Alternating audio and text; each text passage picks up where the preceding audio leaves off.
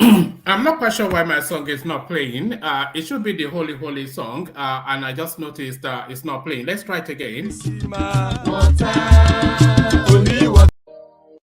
Another Savior. Holy, holy, holy, holy, Adimebujuku. Another Savior. Another Savior. Holy, holy, holy, holy, Adimebujuku. Another Savior. Well, this is MobiM. This is dedicated to the gallant heroes of the Nigerian Biafra War and IPO families all over the world. I remember the Nigerian Biafran War, in the thickness of the Biafra genocide. Hey, one man revived the vanishing hope to life. Let the great Biafran army to fight, and they were singing out, holy, holy, holy, holy, Olumegojuku is another Savior. They were singing out, holy, holy, holy, holy, Olumegojuku is another Savior. Holy, holy, holy, holy, Olumegojuku is another Savior. Many years after the genocide, whoa, yet another great leader has risen up now. Oh, and he's leading the Biafrans to victory. In your madika, yabika kokwa namno. Hey, anamekele mazuche mefo. Manemo, it's an honor having you on board. When I'm singing along, holy, holy, holy, holy, Namdekano is another Savior. Gonna sing along, holy, holy, holy, holy, Namdekano is another Savior. When I sing along, holy, holy, holy, holy, holy, holy, holy, is another Savior. Getting moving right and getting moving fast now. Holy, holy, holy, holy, is another Savior. Holy, holy, getting moving right and moving fast. Yeah, for freedom.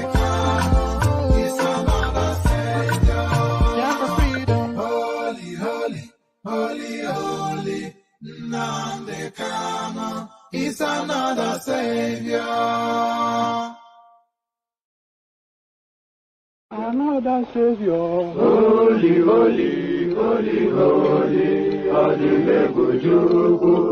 Another Savior. Another Savior. Holy, holy, holy, holy, Adimebujuku. Another Savior. Well, this is MobiM. This is dedicated to the gallant heroes of the Nigerian Biafra War and IPO families all over the world. I remember the Nigerian Biafran War, in the thickness of the Biafra genocide. Hey, one man revived the vanishing hope to life.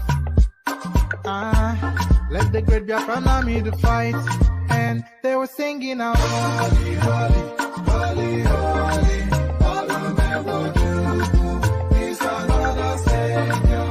They were singing out, holy, holy, holy, holy, Olumegojuku is another Savior. Holy, holy, holy, holy, Olumegojuku is another Savior. Many years after the genocide, whoa, yet another great leader has risen up now. Oh, and he's leading the Biafrans to victory. In your madika, yabika kokwa namno. Hey, anamekele mazuche mefo. And there it is. Brothers and sisters is what they tell me one name means. So one name to you, if that is what it does mean. So welcome, brothers and sisters. We meet again. Good to see you again there, friends. So here it is, and here we are. We go again as we hurtle all the way through to the 25th of February. So we're here again. and we're doing it again. Of course, we're doing it again. Anytime I take a day off this thing, I fumble at the lips as I try to read the headlines. But to the headlines, actually, that one is not loading at the moment. So let me give you this, which was previously the headline, but I changed it somewhat, but still one of the stories we're talking about. Nigerian presidency is not about turn, but if it is, then it is Southeast region's turn. This is Peter Obi taunting Tinubu. So there it is right there. And there it is right there. And a lot of people would feel that that is what underpins the entirety of the Labour Party space. So from the horse's mouth, Nigerian presidency not about turn, but if it is, then it is Southeastern region's turn. Peter Obi taunts Tinubu. So true words spoken in jest, you may say, and I wouldn't possibly quibble that with you. So there it is, true words spoken in jest. Last lap, Tinubu campaign mulls alliance with smaller parties. So this is you see this happen. You see this happen oftentimes. Pardon me. You see this happen oftentimes in this phase of the electioneering. So when we get towards the tail end of the campaign season, when we get towards the business end, you see alliances being formed. So a lot of people that have been campaigning saying they want to be president, they were only campaigning up to this moment. So at this moment now, you'll start to see alliances. All of the smaller parties will start to cascade into the bigger parties, as whoever is championing that space gets their payoff to move their allegiance to the bigger parties. And it looks as though that is what is in play here. Justin, no, not that. Let me give you this was, but this the next headline further explains this headline. Last lap, Tinubu campaign mulls alliance with smaller parties. So that is our standard fare for the Nigerian political space. And off the back of that, SDP to form alliance with Tinubu. So that is the formerly Abiola party, the one that Abiola won the presidency on June 12. SDP to form alliance with Tinubu. And a lot of you with memories long enough, you will recall that if Tinubu had not gotten that ticket for the APC, a lot of the speculation then was that rather than give up his presidential ambition, he would have moved it to the SDP, where he had a standing order for a ticket. So a lot of that relates to now what seems to be playing out now. So Tinubu somewhat partly affiliated to the SDP anyway, and it looks as though that affiliation now turning into an alliance. SDP to form alliance with Tinubu. So there it is right there, and there it is right there. So there it is right there. Let's go on to the next. Let me move this onto, all right. All right, so let's go to this one. This one is more of a philosophical one that I'm hoping we can philosophically have a conversation around this. Atiku should confess about his failing health, legendary corruption to Nigeria. So this is Tinubu, of course, and then you say it's a case of it's a case of pot meet kettle. You say a case of pot meet kettle. For anyone that should be saying these words, you will say it should not. The last person that should be uttering these words is either Tinubu or the Tinubu camp. Atiku should confess his failing health, legendary corruption to Nigerians. This headline is attributed to Tinubu. And of course, when they attribute it to Tinubu, not necessarily directly from his own mouth, but really from his campaign space. But the greater question is, Atiku, of course, in London back again within the space of about 6 weeks. He's been in London twice on a medical emergency. And then we saw that bombshell expose on his corrupt practices under the Obasanjo phase. And with Atiku not campaigning with any vigor, really, is the game up for Atiku? Is the question. So is the game up for Atiku? Atiku should confess his failing health, legendary corruption to Nigerians, a headline attributed to the Tinubu space. So there it is right there. So this one, a deviation, a departure from politics, but nevertheless depressing. A Nigerian passport downgraded again, now amongst 20 worst globally. So there it is right there. That comes as no, and even as terrible as it is, it allies and aligns with passports from Somalia and Libya and South Sudan. So that is the category that they bracketed us in. Nigerian passports downgraded, now amongst 20 worst globally. So for as terrible as it is, you cannot get hold of one. So that's just the summation of everything Nigerian right there. How Nigeria's commercial banks are hoarding new Naira notes for political campaign, secretly paying politicians, investigation. So we may not deep dive into that one, but I will certainly wrap a narrative around the headline. Wike finally revealed strategy that will determine 2023 winner. So there it is right there. Hopefully then we get a strong enough indication, if not a categorical statement, where Wike is backing his support. Because I think the political space, the tire of this guessing game that Wike has set us upon. Wike finally revealed strategy that will determine 2023 election winner. So what strategy that is and how he plays out, we'll find out shortly. Okay, that's the same one. So only to land on this. So this is the final readout, hopefully. Court bars Abbo, sex toy shop senator, from seeking re-election. So we're only really bringing this just to document the end, hopefully, of this guy's political career. You'll recall him, of course, that went into a sex shop in Abuja and started to beat up the sales girl. So he now, having done that, in now this new political phase, he's now telling us that it takes exception to a Muslim ticket. A sex toy shop senator is offended by a Muslim ticket. So we've got enough jokers in the Senate. So hopefully this guy, we're seeing the end of his political career. Court bars Abbo, sex toy shop senator, from seeking re-election. So there it is, a rich and diverse menu, as always is the case. A rich and diverse. I'm not quite sure why it's so dark. It is 10 o'clock here, but it's darker than traditionally it usually is. So there it is, a rich and diverse menu. So lean back, kick back, take it easy, relax into it. The usual protocol, click on the like button as you're coming in. Click on subscribe if you haven't done that already. The subscription numbers are not as the way they were previously. So if you haven't subscribed yet, then please correct that. So click on like, click on subscribe. If you want to tip towards the platform, click on this hyperlink that says buy your host cups of coffee and go there and go wild. And of course, if you want to come join us live on the screen, you know the protocol. Click on the hyperlink that says StreamYard.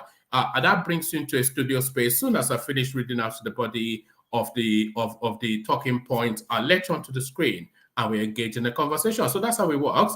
An open microphone, the open microphone being that hyperlink that says StreamYard. So there it is, and here it is. So let's take another little micro musical pit stop, and then when we come back, we get straight into the throes of it. But first, the K guys. Only water, where they see ma. Water, only water, where they see ma.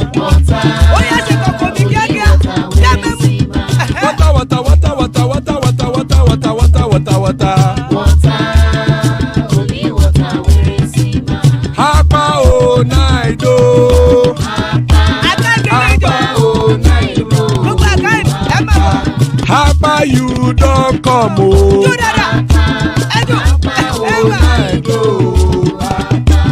Hapa o naido.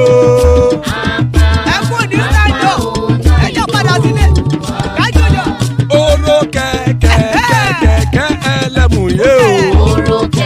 Ilé sọ́dí kẹ̀kẹ́ ẹlẹ́mù ré o. Bobby master kẹ̀kẹ́ ẹlẹ́mù ré o.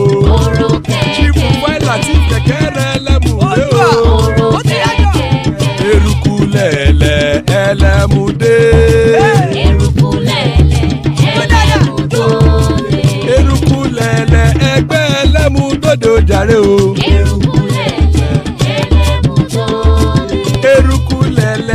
náà ti dé ẹgbẹ́ bọ́dì o. Gbé bọ́dì ẹ̀ gbé. Ọmọ ẹlẹ́yẹ ẹyẹ o ó dilé o. Ìrẹsílẹ̀ yàjọ. Olúyẹ̀lá ẹyẹ o ó dilé o. Ọmọ ẹlẹ́yẹ. Petrosonama ẹyẹ o ó dilé o. Ọmọ ẹlẹ́yẹ. Petrosodunke ẹyẹ rẹ̀ ó dilé o. Ọmọ ẹlẹ́yẹ. Ẹlẹ́kọ̀ ọ̀run mú ìní o. Ìgbàlà tí Àkùkọ ọ̀run méjìkọ.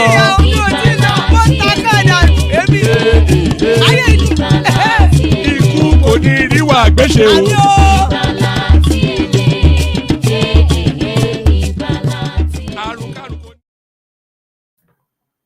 Ikú kò ní rí wa gbé ṣe. Àmì ẹ̀ pọ̀, àmì ẹ̀ ó pọ̀. May death have nothing to do with us. So that prayer, amen to it on behalf of myself and you, my friends. So amen to all that. So yes, this was a headline that I did not give you. So I'll roll that to the back.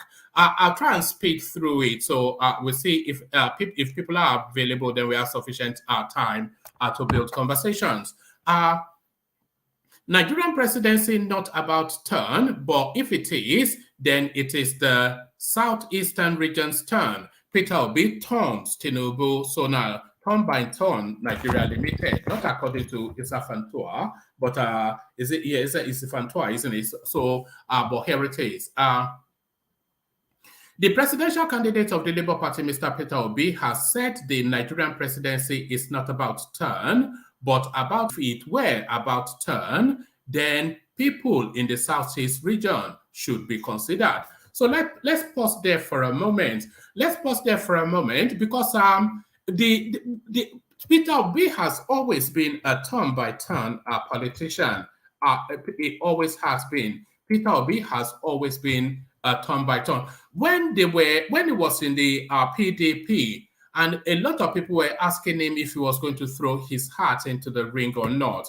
He said he was not going to make that decision unless they microzone the presidency to the Southeast. So he was the original Emilokon. Long before Tinubu uttered those words, the original Emilokon had always been Peter Obi, and he revisits that space. The presidential candidate of the Labour Party, Mr. Peter Obi, has said the Nigerian presidency is not about turn, but about capacity, adding that if it were about turn, then the people of the Southeast region should be considered. Obi was subtly referring to Bola Tinubu, the presidential candidate of the ruling All Progressive Congress APC, who had been popular with the Yoruba slogan Emiloko, it is my turn, prior to his winning the ruling party's presidential primary. The Labour Party candidate noted that his government would negotiate with all the separatist movements,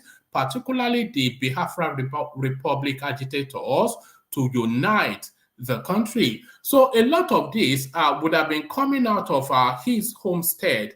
So it looks as though at his homestead, Peter Obi has finally expanded somewhat on a position on that Biafra space. And it's gone again with the negotiation narrative that he has held steadfast to all the way through. The Labour Party candidate noted that his government would negotiate with all the separatist movements, particularly the Biafra Republic agitator, to unite the country. The former Anambra governor stated this at the All Saints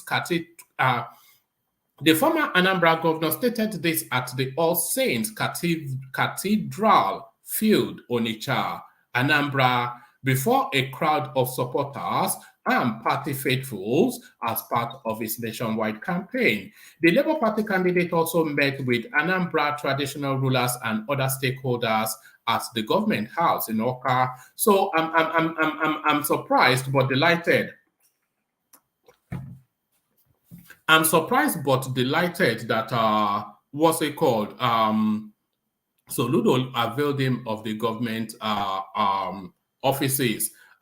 He said, the presidency is not about turn, but about capacity, because if it is about turn, people like us would insist that it is our turn and should be considered. The job of a presidency is not a retirement home or for any kind of settlement. but about uniting and rebuilding the country. They said I am a stingy man, and I said they didn't say that I am they said I am a stingy man, and I say they didn't say that I am extravagant or that I embezzled public funds, only that I am stingy. And I tell you, the job and the presidency of our country needs a stingy man, he said. All we are coming to do is to end suffering and build a new Nigeria. In Nigeria today, nobody is safe and families are begging to eat. We will secure and you. So it goes on to then list the usual expectations that you hear from a politician canvassing for vote. So essentially, I just wanted to land on that spot. The original Emilokon, Peter Obi, the original I'm not sure. Yeah, is that better? Yeah. The original Emilokon, Peter Obi. So that's Peter Obi then straddling that space. It is the turn of the Southeast. So, and then of course he doubles down on negotiating with Nnamdi Kanu and his band of merry men. Last lap, Tinubu campaign mulls alliance with smaller parties. So this, of course, usually happens at this phase of electioneering. Ahead of the February 25th presidential election, the All Progressive Congress Presidential Campaign Council is planning an alliance with some smaller parties in a bid to boost the chances of its presidential candidate, Asiwaju Bola Tinubu. Correspondents gathered that the PCC and the party had been making overtures to parties to adopt Tinubu as their standard bearer. Findings indicate the APC governors and Tinubu met on Monday night following fears expressed by some members on the need to address inadequacies in the party's presidential campaign. So they've not quite detailed what the inadequacies are. It was learned that the APC Presidential Campaign Council, comprising governors and the candidate, was of the view that the alliance with other parties would assist the party in getting the highest numbers of votes and the required national spread in the presidential poll. A member of the APC Presidential Campaign Council, Senator Adesoji Akanbi, confirmed to correspondents on Tuesday that the APC was looking beyond the People's Democratic Party (PDP), New Nigeria People's Party (NNPP), and the Labour Party, noting that deals could be reached with smaller parties to adopt Tinubu. So, of course, yes, but I'm not quite sure how much those smaller parties will actually bring. Of course, Sowore will not be part of those smaller parties, but I think we can discount him. But I'm not quite sure how much those smaller parties would especially bring to the Tinubu campaign. Recall that Tinubu had been wooing the People's Democratic Party G5 governors, comprising Governor Yemsen Wike, and then he goes on to give us their list. But despite holding several meetings with them, the PDP governors had failed to endorse the ex-Lagos governor amid threats of sanctions by their party. Also, the apathy exhibited by many APC chieftains, former presidential aspirants, and ministers to Tinubu's ambition, which was reflected in their refusal to participate in his campaign, is also reportedly causing apprehension in the ruling party. So, yes, that is noted and documented. Tinubu is essentially running this campaign as a lone ranger. If you recall, even when Buhari, when he was campaigning as an opposition, they wrapped around him all of the top functionaries of the party. But Tinubu essentially going about this campaign as a lone ranger. Where is Fashola on the campaign trail? I don't see him. Where is Yemi Osinbajo on the campaign trail? I don't see him. Where is Rotimi Amechi on the campaign trail? I don't see him. Aregbesola, we see Oshiomhole make a cameo appearance here and there, but essentially Tinubu running this campaign as a lone ranger. So is it apathy or lack of confidence or spite, or subterfuge? So there is certainly something amiss because there is no pump coming from the party chieftains are showing that they are on board with this Tinubu project. Also, the apathy exhibited by many APC chieftains, former presidential candidates and ministers to Tinubu's ambition, which was reflected in their refusal to participate in his campaigns, is also reportedly causing apprehension in the ruling party. In a move to rejig his campaigns and bolster his prospects, the presidential candidate held a meeting with some APC governors in Abuja on Tuesday, speaking about their plan to prevail on several parties to adopt the APC standard bearer. Akanbi, a member of the Election Planning and Monitoring Committee of the APC-PCC and its coordinator in the Southwest, said negotiations were already ongoing in Oyo State, urging APC leaders in other states to adopt the strategy. The former lawmaker, who is also the chairman strategy and planning Tinubu-Shettima Independent Campaign Council, said, we are reaching out to accord members, Social Democratic Party and other political parties to vote for Bola Ahmed Tinubu at the presidential election. So yes, it is all of the expectations that a lot of these satellite parties, they will cascade into the APC. They cannot cascade into the PDP because the PDP cannot offer the deal that they would want in order to surrender their mandates, not their mandate, but their candidature. In order for them to surrender and collapse into PDP, PDP cannot offer them what they would need for them to do that, because I don't think they are of the thought that the PDP is going to form the next government. So there it is. The former lawmaker, who is also the chairman strategy and policy Tinubu-Shettima Independent Campaign Council, said, we are reaching out to accord members, Social Democratic Party and other political parties to vote for Bola Ahmed Tinubu at the presidential election. Seeking defectors to APC is too late now. That will not work. That is like time wasting. That can happen voluntarily. What we are selling to them is the product, Bola Tinubu for president. They should come out and support him for this reason and that reason, for this reason and that reason, so that they can have a president that can deliver. We are encouraging all our members and stakeholders in other states to take that approach, and I am sure they are doing it. It was my personal idea from day one. Immediately after the primaries, I have sold the idea to the party generally, and most states are adopting it. Politics is local. So there it is. Okay, let's actually see what Keyamo has to say. A spokesman for the PCC and Minister of Labour and Employment, Festus Keyamo, when contacted, said, it is a welcome development in politics. You need as many people as you can get, as many political parties and candidates that have seen the light and are ready to team up with Ashwaju. We welcome them on board. It is an extremely welcome development. So there it is. Okay, let me actually give you this as well. The factional, this actually wraps up the next story that I was about to bring you.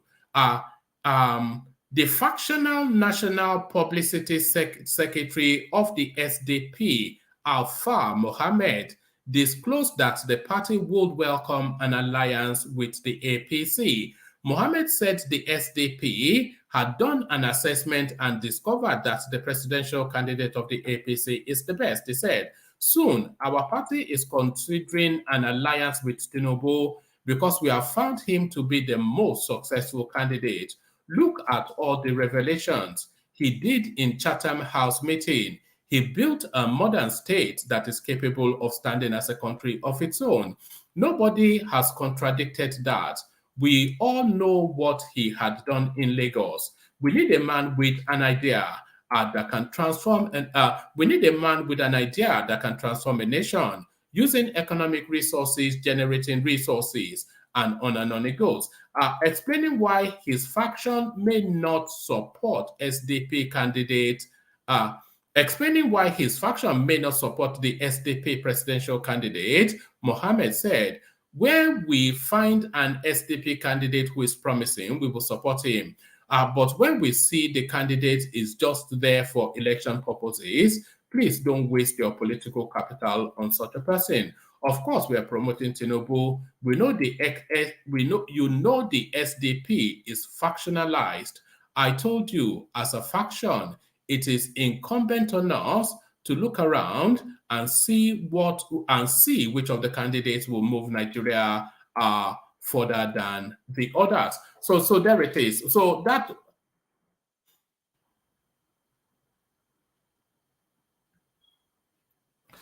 wraps up that space. Tinubu essentially canvassing for people to take on board. So there, and that's usually what happens in Nigerian politics. Atiku should confess his failing health, legendary corruption. So this is Tinubu now. The All Progressive Congress APC has challenged Atiku Abubakar, presidential candidate of the People's Democratic Party PDP, to come clean on his health status and speak about corruption allegations against him. Bayo Ononuga, the spokesman of the APC Presidential Campaign Council, PCC, threw the challenge in a statement issued on Wednesday. It is time for Atiku Abubakar, the 76... So they don't miss a trick, you know. He emphasized the age, just so you know the direction that you're heading. It is time for Atiku Abubakar, the 76-year-old presidential candidate of the PDP, to come clean over two issues beclouding his campaign: his health status and his scandalous confession of how he colluded with his former boss, Olusegun Obasanjo, to fleece the Nigerian treasury using special purpose vehicles as vice president in 1999. The statement said, if Atiku has some modicum of honor, he ought to have stepped down from the presidential race that he is bound to lose again. This, he added, was especially because the release of the audio clip where he provided a vivid explanation into the modus operandi of his legendary corruption. Mr. Ononuga noted that so far, there had been no notable response from Atiku's camp about the disturbing revelation, except a futile attempt to disown the whistleblower, Michael Achimugu, an erstwhile media consultant to the former vice president. The APC presidential campaign spokesperson noted also that Nigerians were appalled that Mr. Abubakar and the PDP merely shrugged off the audio leak. So there it is. He urged Nigerians to hold Mr. Abubakar accountable by rejecting him at the polls in February. Atiku is also not talking about his health status, even when his hirelings daily make futile attempts to divert public attention to his main rival by cooking up lies upon lies. Whereas Atiku is the candidate that Nigerians should be surely worried about. The lies of several years and the various diversionary tactics are no longer sustainable. It added, Atiku's edifice of lies is about to crash on him. The People's Democratic Party presidential candidate is certainly not okay. The peppering effort notwithstanding. Ononuga's stressed eyebrows were raised when Mr. Abubakar did not return to Nigeria after the December holidays to come. So he hasn't actually been back to Nigeria since the festive season.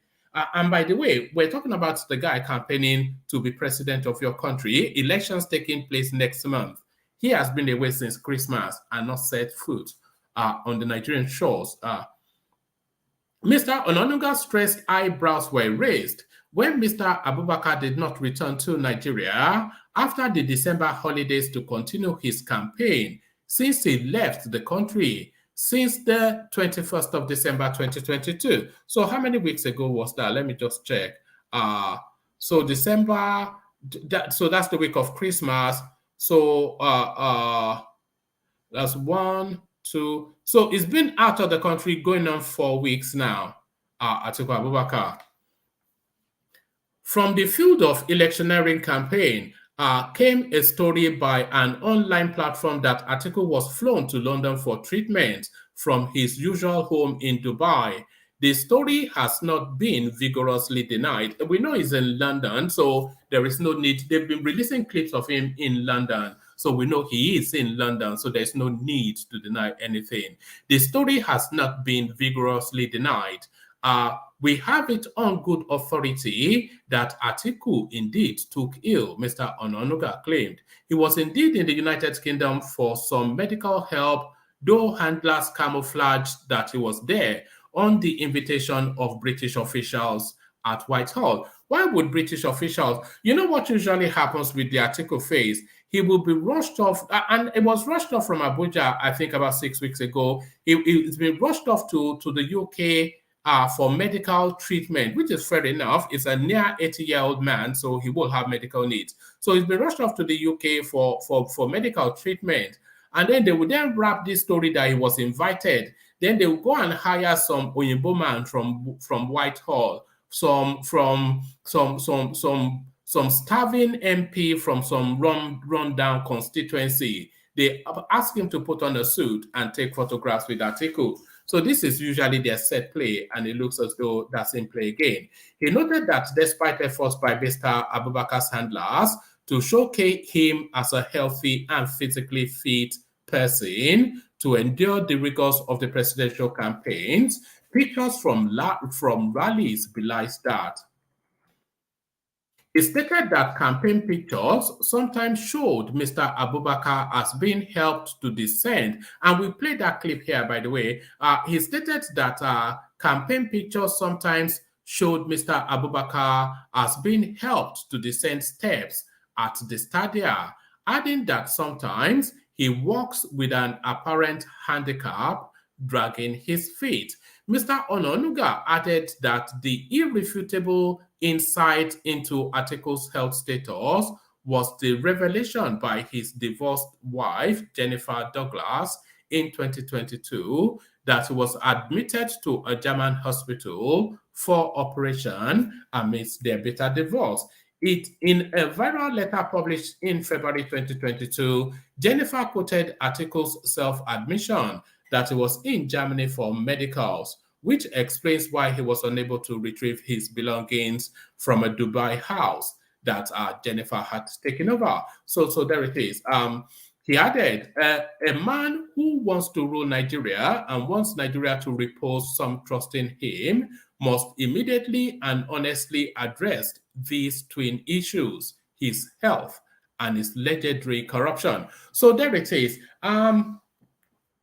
We've been saying for such a good while now on this platform that we have not seen any activities from the Atiku space, and it's now been brought into sharp focus. The guy has been out of the country, and by the way, this is a guy contesting to be Nigeria's president next month, elections to hold next month.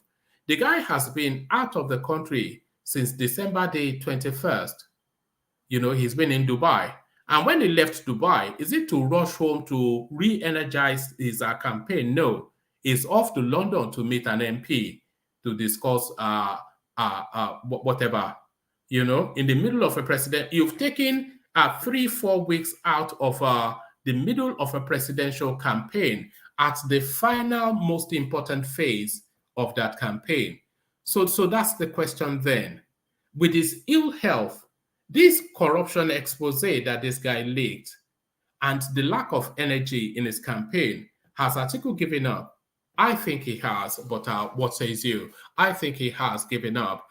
So from that to this, Nigerian passport downgraded again, now amongst 20 worst globally. So we deviate somewhat from politics with this one.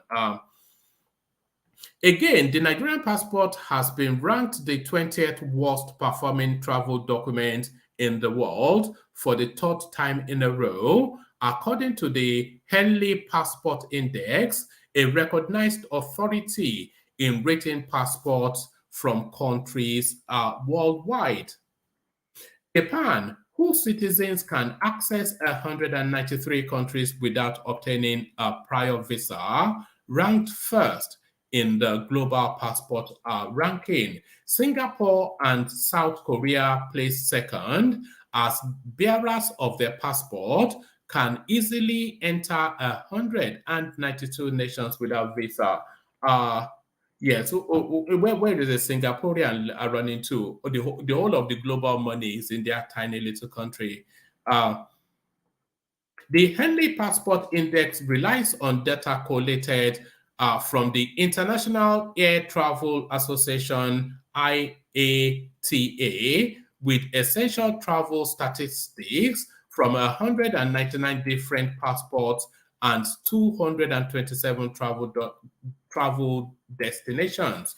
Holders of Nigerian passports can access only 46 nations, mostly in Africa, with the green-hued document visa-free or visa on arrival policy, earning it 180 amongst 199 countries. Other countries amongst the 20th worst performing passports, look at the company we are keeping. Other countries amongst the 20 worst performing passports are Eritrea, Iran, Iraq, South Sudan, Somalia, Yemen, Bangladesh, Lebanon. I'm surprised actually that the Lebanese passport is there. I thought it was a settled and stayed nation. Libya, Pakistan, and Syria. Afghanistan, however, are ranked the worst performing passport as its holders are limited to accessing only 27 countries without a visa. So there it is. Only 20 countries, or even 19, probably worse than Nigeria in the passport index. Nigeria's commercial banks are hoarding new Naira notes for political campaign, secretly paying politicians investigation. So we just take a few paragraphs of this. Commercial banks are now reserving the new Naira notes for politicians for their campaign, whilst bank customers are told there is a shortage or no availability of the notes.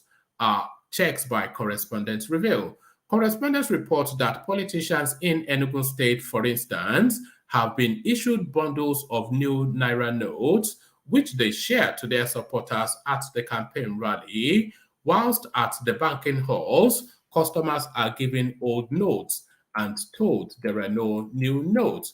Correspondents reported that the Central Bank of Nigeria, CBN, had warned commercial banks to stop putting old Naira notes in its automated teller machine or face a penalty. The CBN stipulated January. I cannot see how they can hold steadfast to that January the 31st as the end of the old Naira note. I cannot see it. I think they are going to extend it probably sometime next week. The CBN stipulated January the 31st, 2023 as the deadline for the issuance and circulation of the old 200, 500, and 1,000 denominations of the country's currency following the introduction of the new notes. Correspondents had reported that with a few weeks to the deadline given by the CBN for the use of the old notes, a cross-section of Nigerians across the country have lamented the scarcity of the new notes. They lambasted President Buhari's administration for spending a huge amount of money on redesigning Naira notes despite Nigerians' objections. So there it is right there. They are hoarding it for the politicians. So we try and speed through what is left. Right, we try and speed through what is left, and then we'll see if anybody is there to take a turn.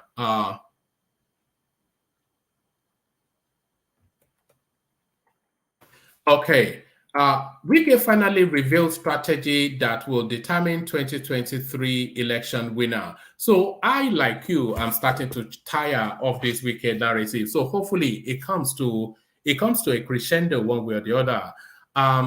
Yemsin Wike, the governor of Rivers State, has disclosed that voting revolution will be one of the strategies the people of the state will deploy in the forthcoming election to defeat opponents in the state. Wike explained that the voting revolution would ensure that the consultation team, which would be headed by the presidential candidate of the PDP. I'm not quite sure what this means. Let me give it to you again. Wike, the governor of Rivers State, has disclosed that voting revolution will be one of the strategies the people of the state will deploy in the forthcoming election to defeat opponents in the state. Wike explained that the voting revolution will ensure that the consolidation team, which will be headed by the presidential candidate of the PDP, Saminialaya Fubara, was elected. So I'm not quite sure what this means. No, I think I'll abandon this. It doesn't rhyme with anything reasonable. Let's go to this one. All right.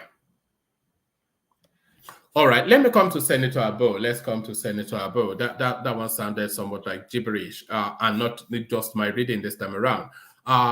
Court bars Abbo, sex toy shop senator, from seeking re-election. A high court sitting in Yola, Adamawa State, has restrained the All Progressive Congress APC from recognizing Elisha Abbo as the senatorial candidate of the Adamawa North in the forthcoming general election. In the judgment delivered on Tuesday, Mohammed Danladi, the presiding judge, held that having been expelled from his ward, the senator cannot seek nomination under the party or seek re-election. The judge said the expulsion of the lawmaker by the Mubi North Local Government Council executive on October the 7th, 2022, binds Abbo and the APC. The council had expelled Abbo for alleged anti-party activities following his criticism and resistance to the APC's Muslim presidential ticket. So a lot of people have actually been hemorrhaged along that Muslim ticket narrative. Babachir Lawal, he has fought and lost in that space. Yakubu Dogara, he has fought and lost in that space. And certainly Senator Abbo, now ex-senator, almost certain now he doesn't have a ticket. So he has fought and lost in that space. And for all of the hoopla and all of the noise of that space, it came and it went, and Tinubu waxes stronger. The court in its judgment further restrained the senator from parading himself as the candidate of the party for the senatorial district. During the hearing, the judge held the senator had full opportunity to present his defense, but chose not to do so. So there it is, Senator Abbo bites the dust. So we learned finally on yet on another Peter B storyline. So the United States government are going after Peter B. United Kingdom authorities dissolve Peter B's company Next International. So this is big news. For failing to submit its annual accounts, authorities in the United Kingdom, UK, have struck off Next International UK Limited, a company largely owned by Nigerian top politician and presidential candidate of the Labour Party, P.T.B. Checks by correspondents revealed that the company was removed from the records in September 2021, following a first and second Gazette notice of compulsory strike-off of the entity. In the United Kingdom, a compulsory strike-off is imposed on a company by creditors or by the company's house for non-submission of annual accounts or failure to notify company's house about a change of official registered offices. Once a company is struck off, its details will be removed from company's house and the company ceases to exist. Next International UK Limited failed to submit its annual accounts for the year 2020, Hence, the company was struck off and dissolved in 2021. Before a company is struck off, however, the United Kingdom requires the company's house registrar to send at least 2 formal letters to the company warning that a failure to file its annual accounts will lead to its removal from the registers. So let's see if there's an official statement from the OB space on this. All right, it just simply tells us that it's been struck off. So there it is right there. So there it is. It never rains but it pours for Peter B. So those are the talking points. And also we welcome talking points from the panel if there's anything that especially caught your attention in the news cycle. Happy to discuss that. Thomas, we see you. The Progressives, we see you. Baba Akure, we see you. Ajale Koko, we see you. And who do we see? Eze Ndigbo. Who is Eze Ndigbo? It's me, one man, Solomon. How many names do you have, Solomon? You this guy? You are starting to become like a suspect, you know. No, this is my title. This is my title. My name and my title is Ndigbo one of Owanine. Yeah. You get title. You where you never married. Look at this guy. Where you never married, who go give you title? Yes, now. For Igbo land, where you never married at all. You never go marry. They go come give you title. Now fake title for head.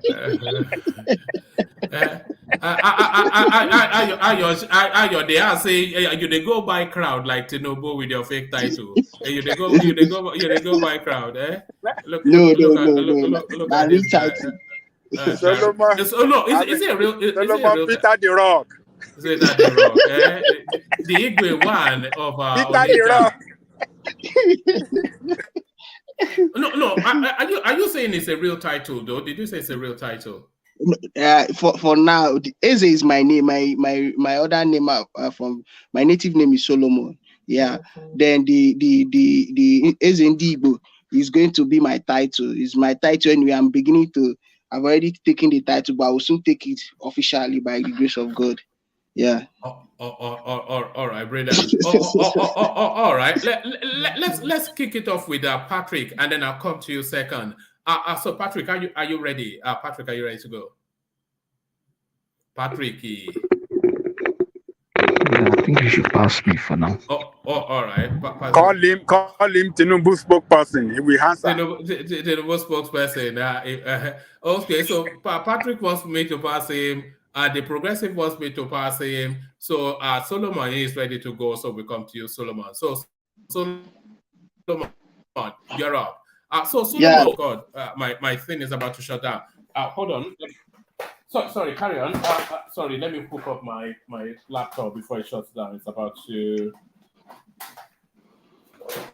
And there it is. So yeah, brilliant. So Solomon, the Nigerian passport, one of the bottom 20th worst in the country. You can barely go to any country with that passport. I bet you are not surprised, but are you disappointed?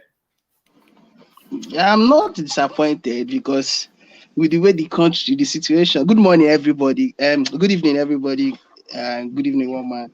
Yeah. Good evening. Yeah. I'm not disappointed with the situation in the country. You don't expect your passport or anything concerning the country to like the world to recognize it in a notable manner or order.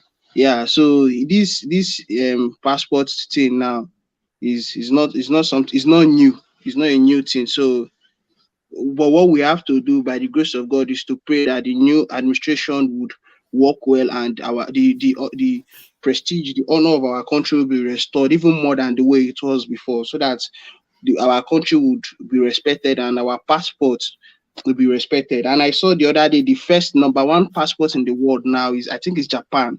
Yeah, Japanese passport. It's a Japanese, and then curiously followed by Singapore. South Korea. Singapore is not surprising, but South Korea, I was surprised. Yeah, I was like, wow. How has this? How did these countries do this thing? And we can see what is going on in those countries. Even the little things what peace come here to talk about, to show us and even tell us about it, you see that this country is a country that is moving well, and their citizens they show concern to their citizens, and they do things that will make the citizens progress, even in all aspects, in all ramification. They work towards the betterment of the country. So these are the things that add value to a country. And when there is value in a country, the passport would have value. Look at, they can travel to anywhere. I think 190 something countries in the world, if not more than 193. Yes. Can you imagine? So these are the things we need to pray, and by the grace of God work towards, so that our country will get this kind of privilege, and the prestige will be with us, and not just for only bad things and things that are not good, that they would only be calling our country. Nigeria can get to this position. I have that belief.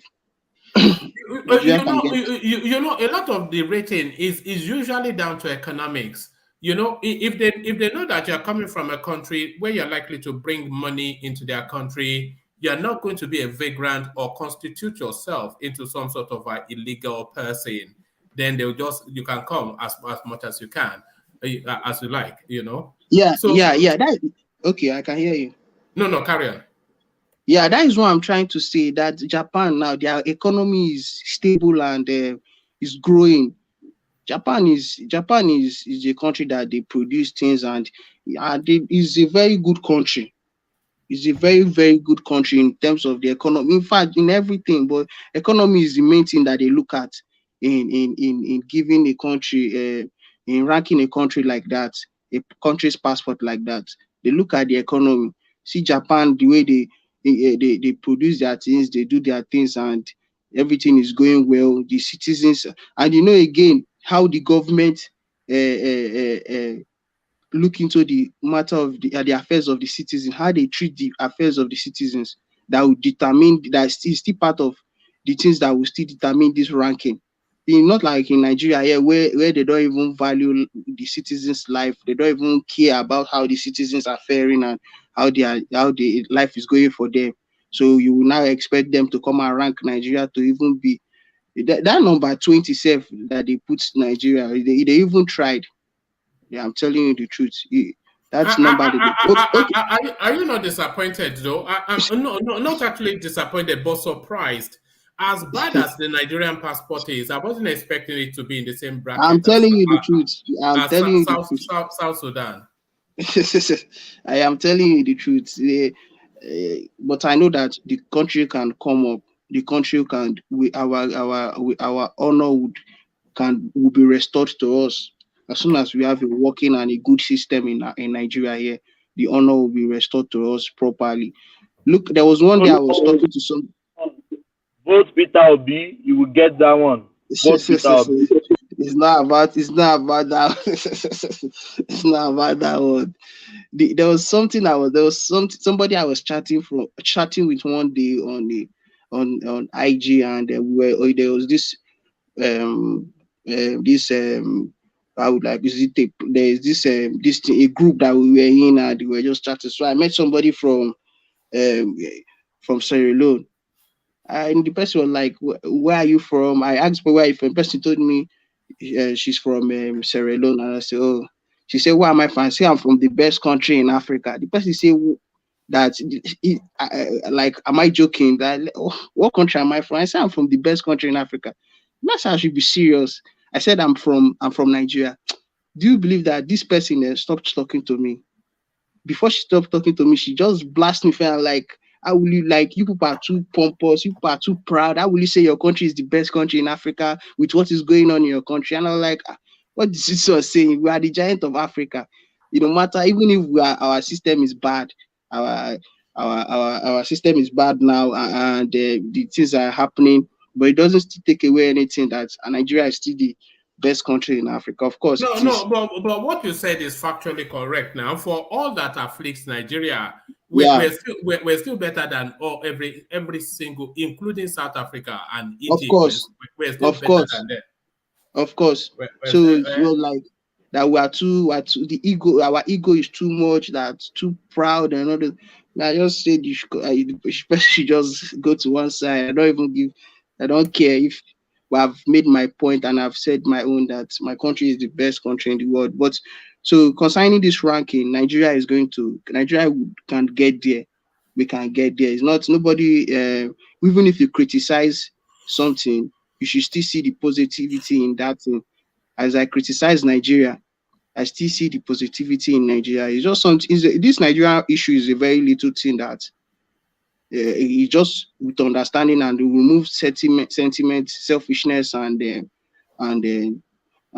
arrogance in the sense that certain issues that the country as a nation is supposed to, even the elder statesmen are supposed to come together and talk about that. Yeah, doing endorsements. There are some little things that they are supposed to come and talk about. There are little things. The constitution is there. The 1999 constitution is there. The many things that they are supposed to come and talk about, and stop neglecting them, but just come and talk about them, and you will see this country moving forward. But when we come here now, we are running for election, doing election, talking about only election. When we still elect somebody, the person will come and be the president of this country with this constitution. And for states, you see people shouting obedience, or people shouting this, shouting that. You are here talking about presidency. Your state now, you people are not going. They will say they will vote for a Labour Party in the federal level, in the state level they will vote for the normal party. But look at this thing, this 13% stuff Buhari signed, and he gave to each state. Some states did not even know that they've gotten their own. It was this one Wike was doing this flagging project stuff that they even brought it up, and people are here shouting. You start from let's start from the basics, the preamble, the basics, and start tackling issues. Then this country will move forward. It's not even about the presidency, to be honest. It's not about it. So Nigeria can work again when the needful are done. When we do the needful, Nigeria will work out. All right, you said it's not even about the presidency, but it is about the presidency, because the presidency will shape the direction of the country. But who will be that president is the question. It's not looking like Atiku Abubakar, who seems to be in and out of hospital, and people are starting to point out that just his frailties, the way he drags his feet when it tries to walk, which is to tell you that he doesn't have the full possession of his body. And then the way people aid him to climb downstairs. And now this revelation about how he was looting as the vice president. If you add that to the fact that he has been out of the country since before Christmas and is not yet found his way back into the country 4 weeks, 5 weeks to the elections. So is Atiku still in this race is the question. I don't know why people would just be, I don't want to use the word hypocritical, because this is a man that is running for an election.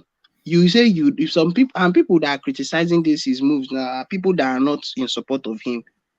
They should mind their business. They don't know his strategy. Everybody are going into this election with different strategies. Obi is going. His strategy is to win from Dubai. No, one man. Let me just land in what I'm saying. Let me just. Okay, carry on. Yeah, it's not to run from Dubai, but he have his strategy. The party have their own strategy of campaigning. Okay, ever since he has not been back, or he has not been in Nigeria, the party has been campaigning. Okowa has been around, other people have been around, even like yesterday, the Southeastern campaign executives, they met with Theodore, all the Southeast execos in the campaign. They met with Theodore. So things are working. Let us not be looking at, oh, this guy is not here, this guy is not there. That one is not there. And no, all this is not what will win election for them. They are making moves that will win the election for them. Is when somebody go and sit down and you're not seeing. Like here we saw it today, yesterday, yesterday, he has been meeting with that he was invited by the British. He wasn't invited by anybody. He was in hospital and he just used an Oibo man. One man. Come on now. He wasn't invited by anybody. One man. Dino was interviewed and he said that they were invited. The interview, the clip is on YouTube. Yeah, but what would Dino say? Would Dino tell us that he was in hospital, that they rushed him there for medical emergency? Would he say that? Oh man. You know, the other day you brought up this thing and I told you that I don't know that it might be propaganda, that look at what I saw about that he's going to UK for that after whatever he's doing in Dubai, he's going to UK for a meeting with the British Prime Minister also. Not the Prime Minister. Yeah, the Prime Minister concerning Africa and then wherever. Yeah. So this guy is doing his own thing. And that is why it is a party. The division of labor is involved. People will have what they are doing, other people will have what they are doing. So Tinubu now is doing what he's doing. Obi is doing what they have their own different strategy to go about this election. So let's not criticize whatever. Whatever strategy, Solomon. The one thing that is an expectation. The one expectation that people would have is that somebody vying anywhere in the world, or somebody vying to be a president of the country, should be in that country during the course of electioneering, especially towards the end of the electioneering, where deals are being cut, decisions are being made, people are coming to their conclusion. So all of that, the expectation is that somebody in that, somebody with that ambition will be in that country pushing as hard as they can. Atiku has been in Dubai since the 21st of December, and when he left Dubai, only to go to London. Yeah, and remember, like I told you now, he went on invitation. Right. He went on invitation. Yeah, so you will not take it away from him. He went on invitation. So, and I don't think we should be worried. He's going to London is just how many hours from Nigeria? He will still come back. It might even be that they're on their way coming back this night or tomorrow morning, and they will still continue from where they've stopped or from where the other groups have stopped. So it's not something to really bother or to worry about. Yeah, I know that these people are neglecting or underlooking him, but trust me, I believe that this guy is going far in this election. Do you think there is energy in Atiku's campaign? Is there energy in his campaign? Of course. It's not something. You see, one thing I have noticed, these people are experienced politicians, people that are around the people in PDP. They're experienced politicians, so they will use experience, and they are people of high intellect. They are very intelligent people. That is why when they ran the administration, even when people claim that, we know that there is no administration that they don't steal. But when they were stealing, it was not, except for people like Desani and the rest that were too obvious. How will you use 14 billion to buy a necklace? It is very crazy. But during these people's administration, Nigerians never even knew what was going on. And this it shows how smart and intelligent they are, and certain things they don't come out to lie, like APC government now that they tell you that monkey swallowed money, snake swallowed. Those things are just like that. I don't know, like maybe because I just feel like these people, they are not properly sound and they don't know what to say. They will just come up with those kind of lies and give it and feed the masses. But trust Nigerians, you are smarter than that. We can never believe them. So you can't take it away from PDP. Their moves, they know what they are doing. Trust me, I'm telling you the truth. They know what they are doing. They really know what they are doing. All right, somebody that certainly looks like he knows what he's doing. So the Tinubu space, they are now starting to form alliances and starting to negotiate with quite a number of the smaller parties in order to pull them in. So they're in talks with our court party, they're in talks with factions of the SDP. And what usually happens in this phase of electioneering is that smaller parties, they adopt candidates of a major party as their flag bearer. So Tinubu did that, I think when it were ACN and adopted, I can't quite recall, was it Obasanjo or whoever. But now, in that phase now, Tinubu sweeping up the smaller parties. What says you about that, Solomon? Yeah, see, let me tell you, Tinubu, like I said, I used to say it, I'm not a supporter of Tinubu, but Tinubu is going to have good votes in this election. Tinubu is likely to win this election. With what I saw in Enugu, see, I watched Obi's homecoming yesterday. It was almost the same thing with Tinubu's visit to Enugu, campaign in Enugu. Tinubu is not from the east, he's not from Enugu. But in Anambra, you mean he's not been to Enugu yet? Obi has not been to Enugu yet. No, I'm talking of Tinubu's visit to Enugu and Anambra. I'm trying to compare the two states. The way the one turned out for Tinubu, the other one turned out for P2B. Do you understand? I know that Obi has not. Are you suggesting that Tinubu's crowd it matched Peter Obi in Anambra? I will say that. Let me tell you the truth. That is what it with what I saw. That is just it. To be honest with you. And this was in the airport too. This was in the airport. If you see I was like, come, these people, do they know that one of their own is coming out for this election? That I'm talking about Enugu. Are they really sure that? Are they aware that somebody like P2B is coming out for this election? Because the way these people came out for Tinubu, I don't understand. Like, people say these people are paid crowd, but you can't expect everybody there to be that jobless or not to have anything they will do to come out for Tinubu like that. They came out for Tinubu. No. Tinubu is going to have, I think he's going to have that 25% each from most states. Is Enugu an APC state? Who runs Enugu? Which party runs Enugu? PDP. Yeah. PDP. Is Enugu one? Is Enugu one of the rebel states? Is it one of the? It's not one of the wicked group, is it, Enugu? Yeah, Enugu is one of the weakest group. Group. Yeah, Ugwanyi. Yeah.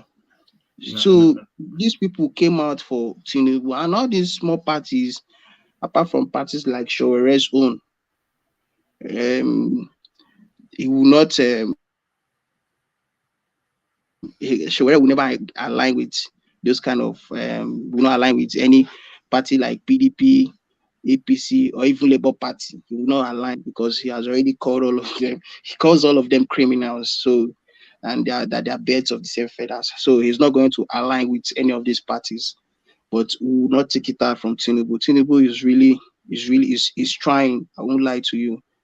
He's trying, even with his health issues and all that. He's still coming out, going for campaign. And no.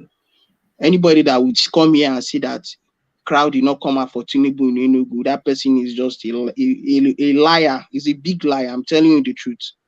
Somebody that is not from that region, it's not even an APC state. And look at the people that came out. Solomon, you know what the pushback will be? They will tell you that they are rented crowds, bought and paid for.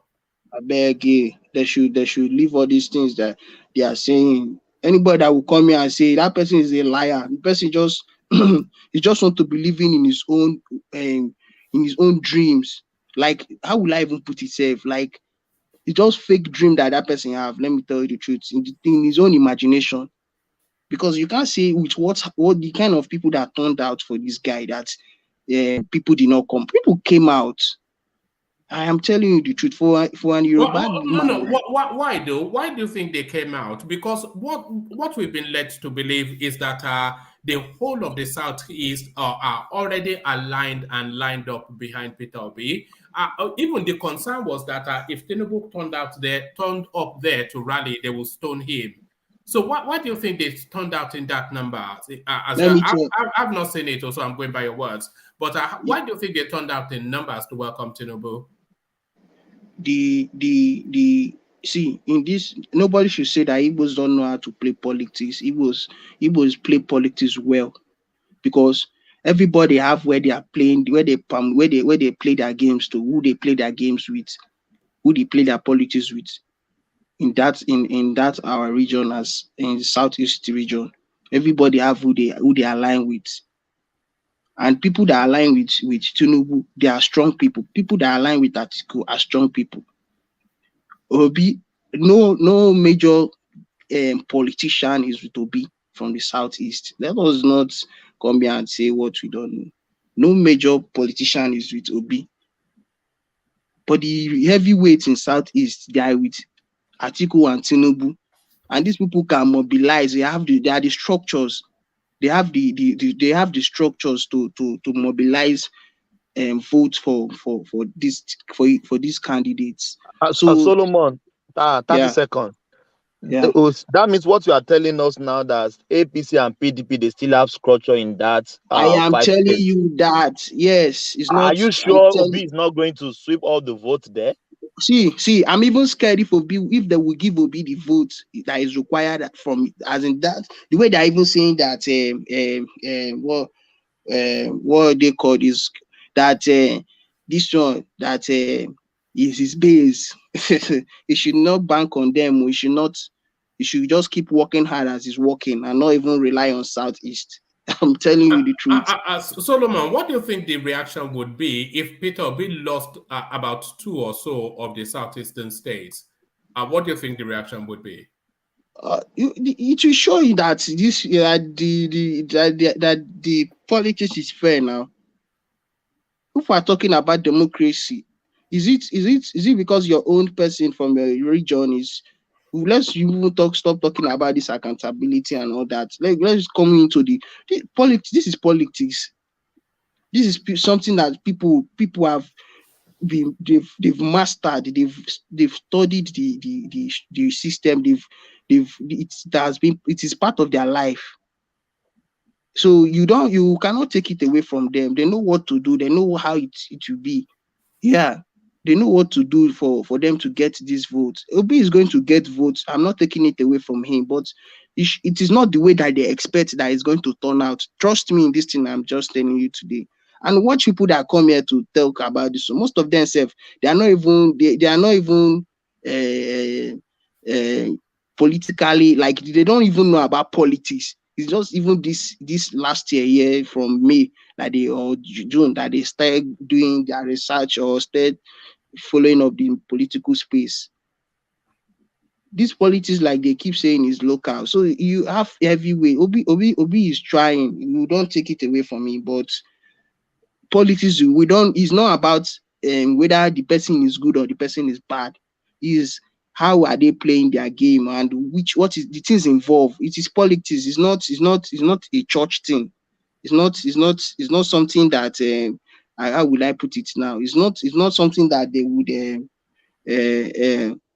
come and just be doing because you are this or that.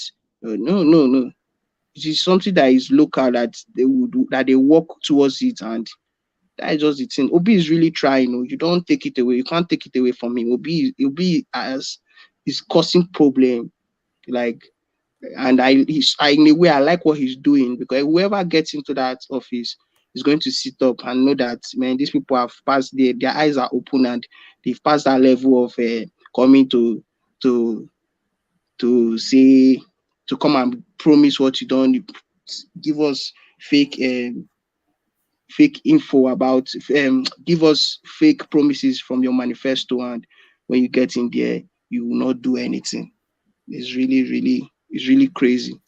So now they are going to work towards. Can you see a situation where where can you see a situation where Peter Obi might lose a state like Imo with Hope Uzodinma, of course, being the governor of that state? Can you see that situation? No. Obi is not going to lose any. He's going to get more than 25% from. No. I mean outrightly win. Can you see a situation where Tinubu might get the majority vote in Imo? Can you see that? No, it's not possible. Tinubu can't get. With Hope Uzodinma there. No. Tinubu can't get. But he can. He will get up to 25%. All right. Ike, or is it Ike or Ike? My name is Ike Na. Ike Na. Okay. Did you want to? Yeah, I want to react to what Ezendibo is saying. I just want to react and leave. I prefer to be in the chat section. Good evening, everyone. Good evening. This is my first time of contributing. Good. Ezendibo, to a great extent, you are right, but there are some places you did not get right. I'm from the southeast. I'm from Imo State. All right. From what is happening there, I've been following politics. I come from a political home. It's more than 10 years I've been following politics in the southeast. What's happening is that the people that have structure in the southeast are supporting PDP. The real mobilizers are supporting PDP. But the people, the common people, are supporting Obi. So Obi may not get up to 90% of votes in the southeast. Obi can get, let's say, 60 or 50. 60. Yeah. If you heard what I said here, I'm coming, please. Obi will get within that range of 60 to 70. Let me say 60 to 70 percent of votes. No, from 60 to 50. You don't give them 70. I know what I'm saying, to be honest with you. My brother, I'm also following what is happening. So within that range, what PDP we get 25% in almost all southeast states, but I don't see them winning southeast states. The states APC. Okay, hold on. Okay. Hold on. Let's unpick that. So if you feel PDP will get at least 25%, and there is no reason why PDP would not get 25%, because the southeast traditionally belongs to them since 1999. Yes. So, and they may even get more than 25%. No, I don't think so. Okay, if PDP gets 25% because they have all of the structures, what percentage would APC get? Because APC would at least, Let me be honest with you. The state APC will get 25%, and I said, and a bit close to 30% in southeast is a Bonny state. Now, I am from Imo State. I don't think the place Hope Uzodinma is working is Olu Zone, and his influence in that Olu Zone is not even much. I don't think them APC getting 25% in Imo. The people that are likely to get 25% in Imo State are PDP. I'm being honest with you. Because what about Enugu State? Now, Enugu State, APC, the next state APC can get 25% in the southeast is Enugu. But I may give them around 20% or within 15 to 20%. Let me tell you, there are some factors you need to put on ground. See, it's not about only mobilizers. Do you know the business guys that have believed in? There are guys that have lived in Lagos from the east, that lived in Lagos that believe in Tinubu. Do you know? Yeah, you're right. Wait. When I come here to talk, I don't talk out of sentiment. I talk out of factors that I've considered. There are guys who are not even into politics, but they are even friends with Tinubu's son. And you know favor in this life. People know as an Igbo man, you know what it is for somebody to help you from somewhere you are not from. I know what you are talking about. So you need to put these factors into consideration. See, people will go back home and tell their people, see, you see me, I'm a big man today. You look. Ezendibo, see, if you look at my analysis, you will know that I'm trying to be as factual as ever. I'm not bringing in, I'm telling you the truth. No, I agree with what you're saying. I agree, but I still want you to see certain things. Yes, I know. Look at this There are people that have done business with Tinubu and his boys in Lagos that are in the southeast. But I'm telling you that Tinubu has helped. But I'm telling you that I don't see, you know what it means to get 25%? What I mean is, like, you have 1 million voters, people, like 1 million people voted. And you're telling me you're getting up to 250,000 votes. Let's be empirical with our analysis. I don't see that. They will get some votes, but I don't see them. The only state I'm looking at that they can get 25% is Ebonyi. Then likely they will get more than 25% in Ebonyi State. Yes, I agree. It might not get to 50% or 30%. No, I don't see them getting 50. Now, no, I said it will not get to 50. Now, if you look at, I don't know why people keep discarding ANAP polls, but we are people that like science and follow things empirically. If you look at, I'm following the trend closely. Obi is likely to get more votes in the South than in the Southeast, but he's definitely going to win Southeast. The problem is that he may not get up to that 90%. No, hold on. Repeat what you just said. Obi is likely to get more votes in the South than in the Southeast. Yes. That's what you said. Yes. Explain. Now, the truth is this. If you look at how Obi emerged as a candidate, you understand that if you people can give me time, let me just analyze the whole stuff and how Obi came out. You know, when they started handshake across the Niger. Across the Niger, yes. Now they've started planning. When you know how the meeting is to make those people that are marginalized or like that are always feeling cheated in Nigeria to be part of determining what happens in Nigeria. And if you look critically, you will see that the Southeast, I'm being honest here, the Southeast are the ones that have been marginalized the most. And if you look at the this rubbish rotational presidency thing, if you look at it, you also see that it is if you are doing handshake across the Niger, it is the turn of the Southeast to produce president. So they now looked for a credible Igbo son. And to be honest with you, I know most of the politicians of Southeast origin. No one is a saint, but I can tell you before God and man that Obi is one of the best we have, if not the best. Now that was how they started preparing Obi. This Obi thing to become president did not even start today. It was Jonathan that pulled him out of Abga. He did very well as a governor. They pulled him out of Abga, come to the center, come to a bigger party, a party that has structure. Now, this he came to PDP, and no. Hold I'm on. coming. I know where I'm getting. Wait, it's a dialogue, not a monologue. When Jonathan pulled him out of Abga, it wasn't necessarily to groom him for the presidency. He may well have identified talent in him that he wanted to use for a particular purpose. So it wasn't to groom him to be president, or is that what you're suggesting? No, it wasn't well thought out that this guy is the star boy to make president. But they wanted him because they saw that he had something to contribute. And you can see from that time he started appearing to the television, giving talks, and people started listening to him. He started going to platform, giving talks and all that.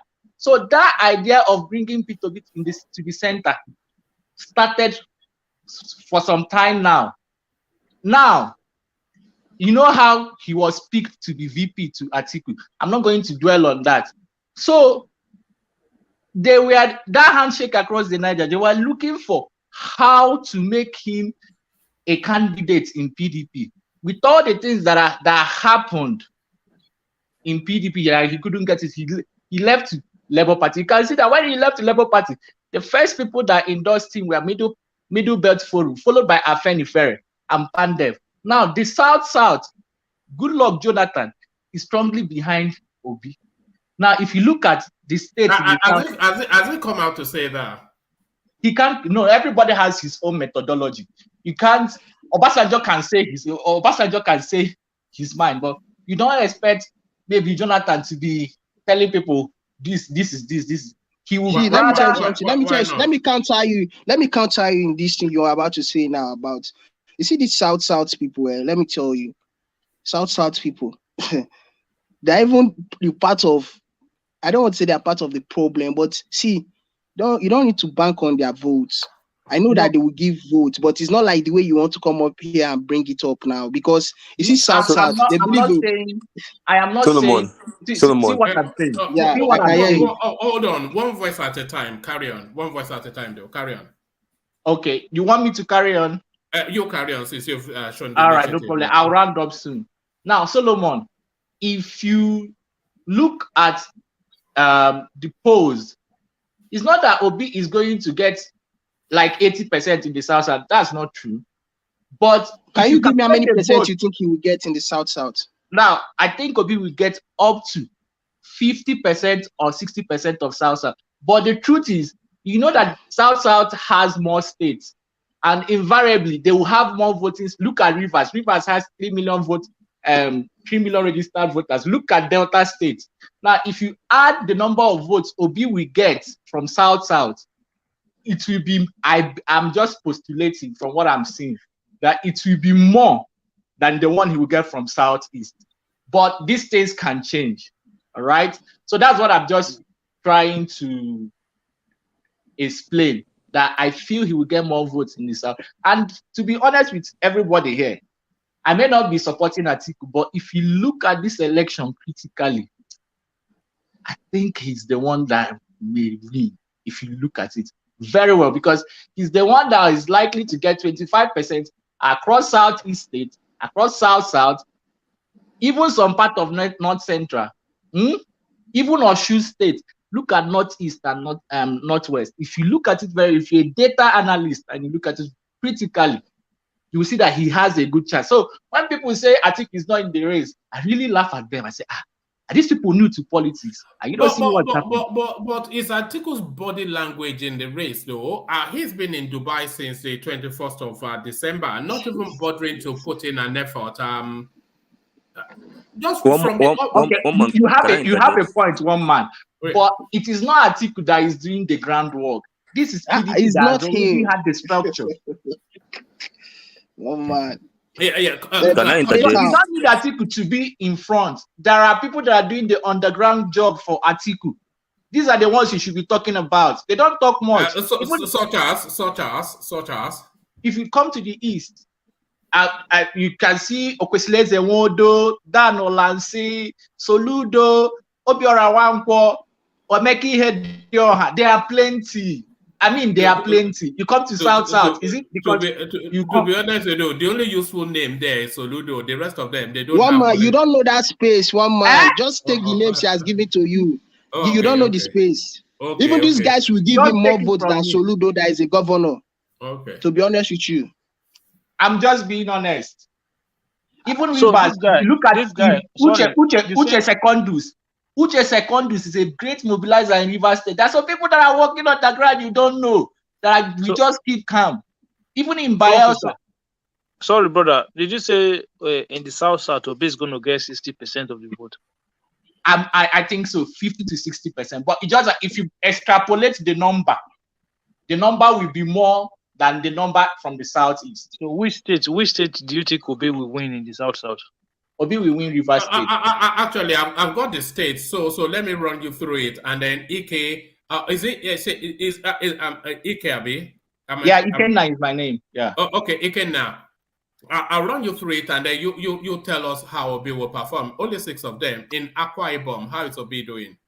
I think Obi is going to win. Let's say with maybe 40% or 50% of votes. 40% or 50%. It's not gonna be that wide. Well, I think he will take it. And in Bayelsa? The same range in Bayelsa too. Cross Rivers? Cross River, I'm afraid of Cross River, because why I'm afraid of Cross River is that they have an APC governor and you have a PDP that is divided. One side is siding Wike. If Wike tilts to APC and you have the governor that is also in APC, I don't know. That's one state I can't say. I'm afraid. I'm not sure. I can't talk about. They will vote for PDP. Speculate on how you. That state they can divide it 30, and the remaining 10%, the person, it can tilt anywhere. To Showore. All right, and Delta State. No, it can tilt anywhere to PDP, APC, or Labour Party. All right, okay, for somebody to take it, and Delta State. Delta will be divided between PDP and Labour Party. I think APC guy, don't overlook. See, one man, can I say something here? There's this guy, this majority leader in the Senate, Omar Agege. Let me tell you. And this guy, what is his name? Fidos and Ebe. They are the two guys contesting for this governorship under APC in Delta State. Wait, let me just round up on this. Wait, let me say this thing. And this guy with the campaign, I'm watching their campaign closely. I know how the politics in Delta State is. You will not take APC out. See, okay. I believe APC is going to get 30% in Delta State. Trust me. No, I don't think so. No, Solomon. I am telling you. No, I don't think so. Can I say something? Magnus will do better in Rivers than that guy will do in Delta. What did you say? Magnus of SDP will do better in Rivers than Omar Agege will do in Delta. 100%. No. See, Omar Agege is not winning the election, but they have the numbers to give Tinubu 30% in Delta State. I know what their campaign is all about. I know how their campaign is going. I know what I'm saying. You don't take out Fidos and Ebe. You don't take out Omar Agege. These guys, they are really working. APC has a structure in Delta State as it stands now, but they can never take over. But they have a structure. Can I say something? Yeah. Now, to be honest, the governorship, if you are following what's happening in Delta, the governorship is even likely to go to Omar Agege. No, PDP would get this governorship election, will win this election. Trust what I'm telling you now. They will win it. But it's going to be tough, but they are going to win this election. Trust me. But do you know that for presidency, most Deltas, even Delta is divided into two. You have the Warri side, that's Riverine, and you have the part that is Igbo Asaba. Now, yes. Now, if you look at the Asaba is more like in the hand of Itobi. Now, if you will not say the Asaba. It is not only Asaba that, see, let me tell you, in that side, they are talking about Delta North and Oshimili and all that. See, in that Delta North, I don't even, that is the part these guys from Patu told me, but they cannot really deliver. It's not him, his personal, it's not him that would deliver that place, if at all, but he cannot. I know the people that are there. That is the main place I grew up from. Okay, see, in that place, Obi is going to get votes there. In Delta. Which is he in the governorship election? Yes. No, but I know one of the House of Assembly guys from that Delta North guy. The guy that guy cannot. That human rights guy, Gushwe Harrison. But that guy cannot give Obi the vote. He's going to get. One more. Can you continue with the state, please? All right. So what are we? So you are saying Delta State will be tricky? Delta, I see Obi winning with 40%. With 40%. Okay. Guy, that one is not correct. Okay, what do you think? No, that's what he thinks now. Well, what do you think, Solomon? Yeah, Obi will get either 25 or Jesus or 30%. Guys, just give it to Obi like that. Obi can't get. Okay, split it up for us very quickly. Delta State, Solomon. Who gets what? PDP might even get more than 50%. APC is going to get nothing less than. They will get from 30 to 40% or even 45%. APC have structure in Delta State. Oh, hold on, no. So PTP gets 50%, APC gets 45%, and Obi gets 30% out of 100%. 30%, yeah. Out of 100%. He can't get 40%, yeah. He can't get 40%. Which school did you go to, Solomon? Delta State Polytechnic. Okay. Can I say something? Can I say something? Wait. No, it's the calculation I made now. Sorry. Sorry. It's not about I'm not we are being as much as we can. Yeah, it's not about sentiments. And I am not summing it up to 100%. I'm not doing like 100. No. I'm not. If you look at my analysis, I've never given someone 90%, or that would be unrealistic. I am telling you from what I'm seeing, and we will come back here. God keeping us alive. We will come back here and analyze the election. And I'm telling you that P2B is going to be within the range of 40%. Take this from me. I know what I'm saying. Just take this from me. All right. Edo State, which is I think you're go on. That's always Edo State PDP will get 25%, but Labour Party will take it. By how much? Let's say around 60% or 50%. You can anyone that is telling you that someone will win over 70 or 80%. That person is being delusional. To be honest with you. Okay, one more. Can I say my own, please? No. One more. Sorry, one more. Can I say something, please? Sorry. In this percentage, I was not summing it up.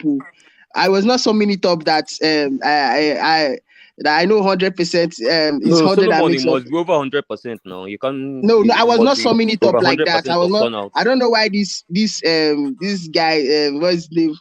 This dog guy they call Dex is calling himself dumb. Don't worry, they will give you a flogging in the comment section later. But River State, land us on River State. Okay. Ike. Okay, Rivers is a dicey state, but now let me start with PDP. The people that originally own the structure in the state, PDP is going to get 25% in Rivers. That's a given. Now, APC, if we get tilts to APC will get. I think APC will get 25% because Wike has worked in Rivers and his people love him. I will not lie to you. Now, Labour Party will take Rivers, but Labour Party will not get. It will still all those. So hold on. They are going to take Rivers State irrespective of what Wike decides. Is that what you're saying? Yes, because this election. All right. Why I'm saying this is that this election. If you have voted in Nigeria and you understand how they vote in Nigeria, you understand that there is a little INEC has been improving along the line. There will still be some form of malpractice, right? But the level at which you do that, it's been gradually reducing. And the people, I think, in this election, we may not have it 100%, but the people's voices will be heard by what they vote for in this election. And I think the people of Rivers State are actually tilting towards P2B. So hold on. What led you to that thought? Now, if if you have voted in Nigeria, how they bring about incident form and how after from the polling unit to the collation center, that is where rigging occurs. Now, if you're telling me that you're going to upload results from the polling unit to the INEC server, which everyone can access at the polling unit, I think you've done a lot to reduce rigging. And if you're saying that everybody will have a bimodal accreditation before you vote, you are telling me that you're also reducing, you've scrapped that use of incident form because someone can just come in and say, No. Sorry, that wasn't my question. You said you had the inkling that River State, irrespective of what Wike, their former son who controls that place with an iron fist, you are saying irrespective of what Wike says, that River State will vote for Peter Obi. And yes, I'm asking you how you arrived there. Okay. So don't tell us about election. Okay. Now it is about the pulse of the people.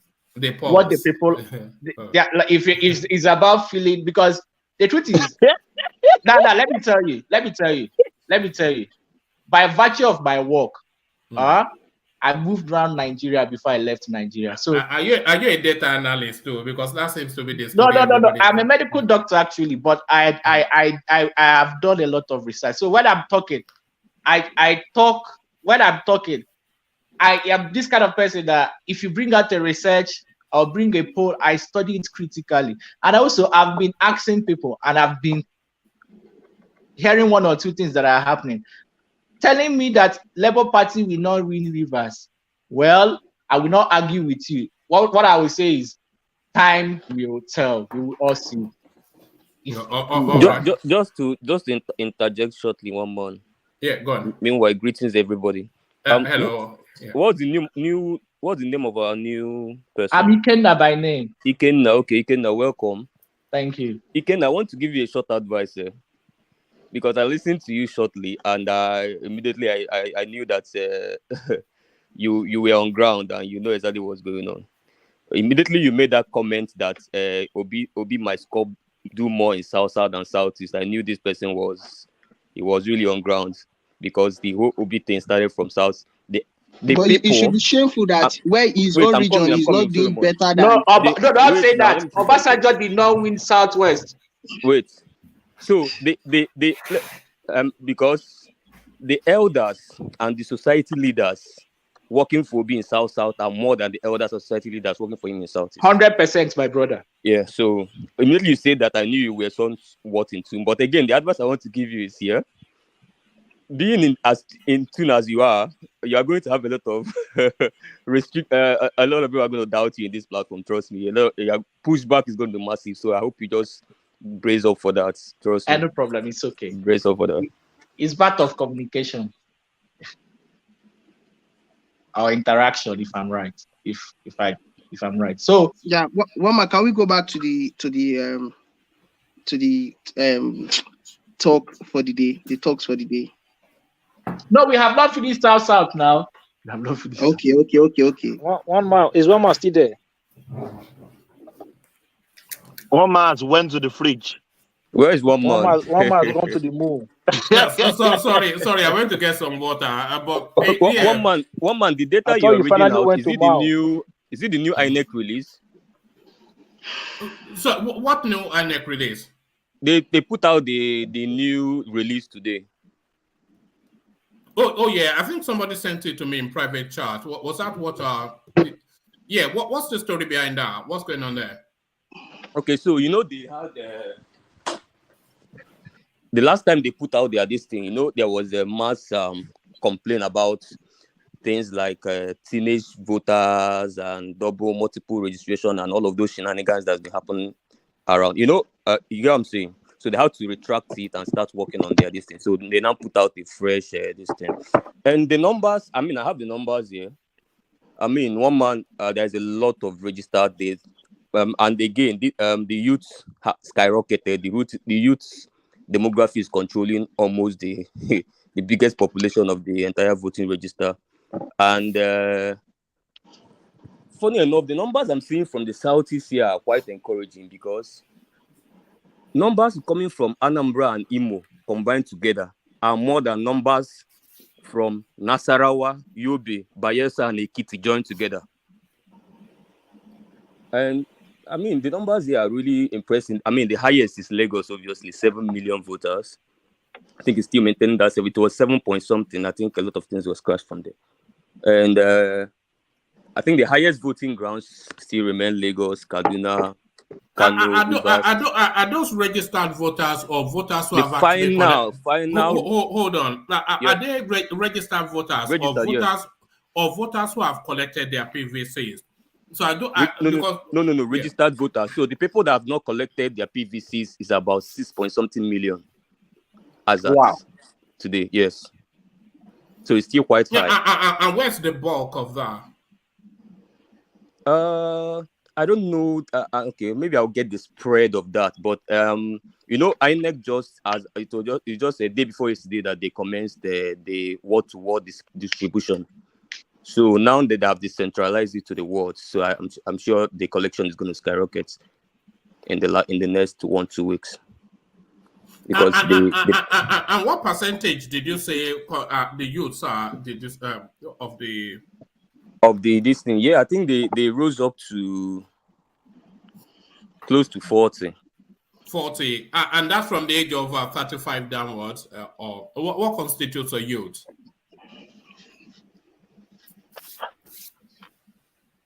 Uptown. All right. Yeah, we can now. Yeah, I was asking 34 downwards. 34 downwards. All right. Yeah, and what are you reading into that? How does that advantage your candidate? Okay, no, I think I'm just saying that. Okay. With respect to Obi, okay. The fact that almost all the southeastern states are above 2 million registered voters, almost all of them. And with Anambra leading with 2.6 million alone. And I say that the combination of Anambra and Imo alone has more votes than Nasarawa, Yobe, Bayelsa, and Ekiti joined together.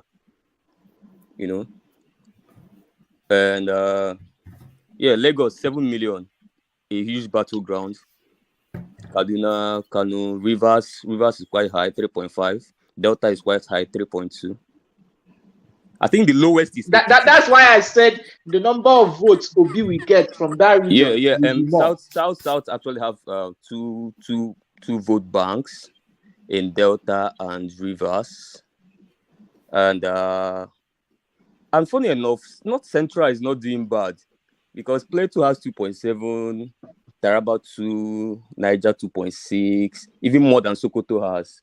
So I think in that northwest, the thing that made that place high is just literally just two states, just that combination of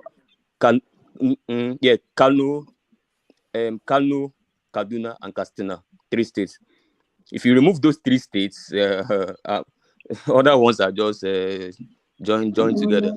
But you can't remove them now. So Obi can win the presidency just from the southeastern votes. No, that's not what we are saying. We are just mocking him? We are just giving you analysis. He didn't even allow us to move around the region. From the distribution I'm seeing, so from the register I saw, so I sieved it through high voting block, medium voting block, and low voting block. So the high voting block is Lagos, Kaduna, Kano, Rivers, Katsina, Delta, Oyo. 7 of them, and out of 7 of them, Obi is competitive in Lagos, he's competitive in Delta, he's competitive in Rivers, and then Southern Kaduna, which makes up almost half of Kaduna, is competitive there, which makes he's competitive in 4 out of 7 high vote states, which is quite well. And then another impressive thing is that in the medium vote states, which is 2 million above, he's competitive in almost 10 out of 17 states that are in the medium vote states, and all Southeast states almost are above 2 million plus. And in the low vote states, which is Ekiti, Zamfara, Yobe, Ekiti is the lowest, 987,000 only.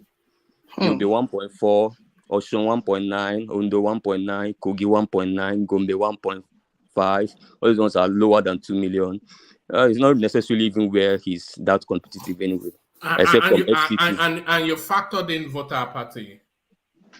No, now all those things. No, all these things we are saying is all things being equal. Now we are not God. We don't know what will happen in February, so we are just working with numbers. We have all things being equal.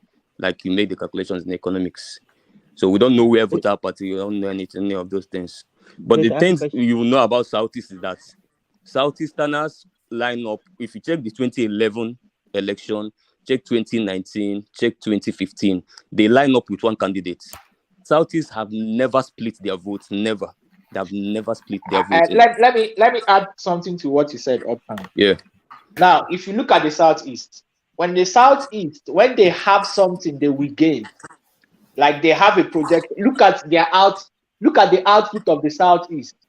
I would just like everyone after this analysis, I will leave soon, to go back and look at how Southeast did when Jonathan contested. 2011, Anambra gave Jonathan 1.5 million. If they feel that they have a stake in this election, they come out and vote. But why I'm just considering PDP is because the people have known in that area. Sorry, brother, 1 second. You see that guy just say Anambra gave Jonathan 1.5 million votes. And later you guys will say it's only the Northern that rig election, that people in the South does not rig election. How do you get 1.5 million votes in Anambra State?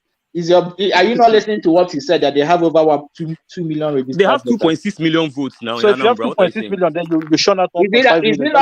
Is it not Kano that Buhari won 1.9 million votes? What exactly are you saying?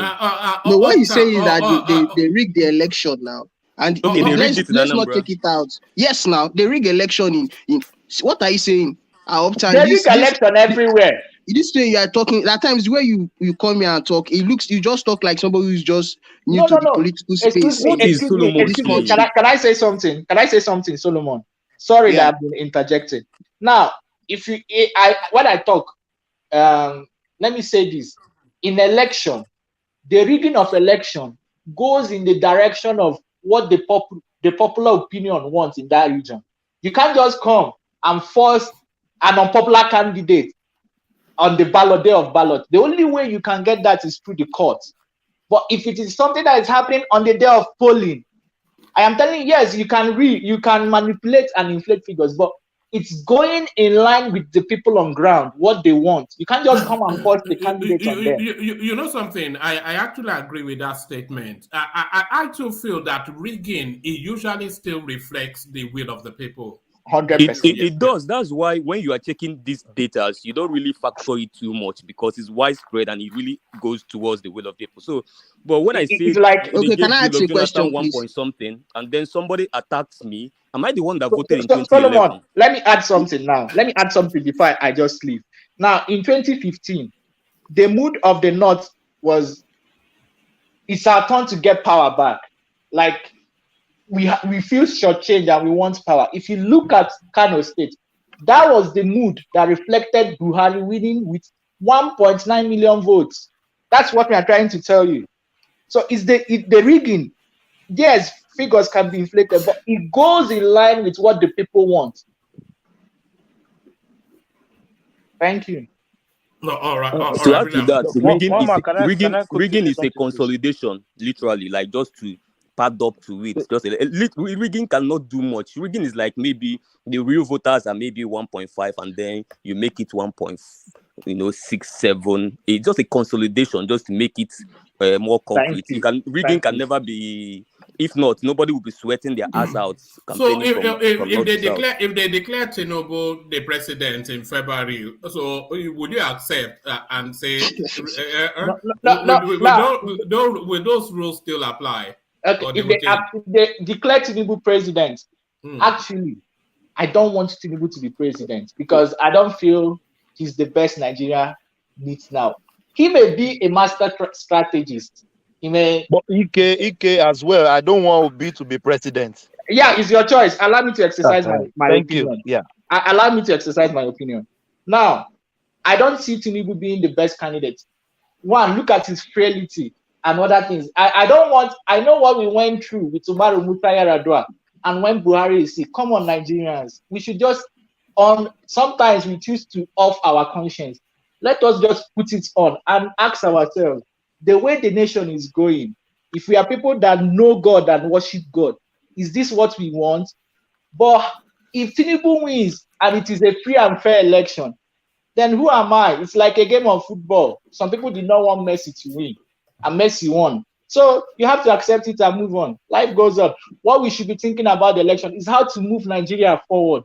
People are suffering in Nigeria. If you are living abroad, if you see the number of calls people call, you say, I've not eaten, I've not. And if you are someone that is doing something that's related to humanitarian work in Nigeria, or you've done something like that, and people still call you, you understand how people are suffering in Nigeria. So we should all carry our conscience and think about how we can move Nigeria forward. If Tinubu wins, no problem, but let him win in a free and fair manner. And let us think collectively as a nation how we can move forward. In every country, there is a way the country will be moving down, and it will reach a limit.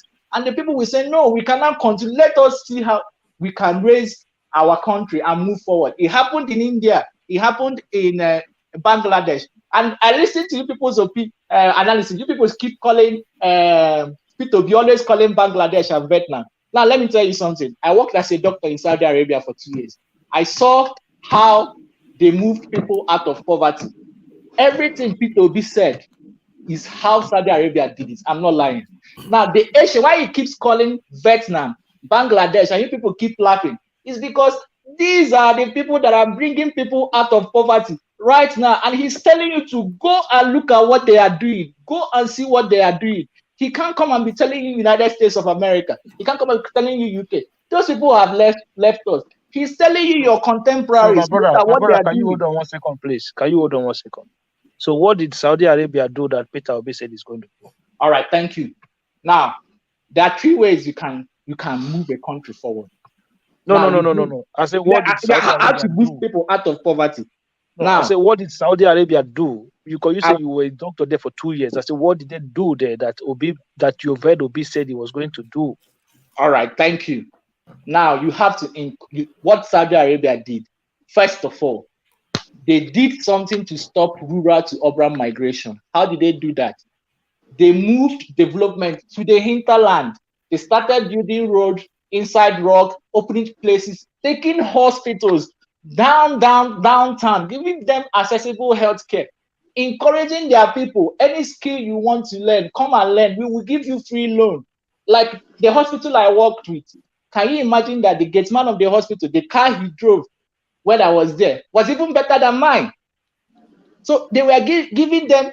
Why is that? Why is that? Was the gate man being paid more than you, or are you just are you stingy, as they say? No. It's not that. The truth is that is how they pay. They are going to favor their people more than you. So I don't know what they aim, but I know that anything you want to do. That's how. Like if you want to go into education, if you read, be a scientist, be a doctor. Like in the US here, when I did a program with the hospital, I saw a Saudi Arabia sponsored by the Saudi Arabian government to come here after having their training. They go back, and when you keep engaging people, taking development to the lower end, making them produce to be productive, that is how you stop poverty. That's how you pull people out of poverty, and invariably you reduce the crime rates. So that's Tinubu's plan, by the way, what you just said. No, one wait first. Now you jumped the gun, one. Let me finish. Yeah. I was building up a case. You just come and jump and just. Oh, sorry. Carry on. All right. So I was going to ask him, what do they produce in Saudi Arabia? Saudi Arabia exports oil. I mean, there are two things. So many things Saudi Arabia do. Do you know that Saudi Arabia is a tourist town, but people don't know? So I'm just asking, what do they produce? Is it a producing economy? Saudi Arabia is a producing economy, yes. Oil and religion. They export oil. It's a religious tourist town. They export gas. I mean, they don't produce car. They don't produce. I didn't say car. I said gas. I know. I'm just saying. I want to know that they don't. So basically, so they did not lift people out of poverty by creating a productive economy. Is that what you're saying? What do you mean? What do you understand by productive economy? If they tell you are productive, when they tell you that you are productive, what they are trying to say is that everyone is engaged. No, hold on, Ike. I think what Akim is saying to you, and then from there I want to move on to Solomon to get it back on stream. But I think what Akim is saying to you is that Saudi Arabia is essentially a mineral resource exporting country, has no production base. So as much as they build into the interlands to create a life for the people in the interlands, there is no economy there that sustains any life outside of those exporting raw materials. No, can I say something? Please, one man, with all due respect, I think you are mixing it up. When they say someone, you are productive, look at Nigeria. It is still the mineral resources that we have. When you say you are productive, is that you are making use of it. People want the value of what you have. You are exporting it, and they are giving you foreign exchange. That is what's being productive. Production does not mean you have a car hub. No, production means that the security man that owns a car better than you. How did he acquire that car? Now he was encouraged by the government. Please don't be useless at home. There is job for you. Just be busy, be doing something. And they paid him well, and he was diligent in doing his duties. This is what we should be thinking in Nigeria. How did he get the car? That's what I'm saying. Do you expect me to be asking me how he got the car? I mean, that question is ridiculous. You just don't want to say it. These people they provide credit facilities for their citizens. I just talked about zero loan. Did you not hear me? I said they give them zero. So whose plan is that? Is that an OBI'S plan? No, that is not what you are just misconstruing everything. Tinubu said student loan. Now let me tell you the loan. Finances, car finances. I know. I'm coming. Let me tell you the loan. If you want to, don't mix up issues. Let me just say it the way it is. Now, if you are talking about loan, the loan facility in Saudi Arabia is it's zero interest loan. You know, it's Islamic banking. They don't give interest, and they are not even. All right, land that point. You are taking off topic too much. Land that point, and then we move on. All right, no problem. So they are giving them some kind of loan, and they are not even strict on them paying back the money. What they just want to know is that you are busy doing something. We are encouraging you to do something. Nigeria should be interested in its citizens being productive as a person, having somewhere to go. You are contributing to something. You are bringing it. That's what it means, being productive. And if every strata of the society is productive in that manner, from the common man, middle class, the government, that is what it means, moving a country from consumption to production. So this is what it means in practicable terms. Thank you. All right, thank you. Thank you for that explanation. Here we were thinking something else. Can I take a bow? Take a bow. You will take a bow. Well done. Good to hear from you. Come on again, because you present so well. But back to you, Solomon. So the daydream believers, Solomon, daydream believers. No, the Joseph of our time. Look at that. Unbelievable. Solomon, back to you.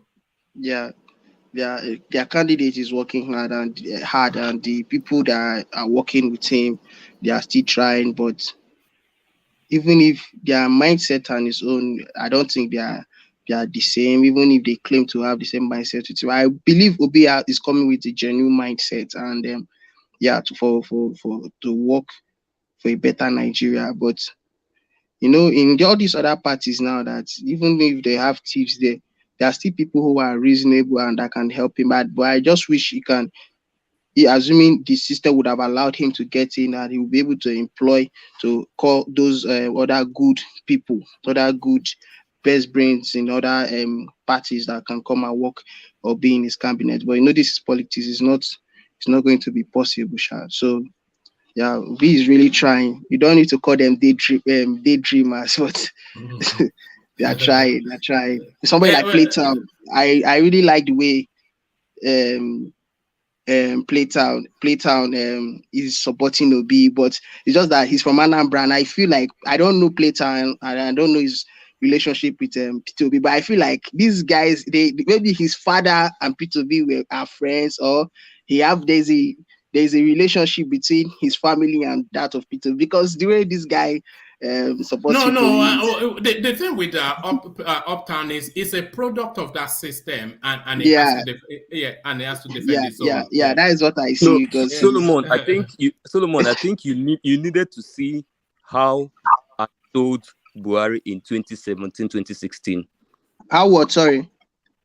You would needed to see how I sold Buhari in 2016, 2017. Really? You supported Buhari in 2015? All my friends. No.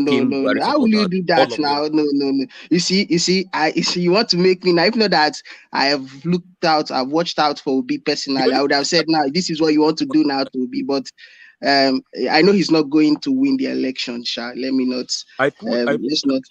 Solomon, I pulled out from Buhari around 2018, 2019, when the indices that detected his failure became more than the ones that detected future progress. But then, even till now, even as I have a lot of problem with him and some of his policies, the irregular policies, and a lot of, I can list them for you, and they are more than his pros. His cons are became more than his pros. But even as that now, till today, I can still defend his infrastructural inroads. I can still defend some of the things his government has done, even now that I don't have any inclination towards it. But I can still stand by some of those things I defended, and then I'll criticize heavily the ones they failed in, which is actually more than the ones they passed. So that's how I am.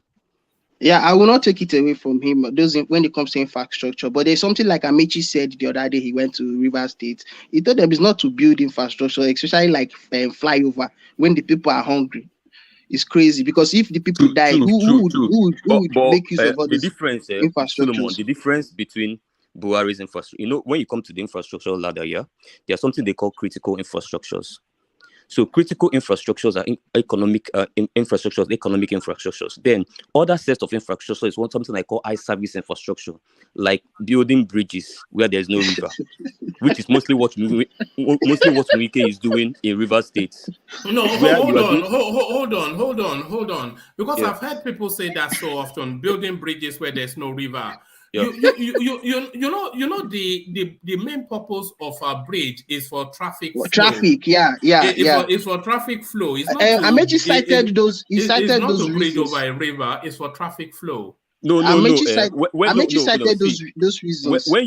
When you say building bridge where there's no river, it's a figure of speech. One man, it's not literal. So what it means figuratively, what it means is that where is even not necessary, you build it. So where the traffic congestion in that place, if you check it and check the indices and it's not really affecting economy that much, and you go ahead to build it because that's a way to siphon money. That's building bridges where there's no So if you're building like what Umahi is doing in Ebonyi State, normally if random person look at it, they will say Umahi is doing well, but he's not. Why?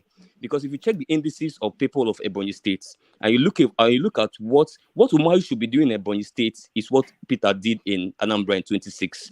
So when you come to Ebonyi State, they have a great number of poor people, and most of them are rural dwellers, and most of the rural communities has no connection with Abakaliki, which means that even though Ebonyi State is highly agriculturally favored, when they grow their produce, they cannot move it to the cities. So they sell it for less, way undervalued price in the rural areas. Now, Umahi is not investing in education, but what he's doing is building Dubai skyscraper schools that no Ebonyi State citizen can ever afford. Building Dubai model mall. All right, we must move building on Dubai model mall that no citizen in that place will ever be able to pay for. So he's not true. When it comes to road connection, I'm from Ebonyi State.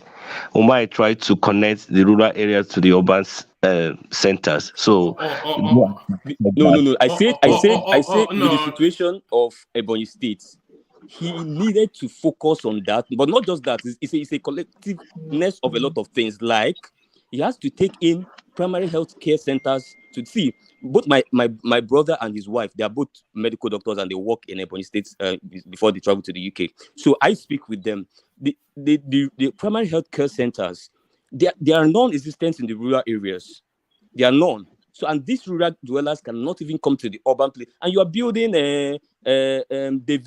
whatever school of this thing that is worth billions that nobody in Ebonyi State can afford.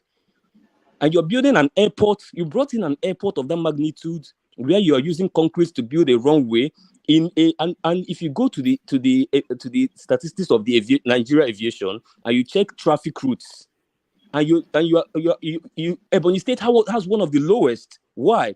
Because before I can fly in and out of Ebonyi State, there has to be commerce. Now you have not dealt with the commerce because it's not even a commerce state. All right, round it up. We don't want to be locked into Ebonyi State, but round it up and then we go back to Solomon. Yeah. So that's the thing about Buhari is doing critical infrastructure. Buhari is building gas pipelines from Nigeria outside to Morocco. Do you know? See. I'm coming. You people, sorry, guys. Wait, I don't want to labor that part too much. But round that up. And then you round off what you were saying, Solomon, and then I'll go on to Thomas. Back to your town. All right. So with the Buhari did so well with infrastructures, and even the ones he completed, which makes up almost like 90% of what he did, which means he continued every single thing Goodluck Jonathan started, which is a plus. It's not something you see often in our kind of society. But then I had problem with his leadership in terms of leading Nigeria, managing Nigeria's diversity, and then staying aloof and cutting out government out of the people, and then how he managed IPOB and all the security, and then his poor communication. His poor communication is so poor that he cannot even sell the things he did to Nigeria to Nigerians. He can't even sell it. So those are big problems he has here. All right, brilliant. Thank you. One of these days, I'll do a one-on-one session with you, play town, because I feel you have a lot to say about always I pressure actually stuff. do. I don't just want to answer him because of Buhari, but let me just keep quiet. Yes, you know, if you answer, he's not uniting Nigeria. You people hated him and you stay away from him. So what does you stayed away from him from the beginning. He tried to put a bridge in your place. He tried to do this. What do you want him to do? No, my son, friend. when he That was is there, not. what No, did you do? you just hated him. uniting You people a don't country like to hear the truth. is science. As far as we are concerned, it's not a lie at all. As far as we are concerned, the only people that are excluded, that feel excluded now South, is not because they're excluded, but because they choose to hate everybody. You It's causing problem with Brimo's space. In Brimo's space now, it's causing problem. You know the mistake that Buhari made, Patrick. He should have married Amaka. If he had married Amaka now, everything would have been okay. We don't marry Amaka yet. Like Atiku did. Like Atiku did, you see? But they hate Buhari. Me now that I'm not Hausa, why did they hate me?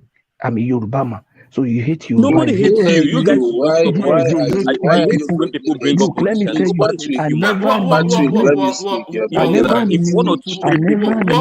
never knew.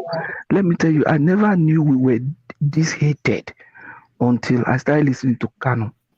I went to school in Enugu. We told the love, I almost married a lady from Abangwa. But I just thank God I didn't take that step, because that guy is from the same Abia State. The way you people hate us, I told my son, I said, look, you cannot marry from there. See, Mr. Patrick, let me correct you on that Abia State. Mr. Patrick, as educated as I am, I feel very unsafe. I'm a Yoruba man. I'm an Edo man. I married a Yoruba woman. But that's the truth you don't like to hear. You hate everybody. Let's move on, because I don't yeah, let's move on. That space usually gets out of control. But round off your thoughts, Solomon, and then I want to move on to Thomas. I still got some questions for you, Solomon, but just to break it up, I'll move on to Thomas. But round off your thoughts, Solomon. Yeah, so like me, I'm not sentimental in my judgment or in my contribution. I always give to whoever. I always say the truth and say what I know. Like this OBI'S movement. OBI is a good man and he's good. Like but I see him like somebody who is open, who is prone to learn. He's open to learn and to for the betterment of Nigeria, but like I keep saying here, the system will not allow him. And I know that is why I can tell you that he can't win the election, no matter the emotions people pour out. And if like they should cry from now till he's not going to win the election. I'm saying it. And right now, this hating Mr. Patrick is talking about, the thing is still happening with Brimo and all that. Even if he said something carelessly, but he was pushed to it. So that is why he just had to reply them and say that he go this, that. But I know he's not talking to somebody like me. He just feel obedient that. Sorry, who was that? Who was that? Who are you talking about? Brimo. Who's that? Yeah, I'm surprised you didn't bring the story though. Yeah, Plato, I know you'll be familiar with that space. I mean, it's a trendy story. Yes, and it's serious.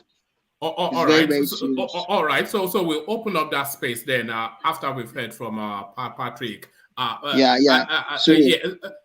Patrick, from Thomas, who may leave us shortly. So thank you, Solomon. Let's go on to Thomas.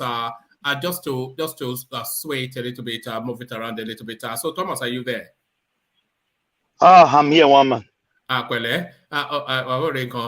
So Thomas, so to it then, let me take you to this space, the concerns around Atiku Abubakar. So I put that question to Solomon, and he's telling us that Atiku is working on the ground.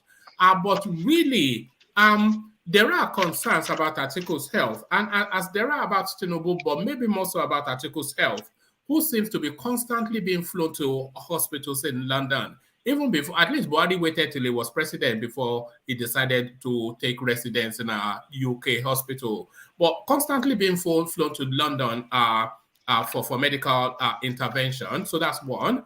Not been in Nigeria since the 21st of December. That's two. And then this expose about his fraudulent practices as vice president of the country, and the fact that you don't even see any campaign coming out of that space. So, Thomas, what is going on with Atiku? Oh, thank you, one man. Good morning from Australia. Good evening to you guys. One man, the last session we did before going to Atiku space, if you don't mind, please.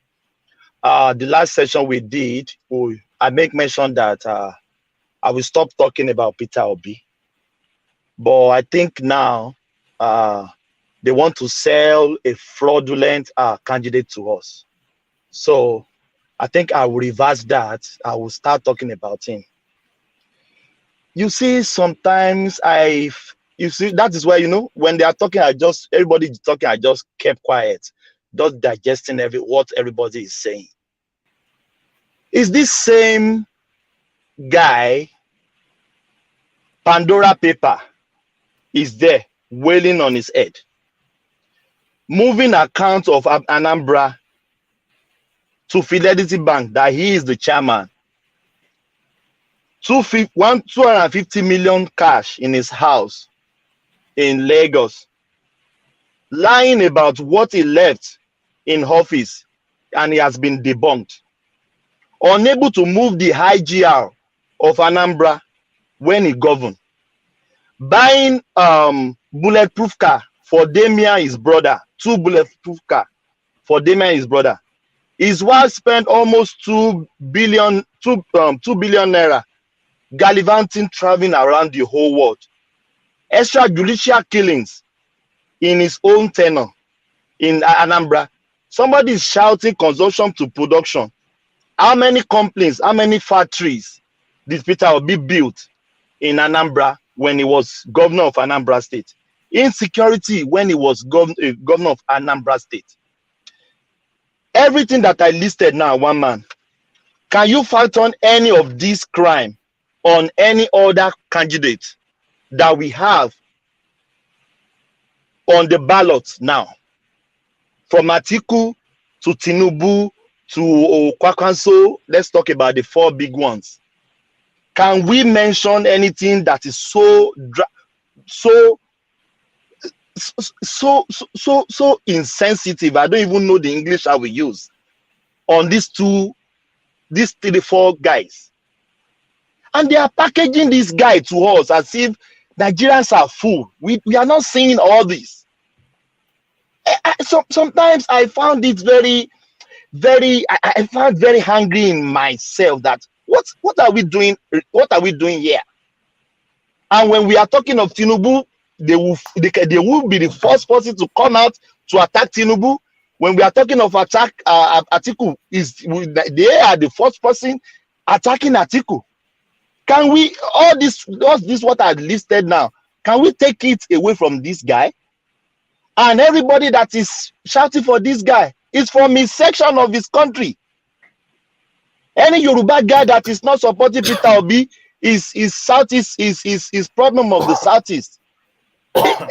Guys, let's just think very well before you put this man as the president. I've said it countless of time on this platform. He's not going to be president anyhow. He's not going to win anyhow. But so let's faction. My brother, please, I'm not interrogating with you. Please, can I finish my thoughts? Please, thank you. Thomas, I was on the panel on just popped in on Ingengen Media, just the other day, and then just to talk politics and all that.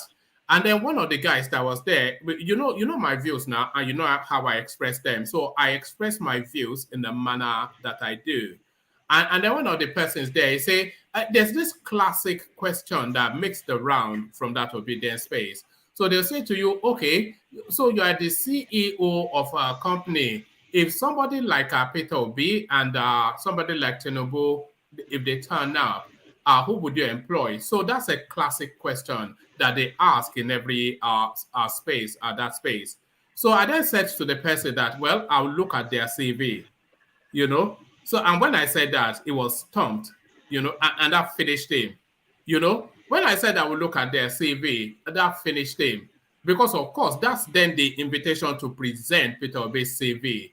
And then they start to say integrity, and it's integrity, and he left some money, and it says, they say it's a stingy, you know, and then it went to the usual diatribe that you get out of. So there it is.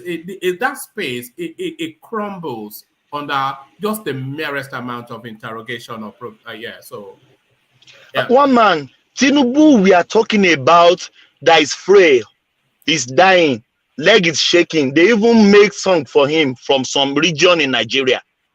This guy moved the IGR of Lagos.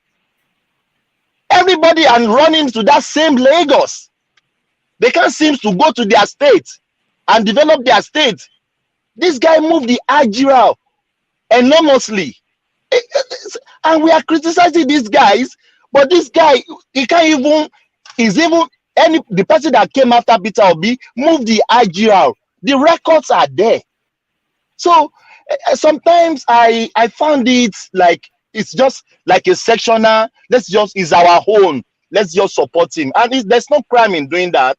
I will just leave that space. It's just a digression. Let me move to Atiku. One man, let's not deceive ourselves. Atiku will still get 25%. The structure is there. It's in London. Yes, please. Okay. I think you are very right with your opinion anyway. But Baba Kare, wait. Baba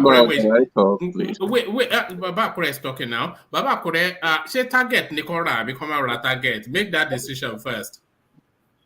Which target? I could hear somebody asking you a question. Target. Okay, no, carry on. That was just, carry on. Anyway, I just want to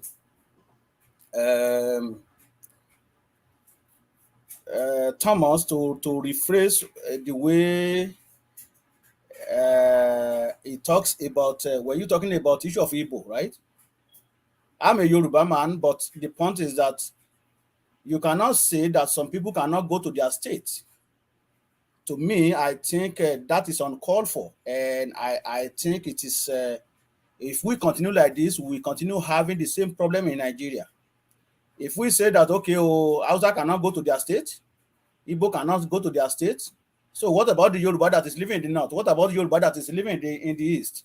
Are we saying that Yoruba are not living in the east, or are we saying that Yoruba are not living in the north?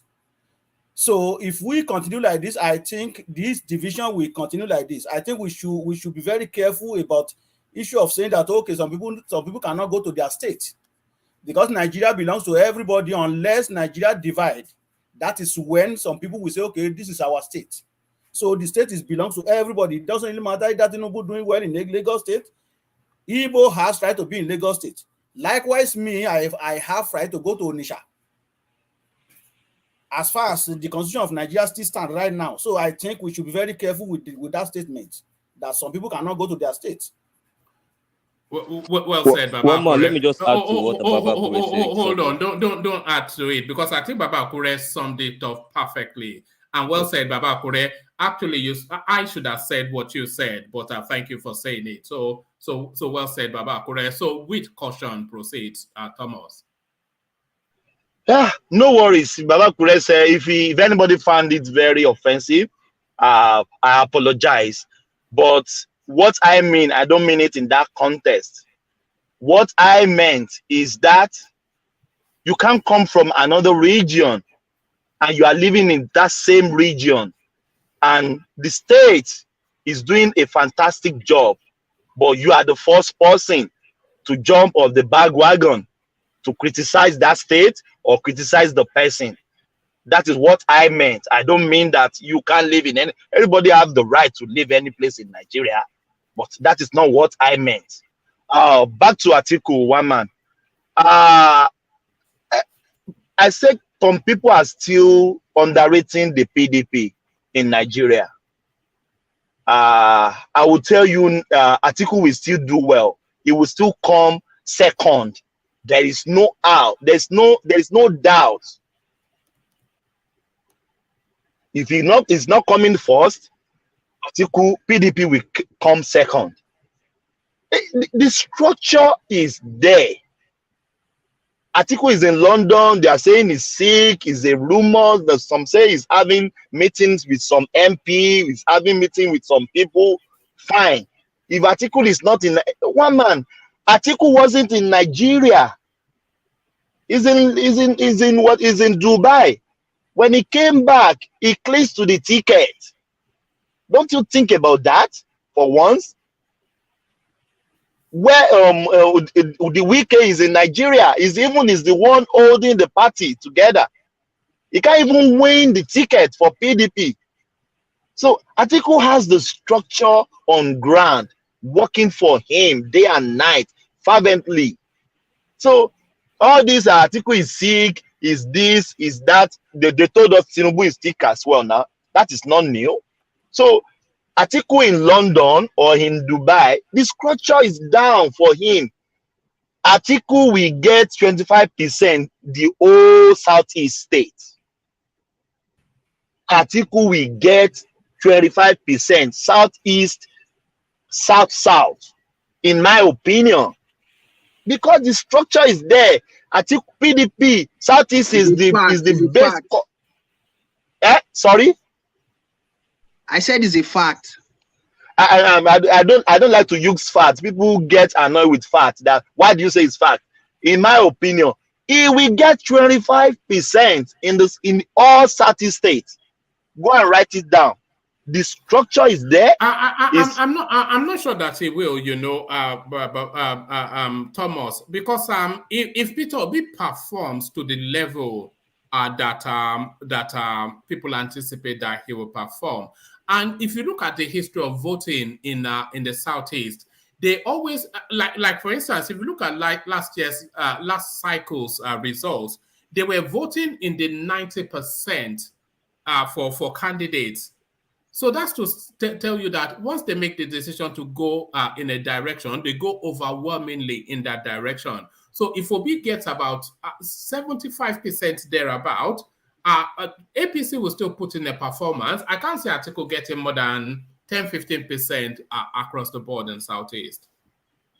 Yes, I think sometimes we jump on this momentum, this tsunami, there are some people, they don't even care about tsunami or this. Why is Soludo wants Atiku? Why is some Southeasterner backing Atiku? For selfish reasons. Soludo wants Atiku for selfish reasons, for self-interest. Yeah. You are fine. Other people that wants to back Atiku, do you know their motive as well? You don't know. So all this momentum is going to sweep the Southeast, it's going to sweep the South. Forget about it. I'm telling you about structure. Labour Party is a structureless party as far as concerned Nigeria for now. It's a structureless party. PDP, APC, they have meeting. They speak to the grassroots. Labour Party is not in that category. To me, in my opinion, it's not. Maybe they've stepped up a little bit now because of all this momentum in Peter Obi's camp. But you can still take away the structure on ground for these two parties in any state in that country. You can never take it away from them. Think about it for once, because they have been there for decades. This is almost 2 decades now, from 1990 now. So all these people backing Peter Obi today, one man, most of them are not even Labour Party supporter. They are not card-carrying member of a Labour Party. They just jump into the momentum. You want to talk about the party that have structure. They can tell you. Thomas, the people that are backing Peter Obi, they admit freely that they are not part of the Labour Party. They are part of the obedient movement, which is nested within the Labour Party. You know that there are two separate things in that space. There is the Labour Party, which is the traditional party, and then there's the obedient movement, which is this phenomenon that we're seeing. So that phenomenon, a lot of them did not even bother to register with the party. All they are going with, if Peter Obi leaves Labour Party tomorrow and goes to Accord Party or something, they'll just move over. So they owe only allegiance to Obi and not the party. That's fine. You can say that. I may agree with you, but I'm fervently and vividly sure about what I'm saying. PDP, this article they are still shouting is in London. It will still get 25% in the southeast. Election is just around the corner. God will spare our life. We come here the same time. We will be here analyzing this thing. I mean, I'm even doubting APC in the southeast because I know that is not APC's base. If you are talking about getting election, but not PDP. PDP that had the structure for almost 2 decades now, from 1999 till now. And you say one obscure party will come from anywhere, and just grab it from them. Somebody is telling me that Peter Obi will get 80%, 70% in Southeast. Where is the vote coming from? So people that has been in PDP for years, day and night, going to parties, going to rallies, going to campaign, going to ward meetings. The Labour Party have ward meetings that they converge, that they make decision. Thomas. PDP can come out today and tell you how many card carrying member they have in that state in the southeast. APC can come today and tell you how. Yes, brother. Do you know what I feel? Do you know what I feel? I feel that Obi, if is not rigged out, will win 70% in southeast. See all those structures, they are only there to rig. The people are behind Obi. The only thing those PDP and APC structure can do is to rig him in areas where they think they can. If they don't, he will actually get 70%. You understand? Because the people are supporting him. That's what I feel, Sean. Please, just allow. Sir Patrick, it's not everybody that is supporting him. Thomas, not say that it's everybody. You had all the thing where you are here. It's not everybody that's supporting him, Mr. Patrick. Thomas, finished. Just to back what Tom Patrick just said up with data. This is 2019 results. PDP got this is Anambra State. PDP got 524,000 approximately. APC got 33,000. So that's over 90%, you would say. In Enugu State, PDP got 355,000. APC got 54,000. In Imo State, APC did a bit better, but still over 100%, 140,000 to 334,000. So what that tells us is that once they make a decision in the Southeast, they overwhelmingly go with it. One man, you are talking of parties now that have structure. You are talking of party. I'm talking of Labour Party now, one man. You are talking of party that have structure. You are trying to go on my thought now. The same thing what I'm saying, because they have structure. That is why even APC in the Southeast, even though PDP in the Southeast, that is their own block of votes. But APC, they still gather some reasonable amount of votes in maybe 2 or 3 states in the Southeast. Because why? Because they have the structure. Can Labour claim this thing you are talking about, Labour Party? Labour Party that has 5,000 votes across Nigeria. 5,000 votes. 5,000. Well, is that's fine. Sorry, Thomas. You know, oftentimes when people criticize the Labour Party space that they lack structure, and they tell you that the people are the structure. Are people too quick to dismiss that? Because if you look at the mass, somebody was just sending me a clip of some app that somebody built to contribute to the OB. One man, I can speak on that app. I sent it to you. Yes, I didn't. I was just really highlighting that there's a crowd movement behind it, which some people argue that in and of itself is a structure, and a truer structure not propelled by money. So, is there no argument to be had with that, Thomas? Well, let's just give it. I'm just giving them the benefit of doubt, but in my opinion, I'm not seeing Labour Party performing beyond expectation, or maybe over the. I don't think so. The normal party on the ballot, maybe APC and PDP, they will still get. Woman, are you telling me now that Peter Obi will become second in this ballot? I know he's not going to win. No, Peter Obi will come third or fourth. Probably third, because I think he may well do better than Kwakwanso, but of course, yes, but yeah, he'll come third or yes. Then you can say, permit me to say this, anybody don't be offended. So the big amount of vote, where is it coming from? From the southeast? Can we say that? It's coming from the southeast. Fine. We can say that, no equivocation about that. So it's coming third. So if he can become the second, so what is this movement for? What is the movement for? That is why I'm saying, because of the structure of the party. Talk about Southwest. Talk about the North.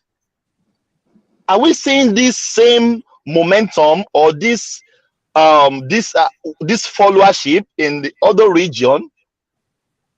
Let's just say it. I'm not being tribalistic, but I'm saying, but the block vote of Peter Obi is coming from the southeast. We can say that.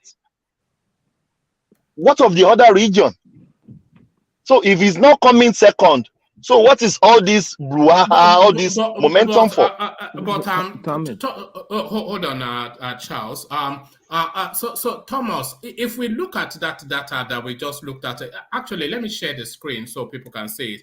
If we look at the data that we just looked at now, if they vote in this pattern with 85, near 90% of people voting for Peter Obi in the Southeast. So this was the example that I was citing you earlier. So these are results from 2019. So this is from the BBC. So there's no disputing this. So this is Anambra State right there. You can see 33,000. 33,000. Yeah, I saw it. Yeah. And then if we go to Enugu State, it pretty much repeats the same thing. So if they vote, the point I'm really looking to make is, if they here's Enugu State right here. If they vote to the same pattern in February, that will give Peter Obi give Peter Obi a real bank of votes, that whatever he then gets from other spaces will add on to that to then put him in a strong. There's an argument to be had, for an Obi performance, not an Obi victory, but certainly if you look at the numbers, you can compute, permutate performance. One man, are you factoring Labour Party as a party into your consideration? No, that's true. Actually, are you factoring that? No, I did not. You did not factor it, one man. I've been in politics. I'm grown up when there is politics in Babadi Dibu in Ibadan. If one man, you don't live in Nigeria for so long, I think we have left. We at least we live in Nigeria. You are Oyinbo, you are in UK. But I live in Nigeria. I know politics like I know what's going on when we are talking of politics, when we are talking of structure, when they are talking of party that have structure. One man, you don't have structure, you don't have anything in that country. Forget about movement, this tsunami, forget about it. If you factor Labour Party as a party that had 5,000 votes 2019 into your assertion, what you are saying is it's not going to matter anything. Some people are still, one man, I'm telling you now, some people are still diehards of PDP in the southeast. They will not even vote for Obi. Do you know that? They will still vote for PDP. Forget about all this blue, all this momentum you are talking about. Some people in the southeast will still vote for Atiku. Okay, Go and write it down. If you guys can let me for 1 minute. Of course, you can speak. For 1 minute? Okay. Is that Odion? Yeah, it's Odion. Mr. Thomas, are you done? No, you can interject though. You can interject now. Yeah. What do you mean? Are you done? I really wish that. I mean, I'm saying, can everybody hold on? Odion, you can interject. You can interject, but Thomas still have the floor. Yes, come in, Odion. Good to meet you. Mr. Thomas, I don't mean it that way. You sound very sarcastic in responding to what I want to. You don't even know what I want to say. You just what do you mean? Apologies. No, apologies. Carry on. I'm sorry about that. No, I mean, I'm just saying. It's a question I needed to ask Mr. Thomas, because the question I wanted to ask Thomas is, he's talking about structure. The way you are, the way politics work, the way I know how politics works, is that you don't condemn a particular party that the federal government recognizes as a political party, just like what they call ANC that Mr. Oshowore is leading. You understand what I mean? Mr. Oshowore is still very, pertinent in the political system of Nigeria. So also with Kwakwazo. When you look at the political party of Kwakwazo, you see that political party is recognized. So you don't just because for one thing or the other, because you have some element of sentimental disdain for a particular party, you can't just be condemning it and giving people the notion that, oh, it's not going anywhere. But like you said, structure, that's the question I wanted to ask you, is to give the audience what you mean or what your definition of structure is. When you're talking about structure, like somebody said, I'm gonna be off the air. Yeah, I'm gonna be off the air in a second. So when you're talking about political belief, because the way we know it, even like you, Mr. Thomas, if you want to engage in politics, you can join any political belief. Because when we start condemning any political party that is springing up, what they call the Labour Party the Labour Party, they only just, like I can say, they only just picked up and just boom, they went AWOL when they passed the 7 months or 8 months. You understand what I mean? So we have to give, even you yourself, when you pop tomorrow from Kwakwazo political party, people will follow you. But when we have that sentiment of we have to leave this political party for all these old political cargoes, then you see that then we have a problem. And that is why you see the youth, or what I call the youthocrats sometimes. The youthocrats are not coming forward, because when we start downplaying or truncating the mentality of people to join the youth to join the political party, then with all that condemnation, you see that people will be withdrawing their political tentacle in getting involved with the political or the trendy political or temporary of the day. That's what I'm just trying to say. So we should not condemn any political. Let us all join anyone that comes and anyone that can give Nigeria the benefit of that, to enjoy the benefit of what they call democracy, is what everybody is looking for in Nigeria. I live here in New York. Where I live here in New York, I'm following the political party that for years I've been following. I'm a political scientist. You understand what I mean? So if Nigeria is good tomorrow, all of us will want to go back to Nigeria to go and enjoy what politics is all about. So my take is, we just have to be careful the way we use our language, so that we don't sound like we have monopoly of wisdom. You understand what I mean? Thank you, guys. I'm very sorry if I offend anybody. I just want to make that point. Thank you so much. Just give me like 1 minute. Let me quickly confirm that.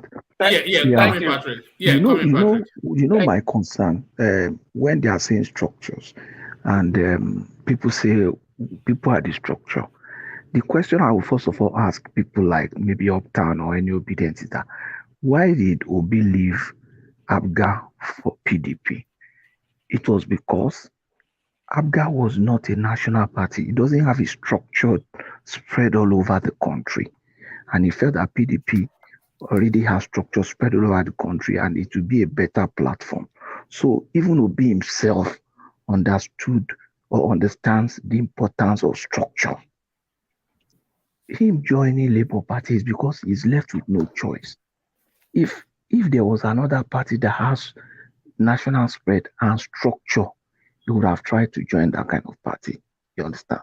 So let us not dismiss structure because Obi himself, his actions in 2019 and in the past since he became elected being governor in Anambra attest to the fact that structures are very important. You understand? So that's my take on the structure argument. Yes. Patrick, I can respond to you. You respond, but Patrick, just for the benefit of the conversation and the audience, when we talk about structure, just give us a brief feel of what people mean when they talk about structures, just so we are all on board as to what we're talking about. So, what are we talking about when we say structure? You see, structure is what you have. For example, in a system, people that do system engineering or system, the structure is what you have, process and systems in place that runs even without you being there. That's why an Atiku can be in London and there's still a campaign going on. Because PDP has structures and systems, and they have process and systems. So they have structures in place. Okay. So, and some of these process and systems are built to address issues. For example, a company has process and system to deliver customer service, to meet market challenges, to address competition, to address legal issues when there's a change in legal environment. So these parties have structures, which is process and system, to be able to meet challenges in the political environment, any attack by their opponents,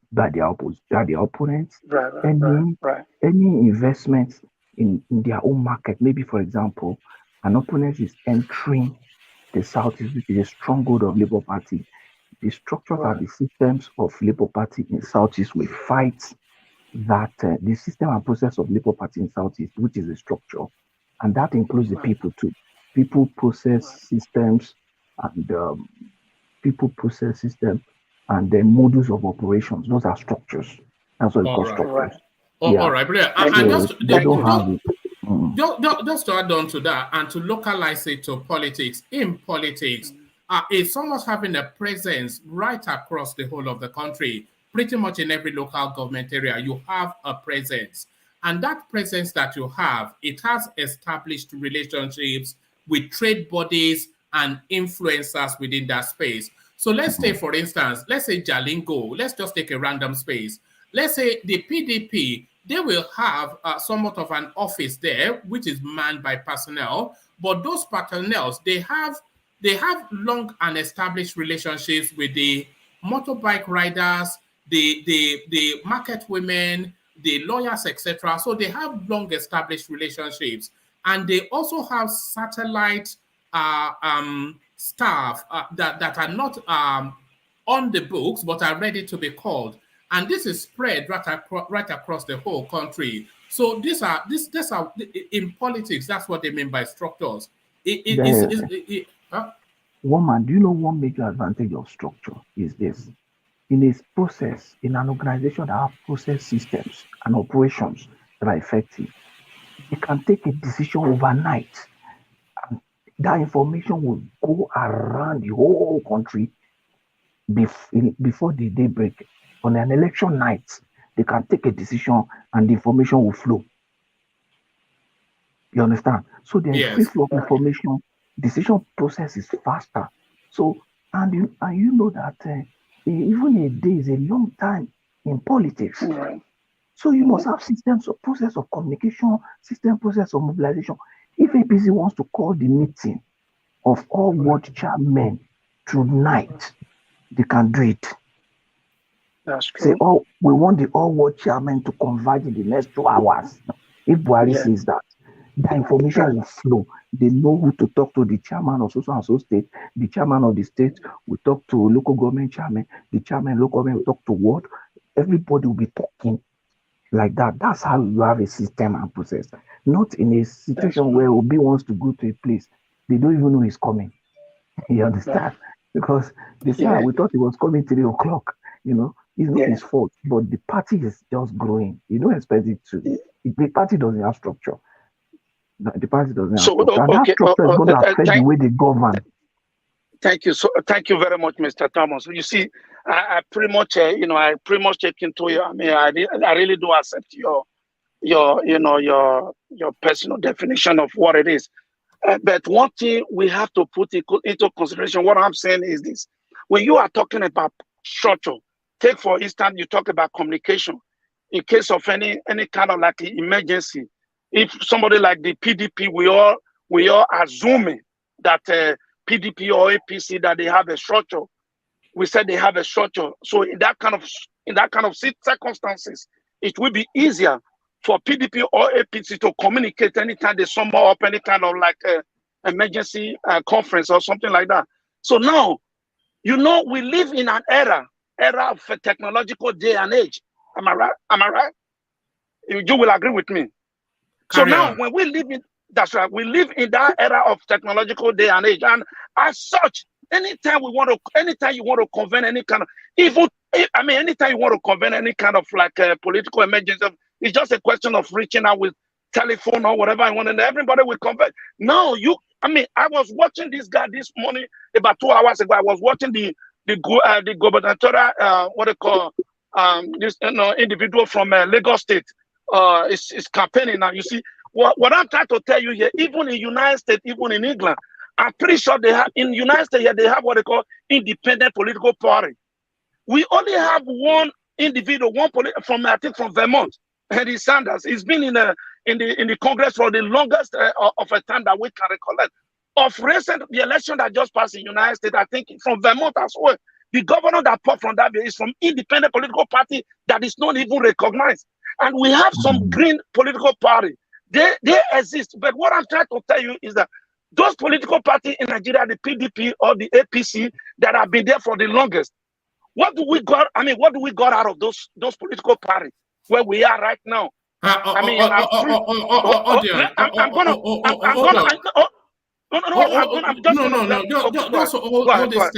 this steady. I want to share some. I want to share. Just hold on. I want to share something with you. You know what goes on here? It's not just us on the screen and people in the comment section. Just hold on. It's not just us on the screen and people in the comment section that are in this conversation. What usually happens when we're having this conversation, people listening in their homes, they are also sending in something to my Instagram. So I'm going to share on the screen now what somebody sent me on Instagram to add to this conversation. So this is what they said. I hope you can see it. This is what somebody said. It says, breaking, INEC Nigeria is yet to receive list of agents for Labour Party in over 90,000 polling units across the country, with 94% from the Northwest, Northeast, and North Central. Those shouting we are the structures should make themselves available in those polling units. And this is from an obedience. So one man disregard. It has been debunked. Hold on, guys. Listen, we don't put out something that is not authenticated.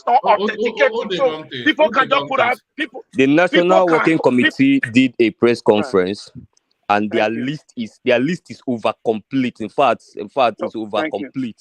So that's why we have to be this has been debunked careful. 4 hours ago, sir.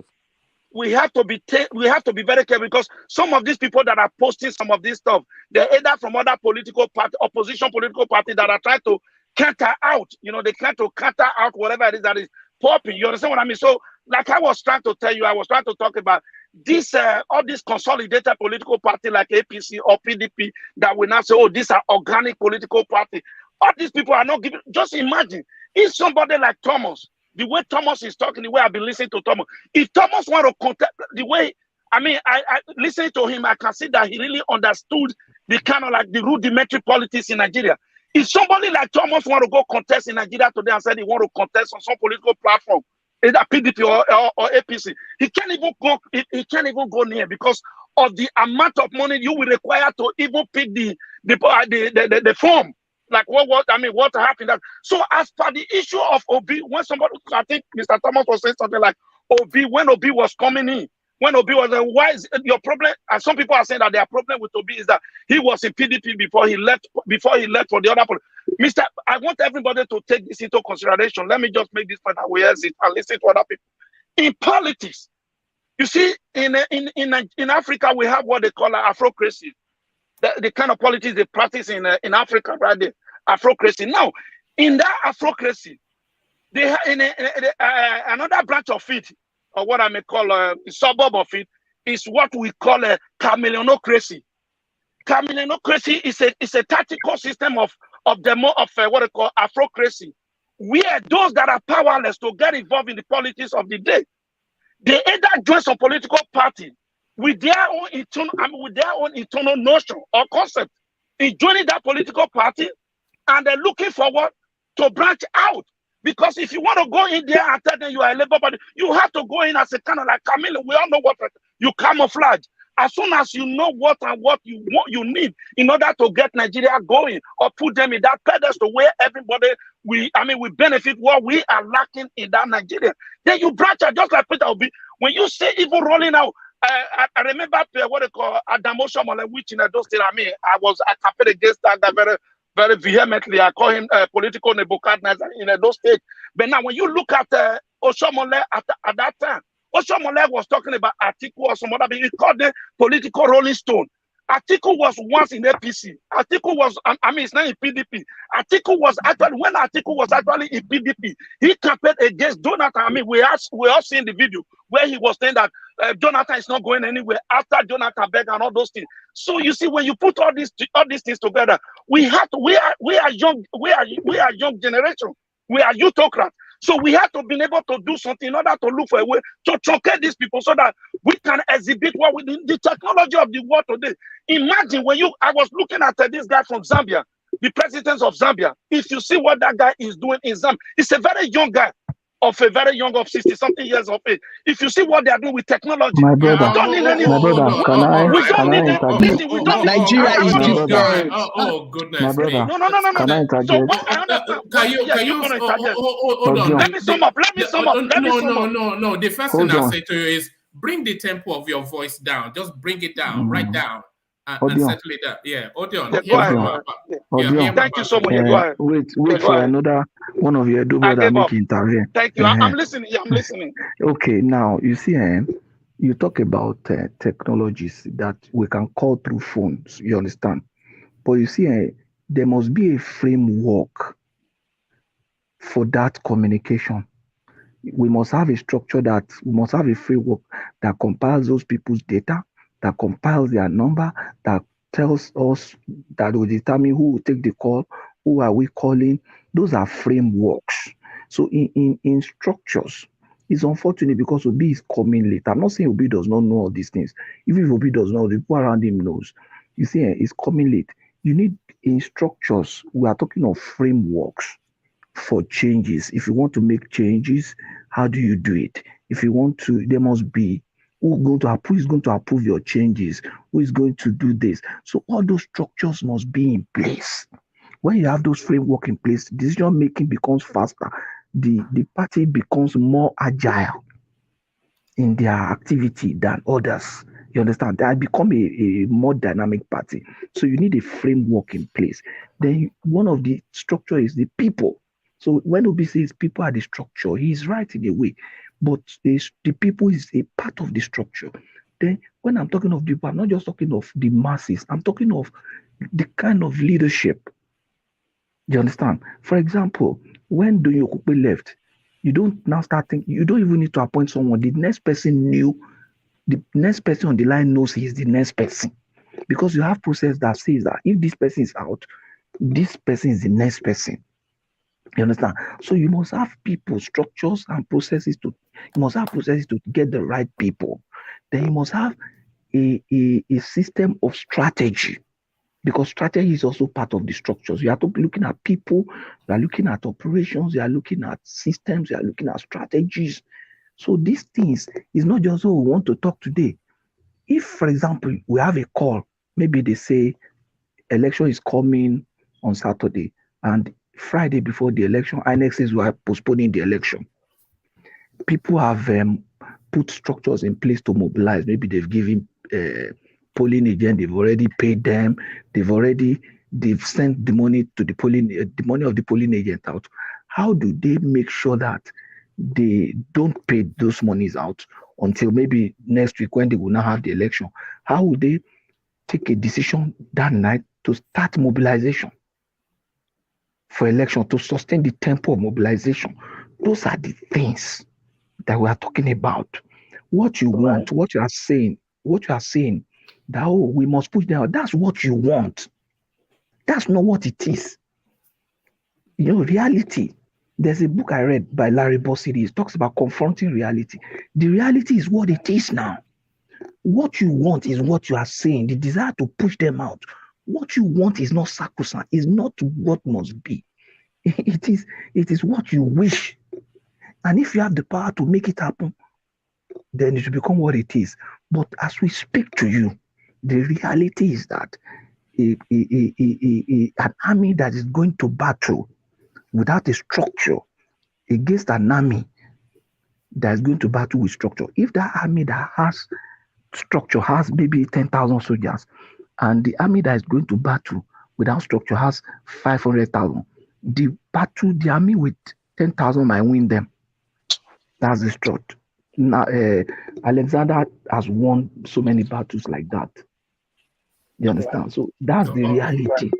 Except you don't want to confront it. Yeah. All right. Well put, Patrick. One more. Can I add up to the structure? Yeah. Come in uptown, and then we go back to Thomas. Okay. Structure is simple. Structure is simply an assemblage of a pyramid of people in layers, across layers of a society. No, that is from top to bottom. No, it's established relationships. That's at the epicenter of it. Established relationships. One man, allow me now. Yeah. As an assemblage. Remember, you cannot assemblage people without common interest. So it's an assemblage of people across stratas and layers of a society which share a common interest. So if we're talking about political structure, we're talking about political interest. Now, the structure we have in Nigeria, so in those layers, in those stages, whether from the polling booths, polling units, to the ward levels, to the local government, to state, whatever it is, those are layers, like an onion bulb. So the individuals in charge there, they hold sway of a number of people, which is answerable to them and under their party umbrella. So, but in Nigeria, because of bad governance over the years, this structure has been able to hold a certain demography of Nigerians alone. And that is, when there is a better government, people that involve in politics are more emotionally involved than financially involved in terms of financial and emotional interest. But in societies as ours, whereby people don't have faith in their government, the people that is involved, the few handful of people involved in governance, in politics, are hugely financially involved, which is why we have a monetized politics in Nigeria. But then, so these people that hold sway in the different layers of this structure, the people they hold as loyalists, they hold them with financial involvement rather than emotional commitments.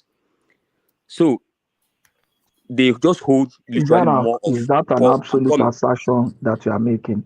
that Yeah, the people they hold gotten in it. political system, they hold all of them. Yes, yes. In that, So no, now, I am a member of political party. I'm not held that way. And I'm sure so that's not the way OB is holding you. allow me. No, No, hold I'm on, just putting you to question. hold on, Uptown. Now, Yeah. Patrick is right because you said Allow that him to like land. no, I'm hearing sorry, you. don't mind. I moderate, not you, but thank you, Dion.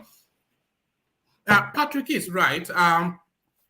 You said that like a categorical statement, and you just glossed over it, but that's actually not true. Yes, there are some people held by monetary gains, but I Mostly. think what's the evidence for that? Okay, one man.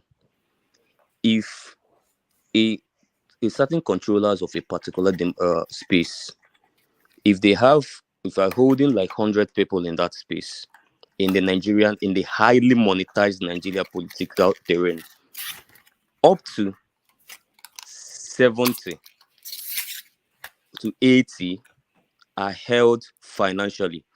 In your opinion. Let me complete my statement. My statement. Except in novel situations like the Abiola situation and like the Buhari situation. Those are novel situations. Now, in novel situations, that margin goes low. It might shrink to at least as low as 10 or 20. But that's not true simply because you use a new term called novel now. That claim is wrong. That's what we are saying. You don't have a basis for that assertion. Not even on one leg. You have just made that claim, and that's it. What that's come from your reasoning, and the reason you are just building. You are leading us in the wrong path. That's the thing. I observe your argument. I respect you have your opinion, tendency but to if you can lead let us me learn, maybe I in don't wrong want to. paths. Okay. Yeah. So in cases like Buhari cases, see, the more emotionally invested people are, the more less controlled they are. So in a society where a lot of people are not emotionally, remember, I'm not talking about the entire Nigeria. I'm not talking about PDP members or APC members. I'm talking about Nigerian community, 230 something million people. Now, the more emotionally invested they are, the more they participate in politics. The less emotionally invested they are, the less they participate in politics. Meanwhile, that means that the few that will now participate, apart from those loyalists that are loyal to a party, the few out of the other ones that are out of that party, the few that will come is now the ones that will need. Since I am not emotionally to this, what else do you have? Anything? Okay, give me money. Let me make it be because of this money. I did do. So that is the point I was making. I'm not talking about APC members or PDP members. I'm talking about the larger society, which is why you find that the structure, even though it's $1 billion structure, it can control only about 35% of even Nigeria voters, not even Nigeria population. If you check the Nigeria population, the $1 billion structures of Nigeria political classes controlling, it is less than. Don't worry about all that. Do you know what a straw man argument is? You can enlighten me. Do you know what a post hoc fallacy is?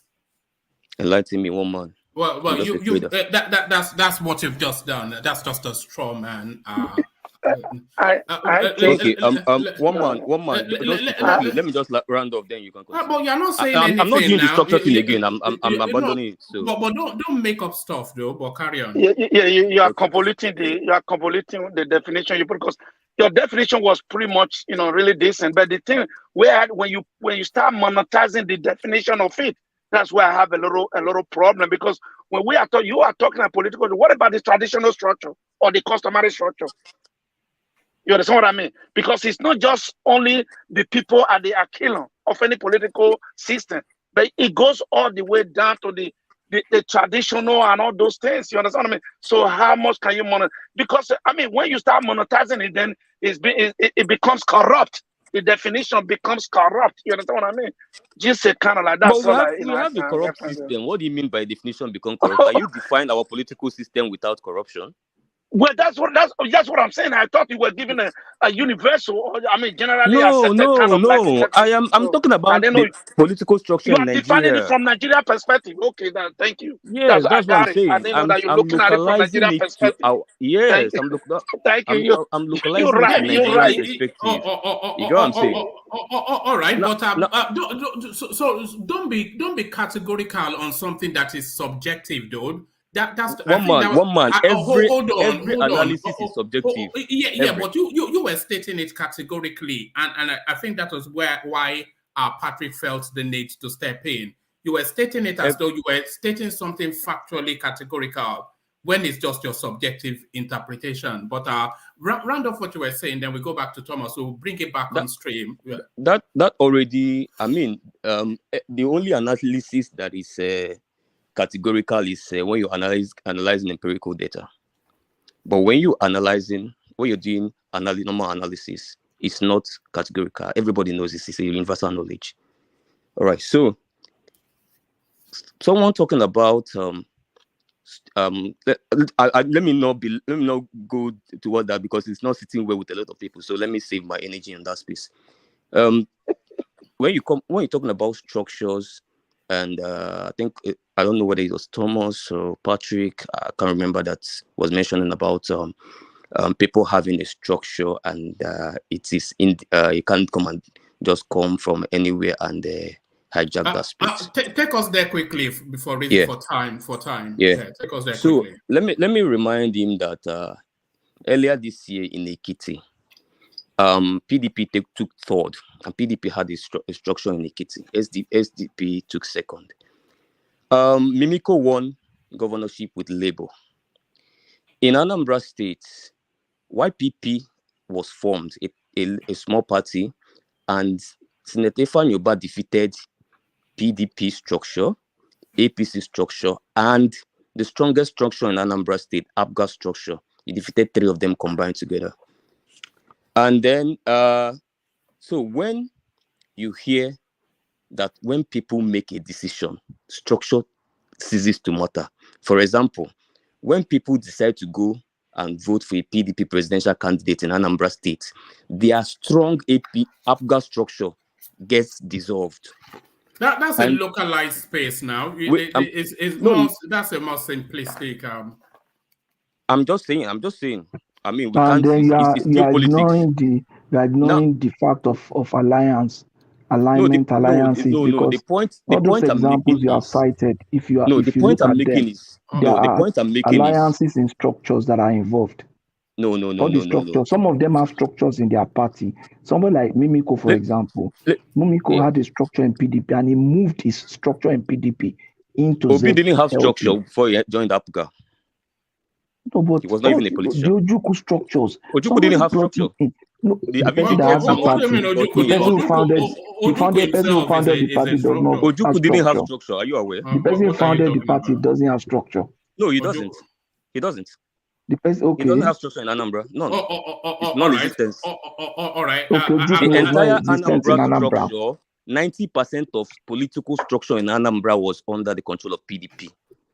The entirety of political structure in Anambra State. See, Playtown, do you know that his personality and his role in the Southeast region, then him coming from Anambra State, will play in making that party, ABGA party, a major stake holding party in that state. See, do you know what I did to the both of you now? I moved you, I pushed you to my corner and made you my spokesperson. Now we are now going back to now talking about personality being able to dismantle structure, because now you're not talking about this guy's personality. Individuals have their structures. These individuals have their structures. They brought their structures into those parties. No, allow them. All right. Sorry, gentlemen. It's getting a little bit convoluted, and I've lost track of it. But have the final say on that space, Patrick. All right. And let's now, what we are saying, if you look at individuals, if you look at examples we have cited, these are individuals that were in political parties and moved into another party. All those people that you have mentioned, I don't know of the people in Southeast. I know of Mimiko. He moved with his structure in PDP. You understand? He moved with his structure in PDP. It's just like when Tinubu joined APC. Tinubu moved the structure in ACN into APC. You understand? Buhari did not defeat structure. Buhari aligned with APC structure to be able to win. You understand? So people, MKO Abiola that they are shouting, he had to ride on Yaradua structure to be able to win. I did one were the ones that helped him to beg Yaradua. Oh, they just gave him that ticket now. They called him to come and become governor and they made him governor. So how did he win? Who made him win?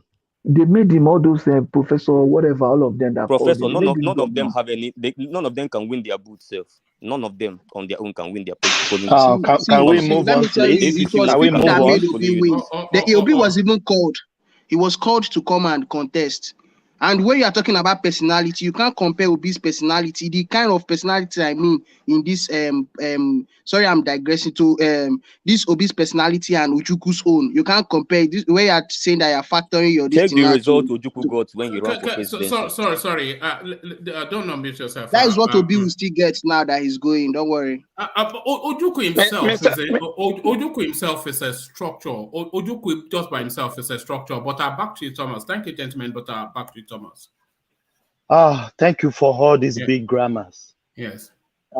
You know me, one man. When I hold a position, I hold it very strong and very fervent.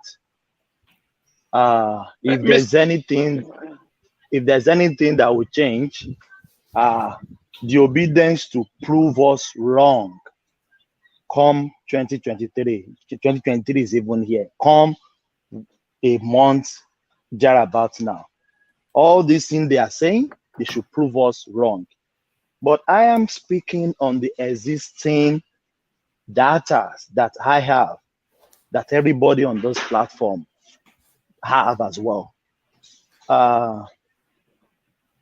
Now, if obedience came and bring this third force, now I will believe them.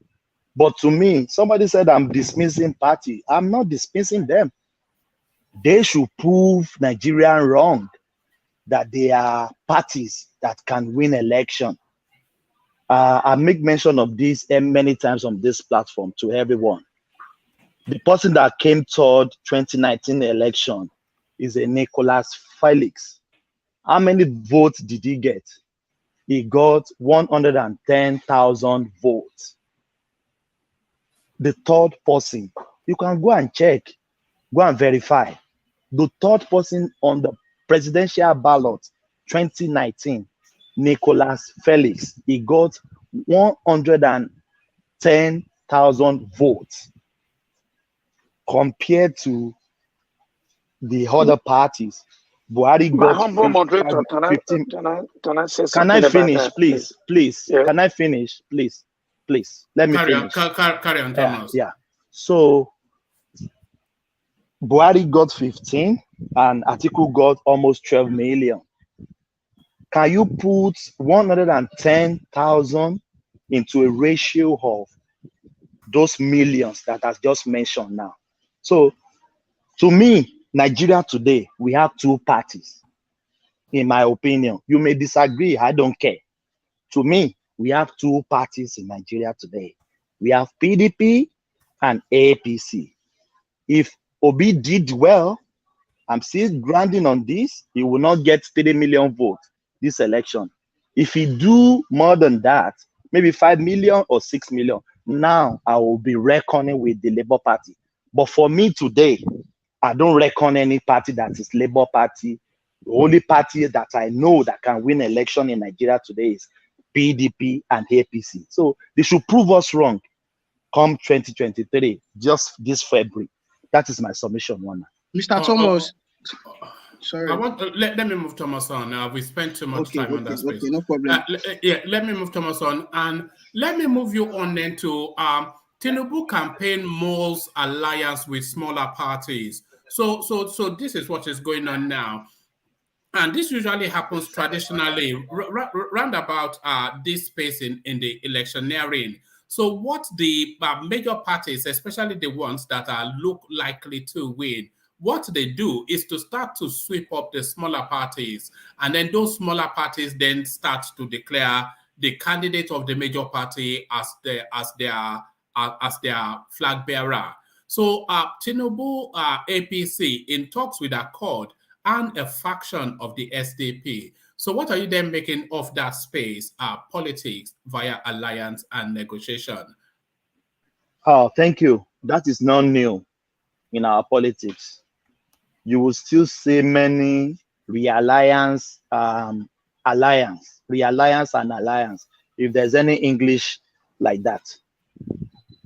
Some people, they don't like to deceive themselves when it comes to politics of Nigeria.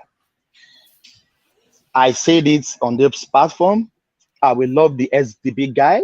I love him. I would like him to win. But if I'm saying SDP guy will win election in Nigeria, I am deluded. I'm deluded. I'm the best fool in that country. As of now, the SDP guy cannot win election in Nigeria. Go back to what I said earlier on. It's still playing on or what the question you asked me now. So people will just sit down that, what are we doing here? We can't win election. Somebody is there that can win election. Why don't we liaise with him? Why don't we liaise with? We can't win. We know, one man, people that can't win election, they know they are not going to win. Shoruwe is in his dream of world coming. Shoruwe will be thinking that he's going to win the election of this year. He will not be deluding himself. They know, politicians know that they can't win election. They know. So that is what the small faction from SDP are saying.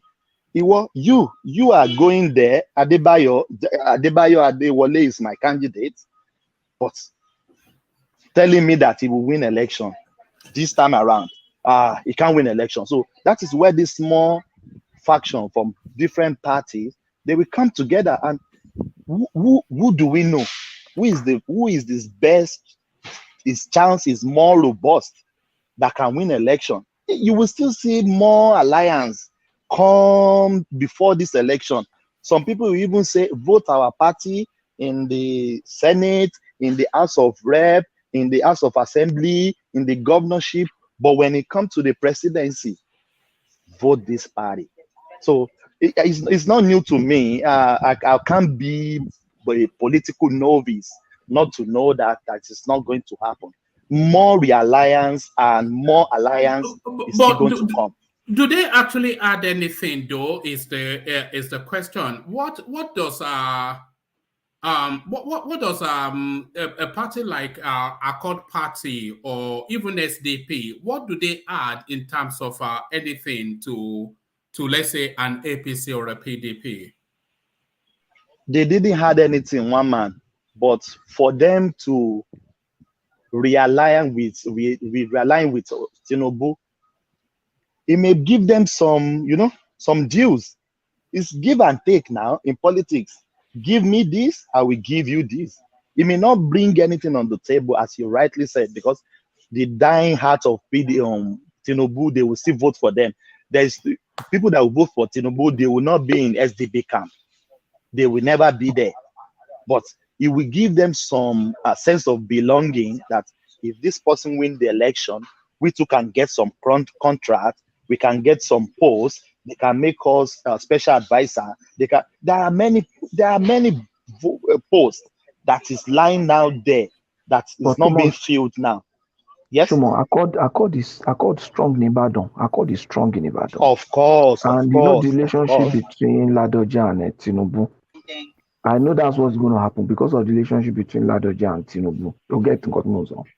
Yes, Patrick, I'm in politics of Ibadan very well, so I know everything from Alawakala to Lamadeshino to everyone on that place. My house is not far from Molete now. I live in Challenge. There's nothing you can tell me about politics of Ibadan that I will not tell you. So there will be more realliance with Tinubu because they know that he has the chances of winning this election, not somebody that is coming from a obscure place or obscure party. You said you want to win election in Nigeria.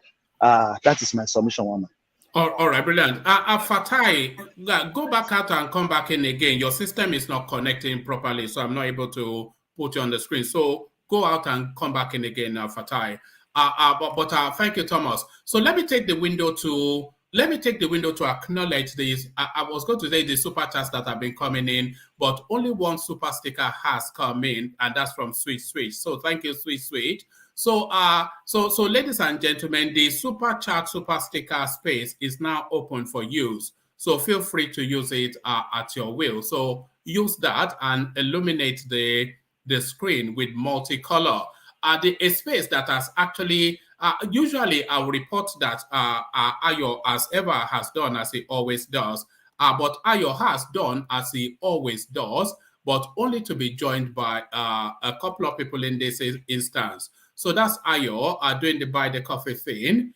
In this instance, joined by James Sabah, and then also joined by Ayo Dele Joseph. So thank you to the three gentlemen, Ayo, James, and Ayo Dele. So it must be an Ayo thing. So Ayo 1, sandwich between James and Ayo 2. So thank you, gentlemen. So there it is, and there it is.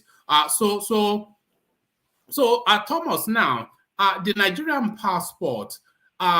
Yes, we know that it doesn't have cachet, just for reasons of some of us that have had to use it, or those of you that have had to use it. But to say that the Nigerian passport, it has equivalency with passports from South Sudan and Somalia, how hard the mighty falling. So that's the report coming out of the international space, that the Nigerian passport is amongst the 20 worst passports to hold. Doesn't surprise you, I suspect, but does it disappoint you? It doesn't surprise me, but it's very disappointing. Our passport should be the first, maybe first in Africa first, then it should be competing with the rest of the world. But I think we have not get there yet. But I will tell you, my Nigerian passport, I respect my Nigerian passport more than my Australian passport. When I'm going to Nigeria, I don't take my Australian passport, because if I'm going to Nigeria, I will still need a visa to go to Nigeria if I'm not having my Nigerian passport. Many people, let me just give you a little bit example what happened to somebody that I met in airport in Melbourne in Australia. Australia brought many people from this war zone place like Liberia or this Kenya in Australia. Many of them are living here, but immediately they got here, they forget about their house. They love that Australian passport. They will never get their passports of their country. Can I ask Thomas a question, please? Yeah, go on, Baba Kure. Yes, Baba Kure, yeah. When you said to me that when you go to Nigeria, you didn't take your Australian passport, right? Yeah. So how did you get back to Australia? What do you mean? How did you? Well, it's a simple question. How did you get to Australia, knowing fully well that you cannot use Nigerian passport to go to Australia? By Johnson Suleiman. What he meant was that he didn't use it to go in. It wasn't as if he was not having it on him. Well, but what he said is that he didn't take it to Nigeria. No, I don't need it. I don't take it to Nigeria. Yes. But when you are coming, what did you use? I use my Nigerian passport. Yeah. Did you have Australian passport? You have Australian visa on your Nigerian passport. That's the mistake you guys are making. Australians, you don't need a passport on your, you don't need a visa on your passport. You don't need a visa to come back. If you don't have Australian passport going back, that is the question. My brother. Thomas, what are you talking about? Let me explain to you. How are they going to let you leave Lagos? Let me explain something about. Let me let him tell us. The embassy. Let him tell us. Oh my God! Don't worry. Thomas, Just let us know. Tell us. Yeah. Yeah, Australian is different from other countries. You don't need a visa on your country passport before you enter Australia. They have their visa page separately. That is what you're going to print. When I'm coming to Australia, I haven't get Australian passport. I have Nigerian passport, but there was no visa on my passport.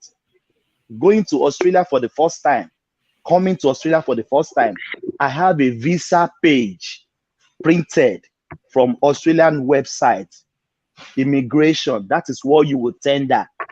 You don't need Australian visa on Nigerian passport before leaving Nigeria. My Nigerian passport is blank. There is nothing there about Australian traveling. So that is what happened here. You just take a printout, is what you're saying. Yes, print out of your visa. That is it. All right. So all right, it. Mr. Thomas, I agree with you, but I hear what you say, but I don't agree. Because the point but you may not agree. Because the point is that if you are a citizen of any country in the world, I'm not living in Australia. If you are a citizen of any country in the world, you want to go back to Australia, you don't need visa, right? Understood. You need visa when you are going to Nigeria. I mean, when you are going to Australia at first. You had your Nigerian passport with printed visa on that your so-called Nigerian passport when you are going to Australia. Now you are an Australian citizen. You are going back to Nigeria. You use your Nigerian passport to go back to Nigeria. How? Because remember, at this time you don't need visa again.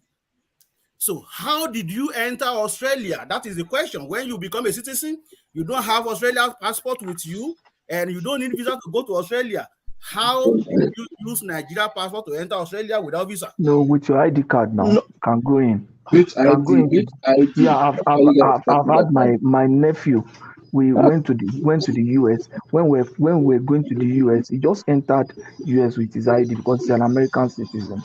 Is when he's coming from which point of entry? From which point of entry? From Nigeria?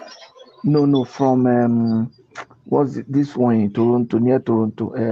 This one that had a lot of snow. No, I'm talking of from Canada now. Canada. I have my uncle came here from US in September. You cannot compare Canada, UK, and US. Because if you have Canadian passport, you don't even need to send yourself through immigration in UK. You just scan your passport and you go. The same thing British. So when even your driver's license from US, you can use it to go to Canada and you still use it to go. And even the photocopy of your passport, because they have it in the system.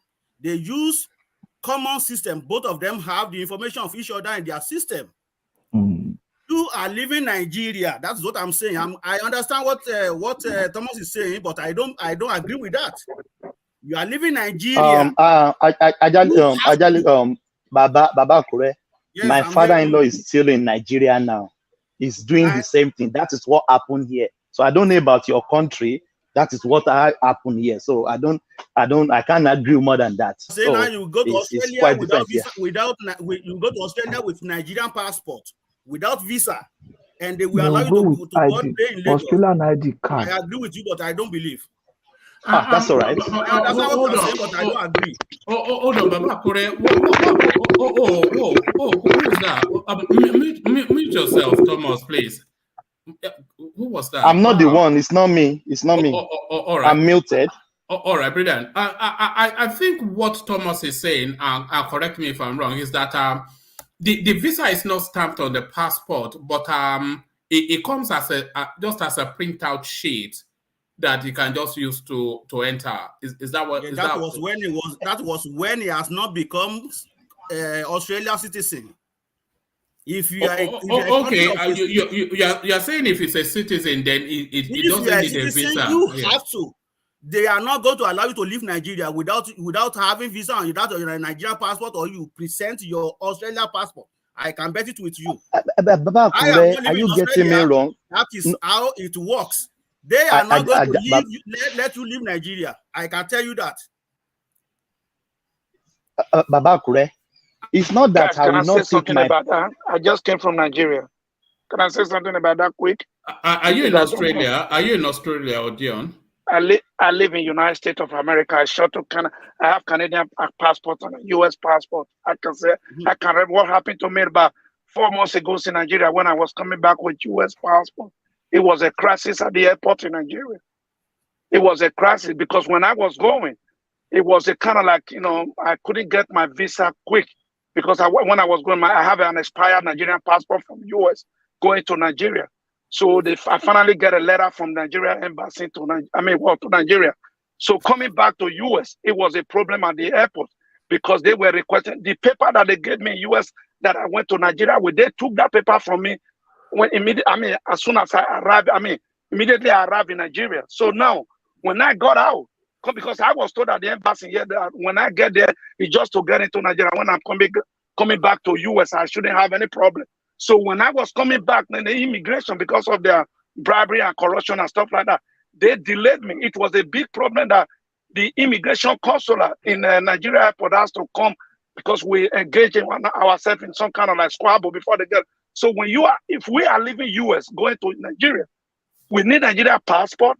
If you don't want to use US passport at all, you can have Nigeria passport with visa on it. But if you have US, you can attach it with your own Nigerian passport. You can travel with it. But when you're coming back, you don't need Nigerian passport. You can just use your US if you choose to. But if you have your visa on it, you don't need to present US passport. Just use the Nigeria. Now, the question I wanted to ask the guy from Australia is, so if you have that, I'm talking about you traveling to Nigeria directly, you don't need a Australia passport. So if you're going back, if you transit in a European country or somewhere, what do you present to the people? What do you present to the immigration? Because you can't give immigration in Germany or print out a passport. Print out a copy of a visa or something like that. Hold on. Why not? If that's the Australian system, then why not? No, I'm just you are not in Australia. I'm talking about you are transiting. When you are transiting, let me. I think people you guys get me wrong. Just calm down. Just calm down. Let me explain myself again. Maybe you get me wrong and I misspoke. When you are Australian citizen, when you are going to Nigeria, you can use your Nigerian passport because you are going to Nigeria. Nobody will ask you for visa going to your country. What I said is that when I'm going to Nigeria, in the exit from Australia, I don't show them my Australian passport. Thomas, what you said is that you did go with Australia passport. Maybe you gave me. That's what I just calm down. That's why I said he misspoke. Maybe I misspoke. That's why I said he misspoke. Yes, let me explain from one set. What I'm saying is that I respect my passport, Nigerian passport. I will never go to Nigeria on Australian passport. That's what I said. So when you are going to Nigeria, you show your Nigerian passport, but you will have your Australian passport with you. Do you get what I mean? So when you go to Nigeria, you tender that. Then when you are coming back, you are Australian citizen. Immediately you show them the Australian citizen passport. You are free to enter Australia. But in another sense, when you are permanent resident of Australia, there is no visa of your permanent residency on Nigerian passport. Nigerian passport is blank. You will just have a printout of your visa, of your permanent visa. Permanent visa in Australia, resident, they normally issue it every 5 years, even though you are a permanent resident, but they issue it every 5 years. So when you are coming back to Australia, you just show them your Nigerian passport and your visa page of your permanent resident. That is what you will use to transit out of Nigeria back to Australia. So I think I've made myself clear now. You just made yourself clear now, because initially what you said, because I don't have any argument about this, what you said was that when you go into Nigeria, you don't have to go with your no, you still have to go, because when you are coming back, I've said you travel with your Australian passport, but it is your Nigerian passport you use all the way from Australia to Nigeria. To Nigeria. Yes. The whole discussion here. Yes. Right. Yes. So that is it. Yes. Yeah. So if you are coming back to Australia, that's all right. So back to what we are saying.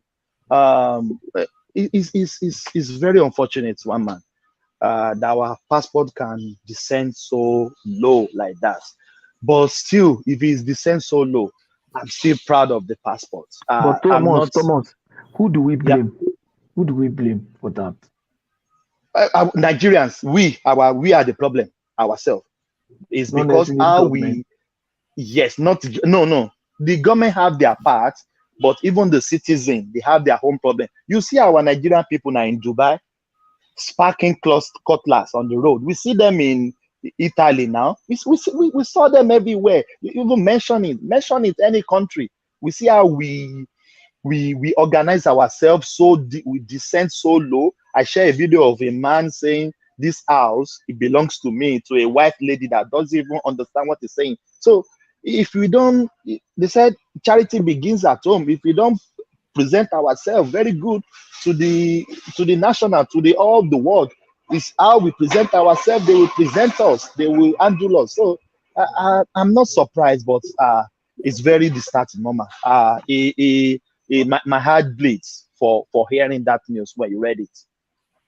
All right, brilliant. Thomas, sorry, Patrick, mute yourself. There's a lot of heavy background noise coming from you. Thomas, I want to play you a clip sent in by one of the subscribers. I'm not going to tell you what it is. I'll play you the clip, and then you can react to it, and then I'll go on to Baba Akure. But watch this. But nobody will give all of you any credit. You are working hard, you are sweating now. We want you to sweat well for this party until you deliver victory. Until Bola Tinubu became the president of the Federal Republic of Nigeria. Yes, sir. We will not give you but a slight clap or a soaked slice of bread.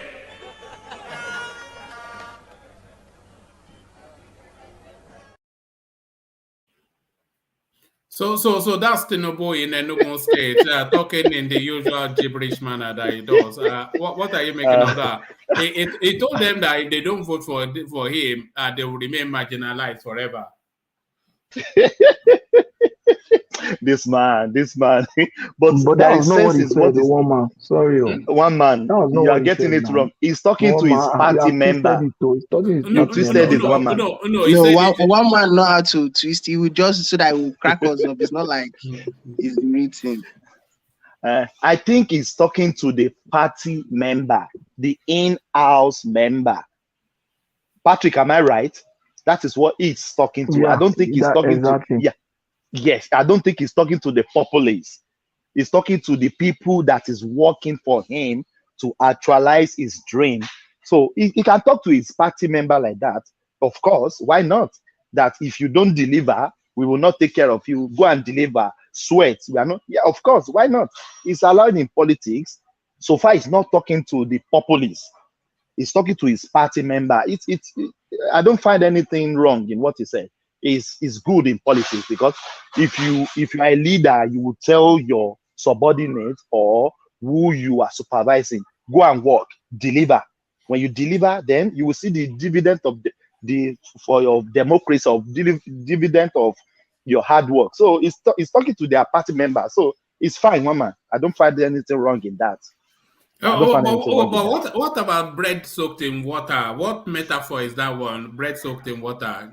One man, Tinubu talking parables now. Is that Bola Balu again? Bola Balu again? No. He talks, Wama, you understand what he mean by that, isn't it?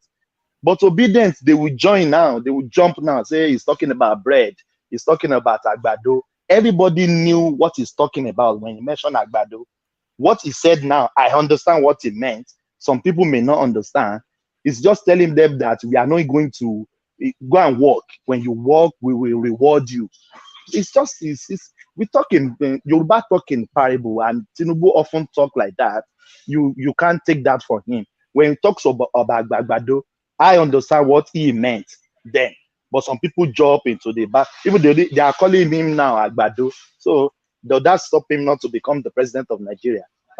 It is well, Mama. Thank you. All right, brilliant. Thank you, Thomas. So thank you, Thomas. So let's go on from you, Thomas, to Baba Akure. So Baba Akure, yes, and there is. Yeah. I'm right.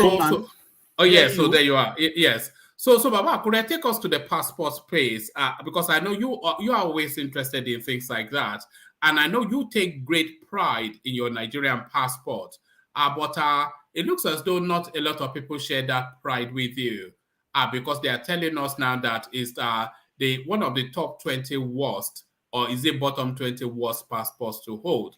Just the trauma of going through an airport with a Nigerian passport, always a brutal experience.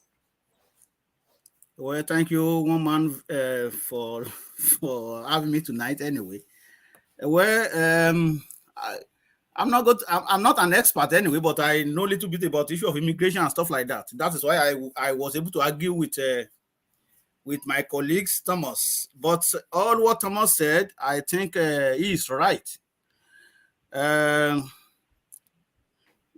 Well, before I was not really proud of using Nigerian passport. But when I get another citizenship, I see the importance of having Nigerian passport. Why? I'm going to explain to you. When I was in the Caribbean, I applied for Nigerian passport for my kids anyway. So why did I do that? When I want to apply for visa to go to Nigeria, that will cost me like $300 US. And having a Nigerian passport will cost me like around $120 US. Then that $300 US will only give me 3 months thereabout visa to go to Nigeria. Why $120 US will give me 5 years passport, of which I can travel to Nigeria anytime I want within the space of 5 years before it expires. So that is, if you look at the economic part of it, that is one of the reasons. However, going to Nigeria with your great passport is, we might be having congestion, maybe sweating in our airport, but you still feel proud that where you are home, nobody can harass you. We can be harassed sometimes, but nobody is going to give you 3 months, 6 months. You are coming to your country, you can stay as wherever you want. You can be from Alafia, like one man. One man want to go to Alafia now and ask British passport, and they will still give you time to stay in Nigeria, right? Yeah, but you know, if I wanted to go to America today, all I have to do is just book a flight. If I want to go to Dubai, all I have to do is just book a flight. I understand all that, but if you are going to Nigeria, you have to get visa. You go to I have a Nigerian passport as well, so I don't know why people get visas to go to Nigeria. You might not want to be proud of it, or you don't want to use it, right? Then when I use it. I want to be able to be proud of Nigeria, but I cannot deceive myself that there is anything in Nigeria to be proud of. That is right. But when you going back there, right, then they will give you, bam, 3 months or 1 month or whatever they decide. But when you have that green passport, even though you are in a long queue, you are sweating, nobody is going to give you, okay, well, you are going to stay for 1 month. They cannot do that. You go, you do whatever you want to do. Anytime you want to get out, you feel you get out. That is beauty of it.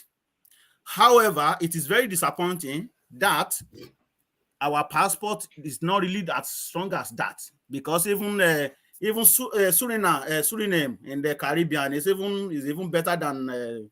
We are at the level, same level as South Sudan. When you're talking about issue of mobility, when you're talking of all these small island in Caribbean. Anyway, I'm not going to say island, small country in the Caribbean. They most of them even go to 150 countries, 160 countries without have to get visa. And why is our passport like this? Thomas already said much about it. But I'm going to cap it with two reasons. Number one, when the country, the fault is from, number one is from our political class, our leaders. I would state that, number one. Secondly, I will say individual of us.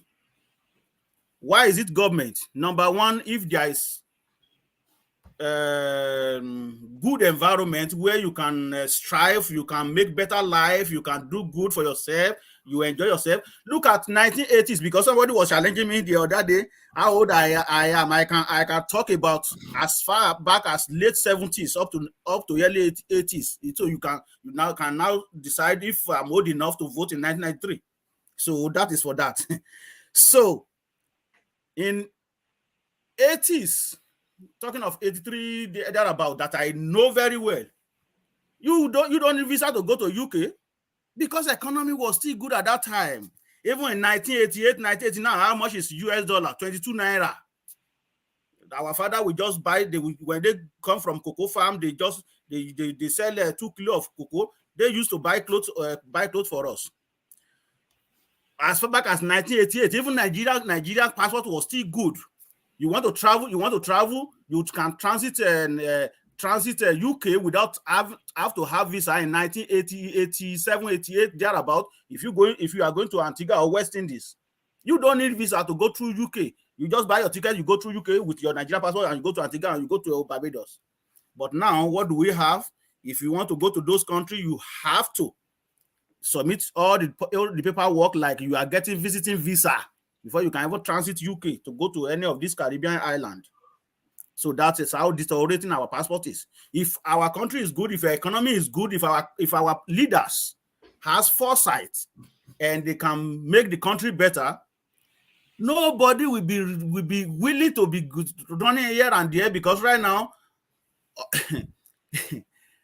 even in every week, people that we talk to me about how they want to leave Nigeria, how they want to do this, how they want to do that, at least I will have at least 3 or 5 people every week that will talk about that. So they will be talking to another people too. So you can see the level of desperation because the economy is not good. People cannot afford to feed themselves. So that is the part of our leaders and our political class. Now coming to we as a person, like Thomas said. Can I ask you a question? Now you've given an example of some Caribbean countries who are not even as economically as buoyant as Nigeria in terms of the size of the economy. Yet they have those access to those countries.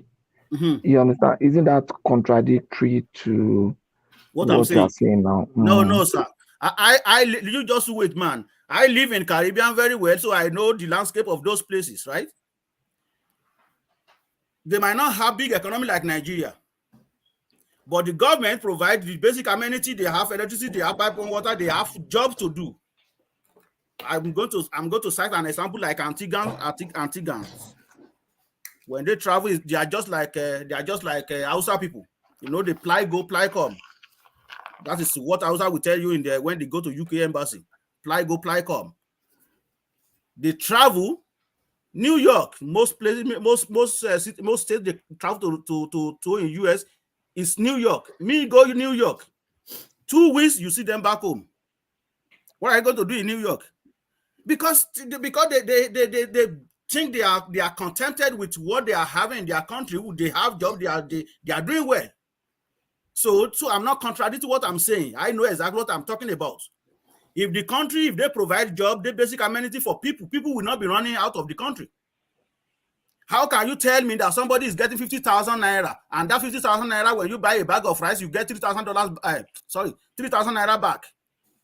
Is that a good economy? Because you are talking that I'm contradicting, and I'm not contradicting myself. You have let me explain. That is where our political class comes in.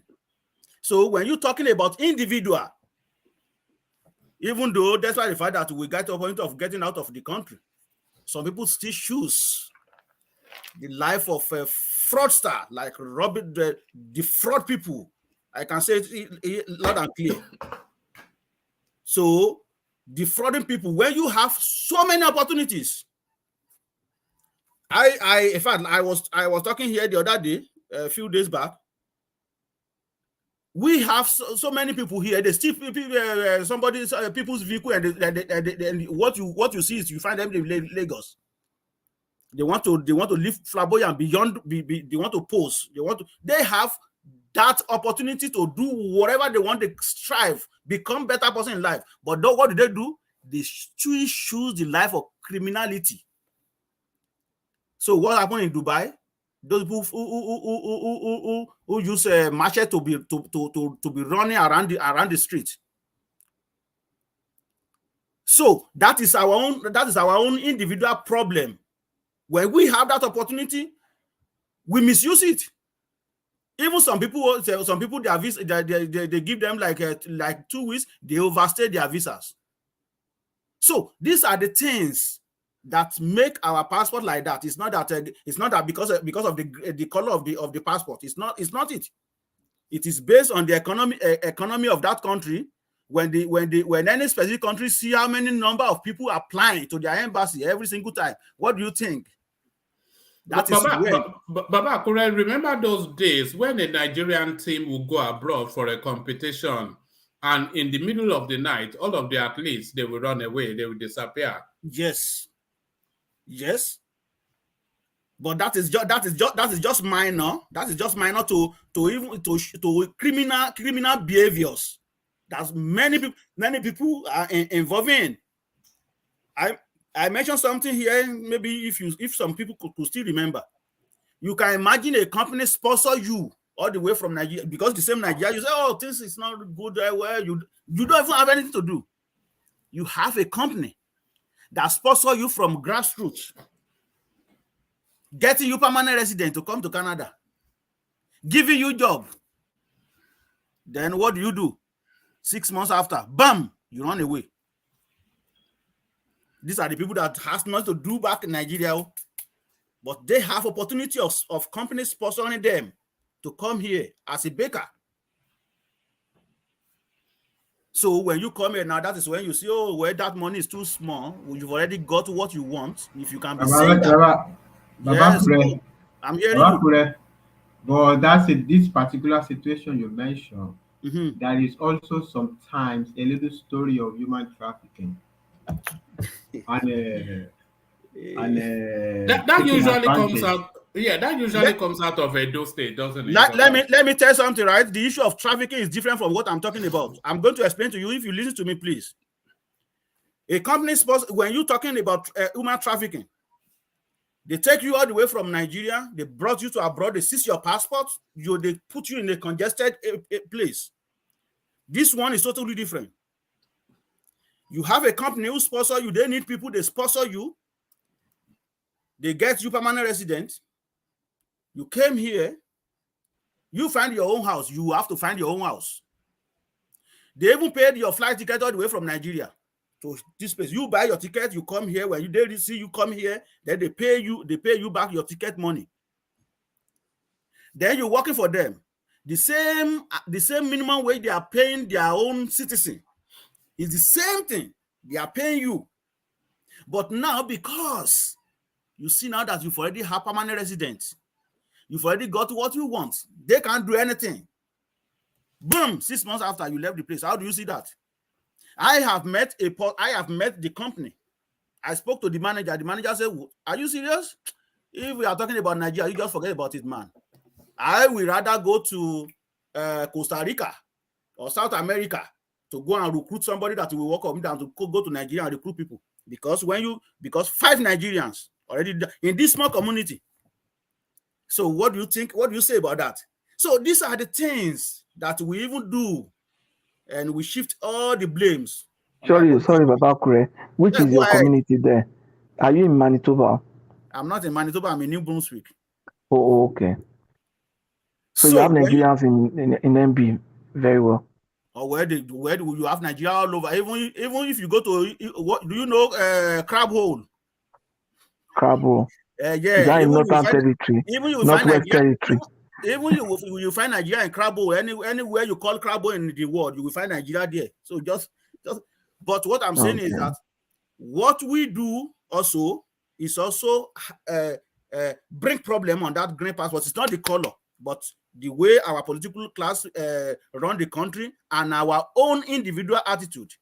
That is what downgrade our passport. But no matter what, I still use Nigerian passport to go to Nigeria. But like, Coco, this particular narrative you are talking about, yes, how does it affect the? You said, like, let me just limit it to the specific example you cited. Like, the guy comes, he's got already a green passport, and he goes to find another opportunity. How does that translate to the devaluation of the passport? How does it? Yeah, because they will now see that you guys are not trustworthy. So then they will have to place a lot of orders on you to come in. You mean that the person violates the contract? Are you talking about contract violation? That is exactly what I'm still saying. Because if there is no contract, or if there is no official contract, the person is allowed to go if he finds opportunity. It's as they say, America, land of the free, or opportunity. Land of opportunity. Yeah. But if you are talking about contract violation, if signs a contract to be working for the person or the company for 1 year, 2 years, and after 6 months because of other stuff they ran away, okay. But if there is no, it's neither here nor there. Could be a case of exploitation. It could be the person. It's a one-side story. It's not exploitation. It is me leave here, sir. It is just that we don't want to take things little by little. I know us for that. I can tell you that. That is what I'm saying. I'm telling you. You know, I can use myself as an example. I was on this show the other time and I talked about myself from grassroots to the stage I am. But most of us, we like to take it from the roof. We don't want to start from scratch because we want to oppress. Then when we continue doing like this, that is when you see we are having problem of getting visa. And that is, you might not say, oh, wow, how does this issue of contract and somebody file permanent resident for, how does it affect Nigerian passport? It goes a very long way, because when things like that happen, that is when they start scrutinizing you. But that is reputation there, bad reputation. So these are the things that is even affecting our. So now, if you want to say, okay, how does contract affect Nigerian passport? Then how does Cutlass in Dubai, how does it affect Nigerian passport then? Is it not? But what I'm saying is, I think it's different. You see, if for example I come into a country. No, let me give you the reason. When I come into a country, maybe I have an agreement with someone to work for them, and I came in there and I worked for some time and left.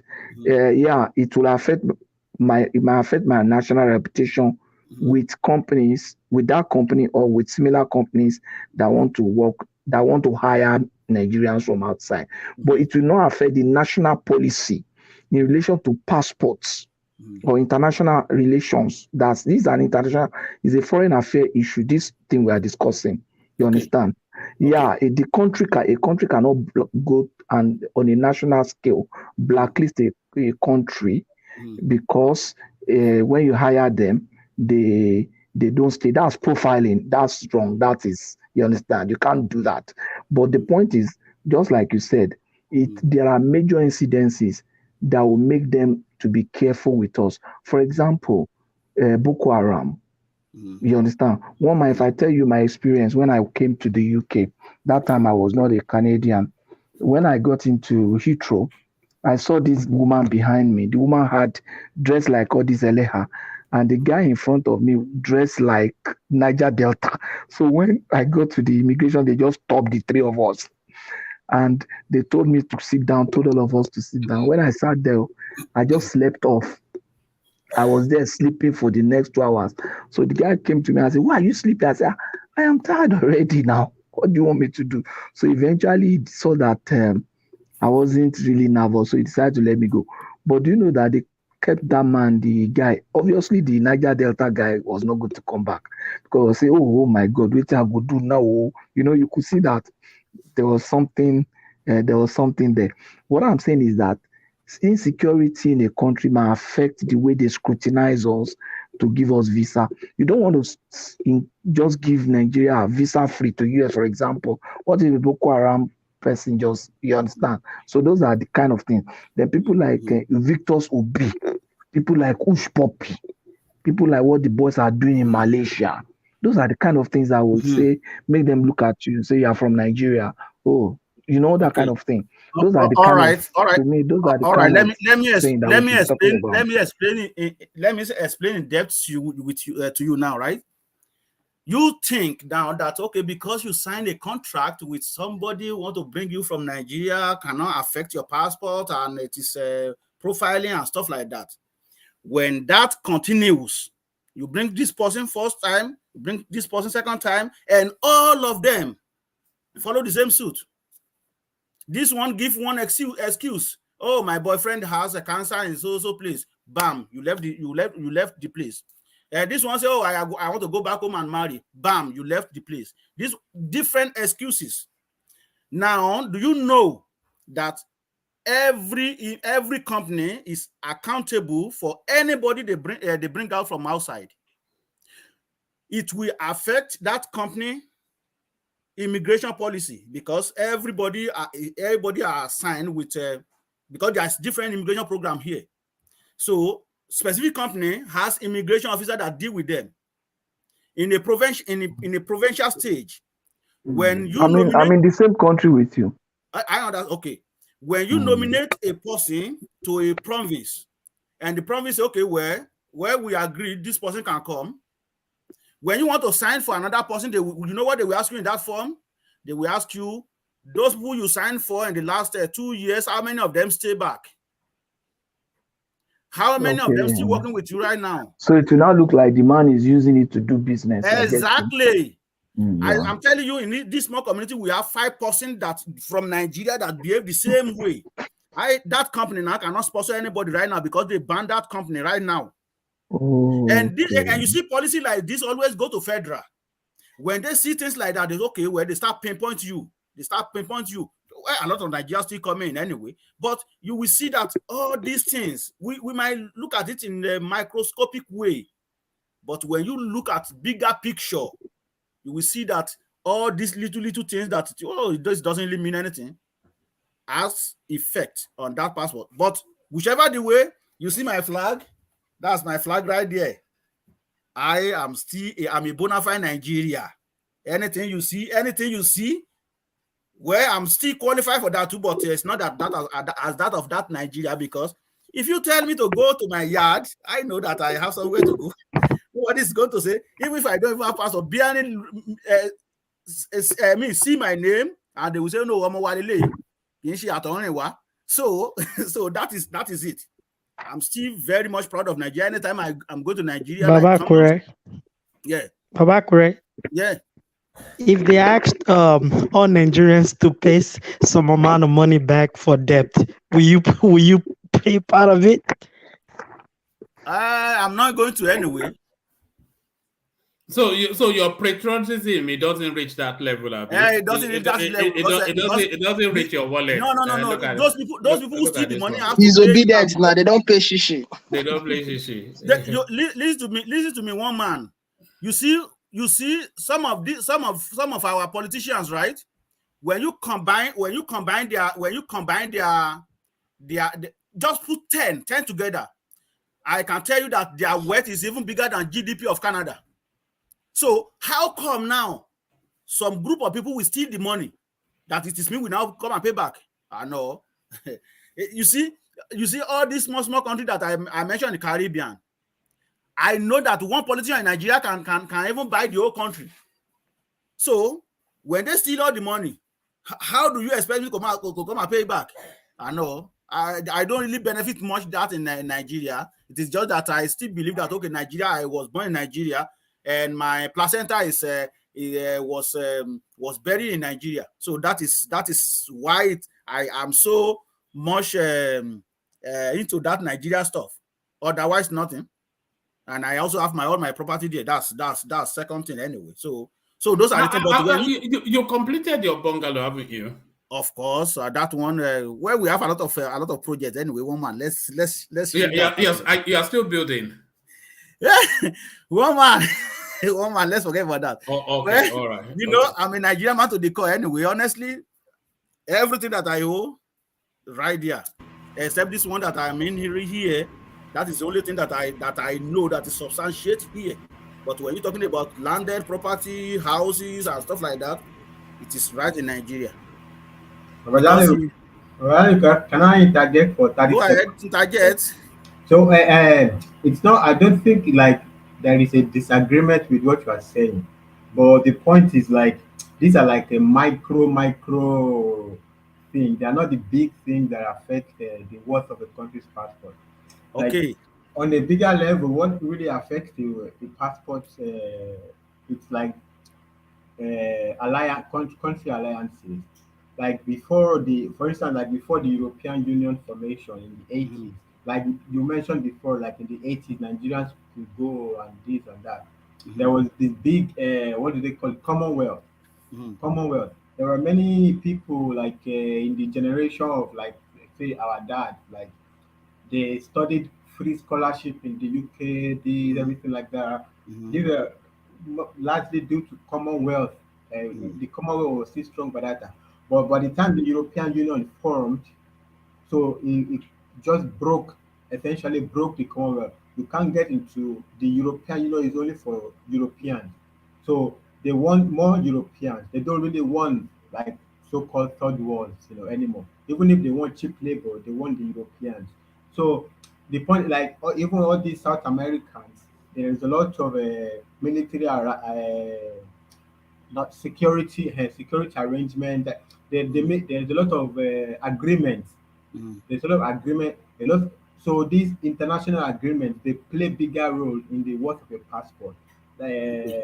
So if you don't have like access to European Union, for instance, that's like a chunk of this thing that's going to devalue, like what they call the worth of your passport. Like this is one block, so one block like this, you can just boom, you are out of being able to directly enter it.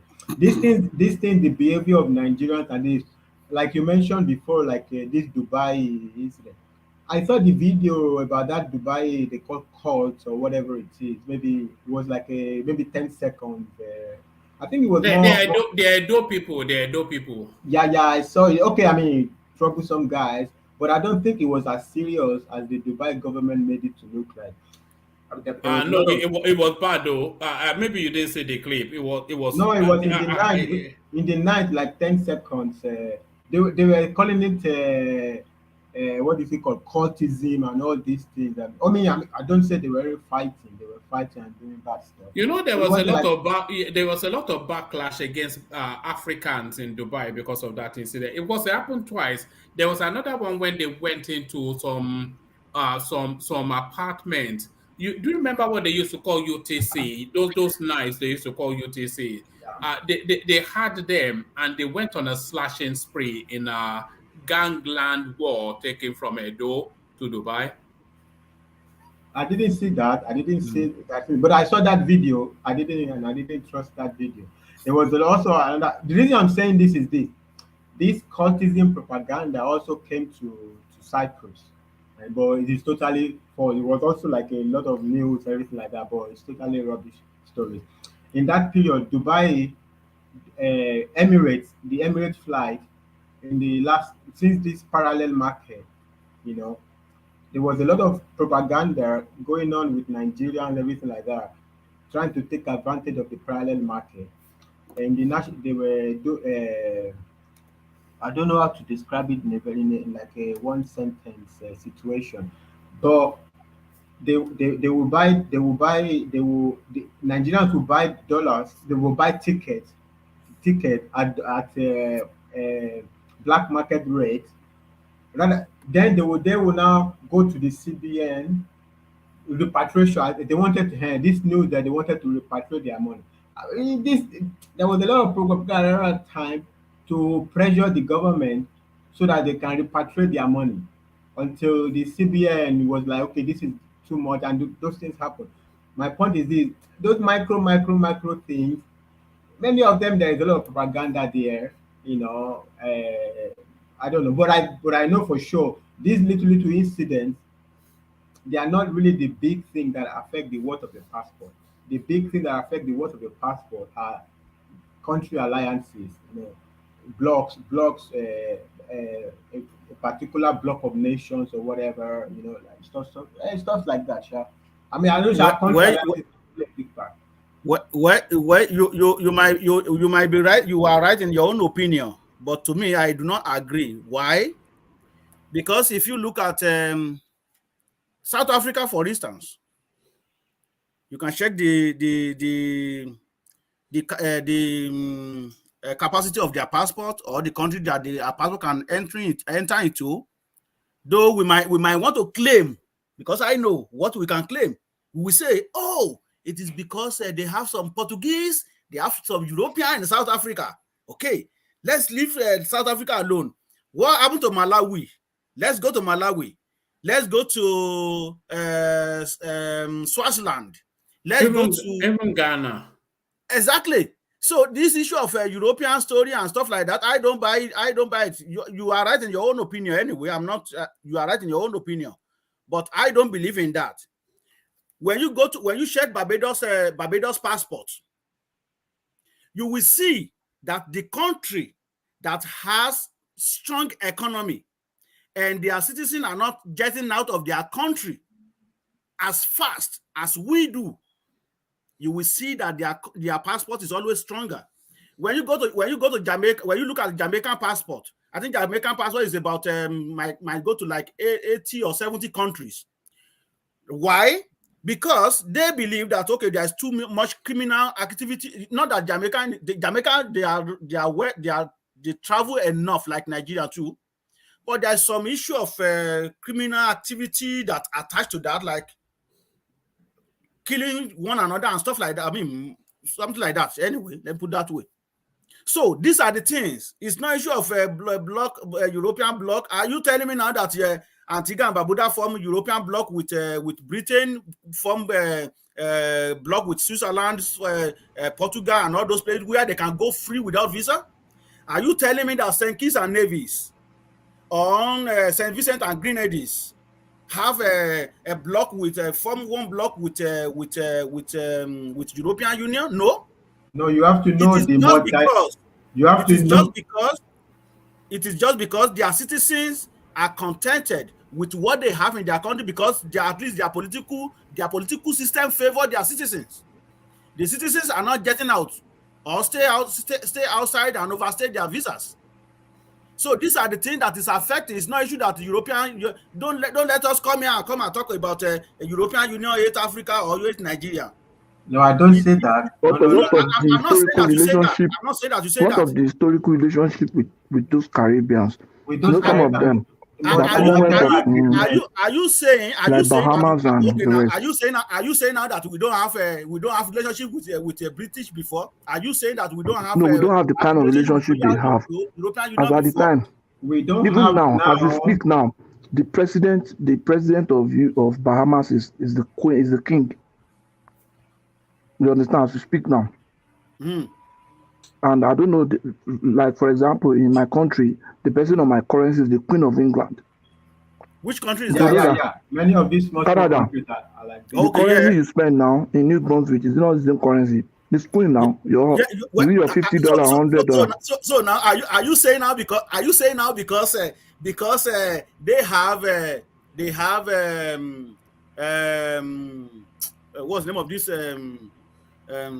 no, the historical relationship between them. As at the time we were free and we got the freedom, Bahama was still, they had their prime minister, but the king, the president of Bahama was the queen. Okay. You understand? Okay, now some of those Caribbean, let's dump that and go to India. Let's dump that and go to India. Is India the new prime minister? Can I quickly come in? Can I interrupt? Let's just forget about this issue of relationship. They have a prime minister. They have a foreign representative of Kenya. Baba, correct. Foreign affairs relationship is key now. Can I interrupt? Can I just interrupt? Go ahead. Go ahead. Now you can't interrupt, but you can interject. So interject. Okay. Can I interject? You can carry on. That is what we please say, Oma. Yeah, carry on. So now I think we're comparing South African passport with Nigerian passport. Yes. And my take will follow, I think, what Fatai. I think if it's Fatai, I don't know who is talking about a bilateral agreement and multilateral agreement with those countries. And I follow that path. And I think that is true. Now, sometimes we pick Nigerian passport because it belongs to us. We see it as something very useless. I used to have some clients, some Lebanese guys. It took them years to get that Nigerian passport. If you go through legitimate means, you will spend 15 years, 15 good years before you can get Nigerian citizenship. It's ranked number 96 in the world, and is one of the most difficult to get. So, what of Nigerian visa? Is it not difficult to get? A Nigerian visa. So sometimes we don't value these things. See, Nigerian passport can enter 43 countries without visa. 27. Sometimes Nigerians don't go to check these things. 43 countries. 27. 27. No, 43. Go and check. I just read it out. That's what brought it up. Oh, it should be 43. Yeah. I will check the database and send it to you. It should be 43. Why South Africa, as of January, I think, enter 70 something or something like that. Now, when you trace the history of these two countries, South Africa. Oh no, I beg your pardon. I think you may be right. Hold on. Holders of Nigerian passports can access only 46 nations, mostly in Africa. So yeah, you are right. I'm wrong. And Fiji Island. No, not only Fiji Island. In fact, Barbados. Enter Barbados. See, wait. I've entered at least 3 with my passport without any visa. I've entered Seychelles. I've entered Dominica. I've entered Barbados. And I was Dominica? Is it Commonwealth of Dominica or Dominican Republic? The Dominican Republic. That's Sao Tome. Yes, you can enter it. Now, I know you can enter Cook Island, Fiji, Haiti, you see, even St. Kitts. But most time we don't really check all these things. We just believe that what we are holding is so valueless because there's a narrative outside there that everybody says, this thing is valueless. It is not that valueless. People appreciate it outside, you see. And sometimes you can enter in 193 countries with a Japanese passport. Oh, that's Japanese passport, yeah. But when you now look at the historical reason or the historical background behind all these things, you realize that yes, our leadership over time have not really done much, probably because of the military government that intervened from the 60s. And, they wasted a lot of our time till, let's say 90s, yes, sometimes in the 80s, but till 99 when they released us from the shackles of the military era. And throughout all those periods, don't forget that they were not able to participate so much in the international politics. And the international relationship was very, very, very bad throughout the military era. So when you compare, like South Africa, for instance, the reason why you have that in South Africa just got independence when? 90s. And if you observe the time they were able to strike a deal, they were able to get bilateral agreement with those countries. It was the time when they've not gotten their independence at all. I think they had that from Mandela time till now. The ANC was able to have, I think, about 8 countries. That's 7 or 8 countries after their independence. Okay, but we couldn't do that.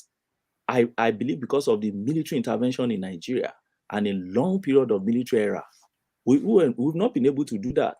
And that's why for me, if we are lucky to have a very good foreign affairs minister, okay, and we'll be able to strike deals with a lot of countries, because what do they really need? Let me tell you, if you go to the Caribbeans, most of the people that go there to do investment, they are Nigerians. Or don't let me say most, many. And if you observe what they consider in getting bilateral agreement with all these countries, these are part of the things they consider. They consider the value you are adding.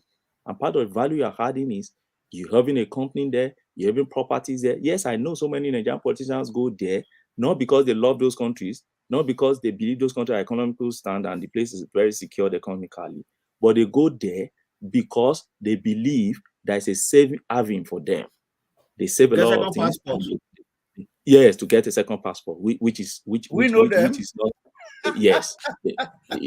Rotimi Amechi did that, didn't he? Yeah, a lot of them. What of Abbo? Yeah, even Dezeni. I got to Seychelles Republic. I saw one very big Janjati building somewhere in Victoria Island there, and I was told it belonged to Oshiomhole, and that was when I gave up. If Oshiomhole with his short conductor. Is that in the Seychelles? No, Seychelles Republic, yes. Seychelles Republic. That's where his wife is from, the flight attendant. No, I think the wife is from. It's not Seychelles now. The wife is from. Is from this country around Tanzania. No. One island around Morocco. I'm not sure. I think the wife is she's from Cape Verde or something. No, Cape Verde. Yeah, sorry. Cape Verde is very far from Seychelles. Seychelles is down after Rwanda. You travel down on the Indian Ocean. It's very small island, but it's about 70 islands combined together. In that ocean. They told me this is the house belonged to Oshiomhole with his short conductor, and I was not surprised anyway. I think I was disillusioned, and since then I felt So my brother, you are proud of Nigerian passport like me. Are we in the same category? My brother, I'm very proud of Nigerian passport. I'm very proud of it too. I'm very proud of it. I believe once we get it right with our leadership, we have a lot to negotiate with all these countries and have bilateral agreements, strike by you know that statement you just made, it probably predates your birth. Once we get it right with our leadership, they've been saying that since 1960. Ego better. Yeah, I know, but when you look at it, you see, and I always tell people, if Nigeria have been this political conscious, okay, right from, let's say, the beginning of time, or let me say even since 1999, if we have been this political conscious about what is happening in our environment, and I'm not talking of, I know there are so many emergency political analysts around now, people who don't even really know. If you ask them events of what even happened in 1999 to 2015, they don't even know. They just join political analysis from 2015. There are so many people like that. But if you watch very well, you realize that we have actually progressed. Seriously, we've progressed. We can't. In what way have we progressed? You said if we get our leadership right, there's no possibility that we'll get it right next month, because there is nobody that inspires confidence in you in the whole field. We have a choice between Obi, Atiku, and Tinubu. So that tells you then that that's another 8 years in the bin. I don't think so. Let me tell you. Not really. Let me second you. Okay. Actually, the very point, like I made the point about the multilateral agreement.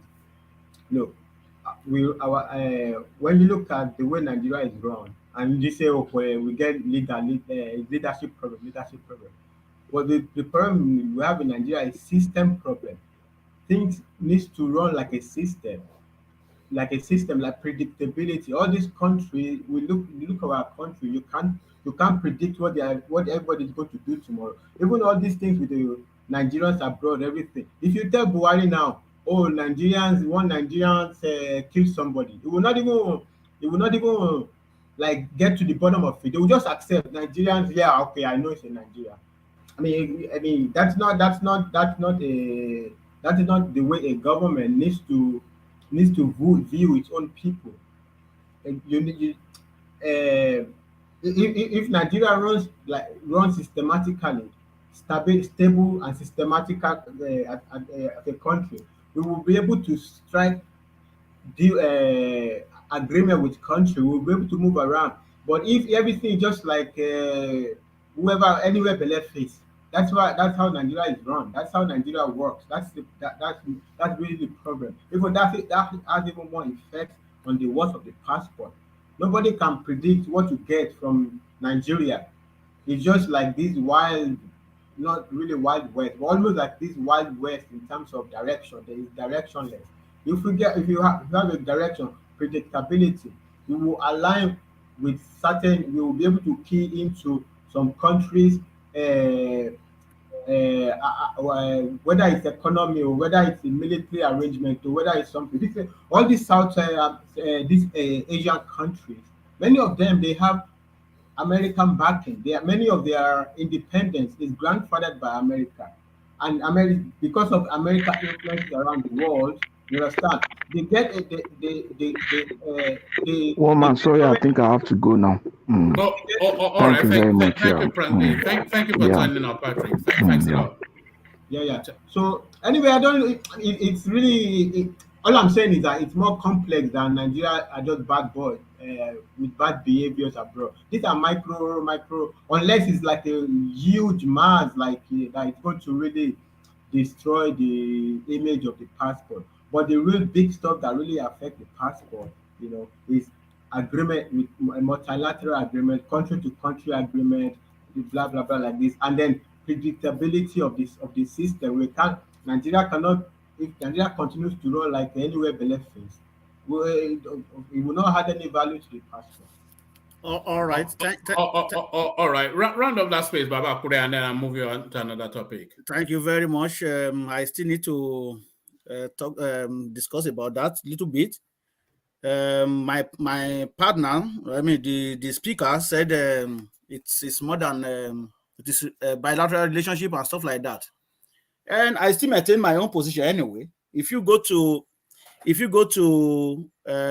each country website, go to their consular or the how they've been rating each country, you will see all the factors like that I mentioned: the political stability, how many of their children travel abroad. Do you know that even some people that they don't really have relationship with some country, like cordial relationship with some country, do you know that some country will say, okay, well, I think we have little quota of citizens from this country. Okay, we are going to allow these people to come in. Now, I'm going to cite one example. About 2 years ago, Canada brought out a program that will fast-track anybody from Senegal. It is not that Senegal has bilateral relationship than Nigeria. It's not that Senegal are much more intellectual in Canada than Nigeria. It is just that they know that, okay, well, we have little quota of people from Senegal. Okay, let's just open this opportunity for them. Now, I will still go back to Caribbean also.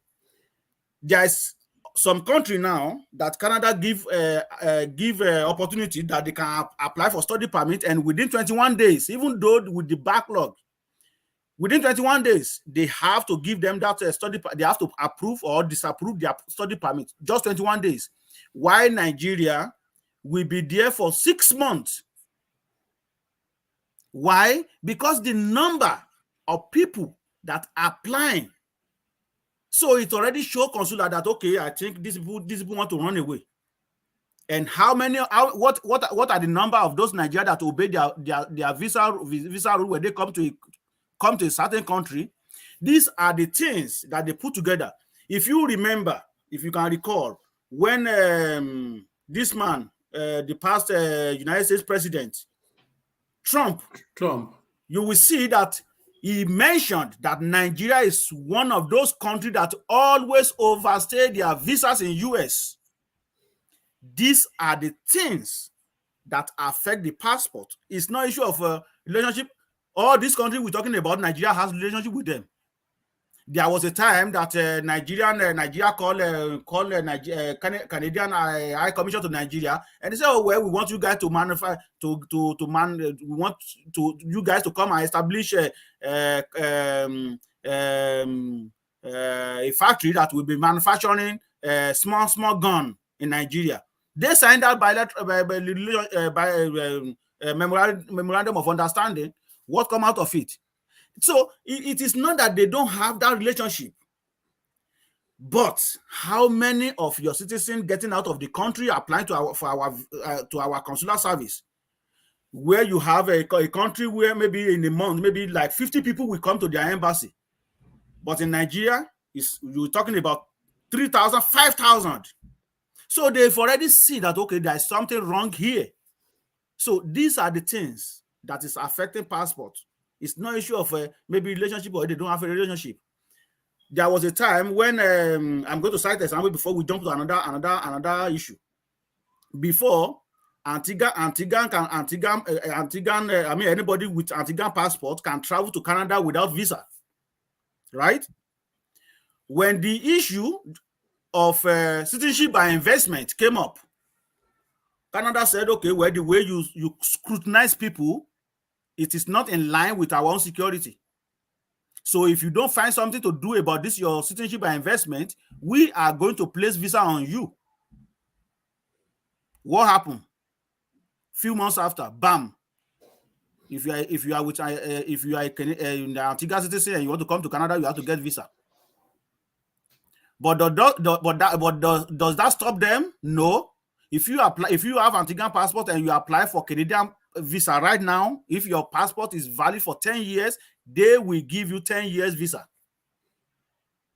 So that is where I'm going to stop. So it's no issue of maybe they don't have relationship or they have relationship. It is number of people that is getting out of that country to a particular country every time. How many of them obey the rules and regulation of their visa? And how many of them are committing crime? So these are the things. It's not sorry. What do you think is the bigger issue? Why Nigeria? Why the Nigerian passport rate so lowly? Is it what you have just describing, which is the behavior of Nigerians? Is it the size of the economy, which then leads people to think that the Nigerian coming will come and constitute a vagrant in their community? Or is it this bilateral relationship that Fatai was just describing? What do you think has the greatest impact? The greatest one is issue of criminality, I would say, because now if you didn't mention the home affair now. That's why I didn't choose that, because I would have chosen that as number one. Because if the country is good, if things are working good, nobody, like I said, nobody will really want to get out because you are doing good. So then the issue of come and constitute nonsense in another country will not be there, because you contempt. Baba Kure, 10 seconds, please. 10 seconds. Let me say this first, please. Can I say something? Go on, Des. Yeah, we've not heard from you. Yeah, Baba Kure, I don't think it's the criminality. You know why? In most countries, even in United States or wherever you go, UK, you can hardly see any. You can hardly, not that there's no criminality that is going on over there, but you can hardly see Nigerians committing any crimes over there, because Nigerians are very quiet, except you're talking about all these Turkey, all these small countries that go and constitute nuisance. Malaysia. I think it's mostly the economy, how big the economy is in each country. Nigeria economy is bad, and because of it, what is going on in Nigeria, the criminality in Nigeria as itself, not even outside the country, the way other countries sees Nigeria, inside Nigeria, how bad we are killing ourselves and how poor we are, that is what's making our passports, but not the behavior we are behaving outside the country, because Nigeria are perfectly behaved compared to most countries outside. So I don't think it's the behavior we are outside, not in Babakure. Okay. All right. True, to support that about Babakure, I think is the corruption perception index of Nigeria. That's the biggest problem about passports. So the corruption within the political and the economic space of Nigeria. Sorry, can I add a little bit to it? Yeah, what you guys are saying is true, but you are trying to single out the issue. They are all included, including what Babakure is saying. Most especially what Babakure is saying. When you are traveling in mass with your passport, leaving your country not to return, that diminishing your passport value very fast by 70%. Not even.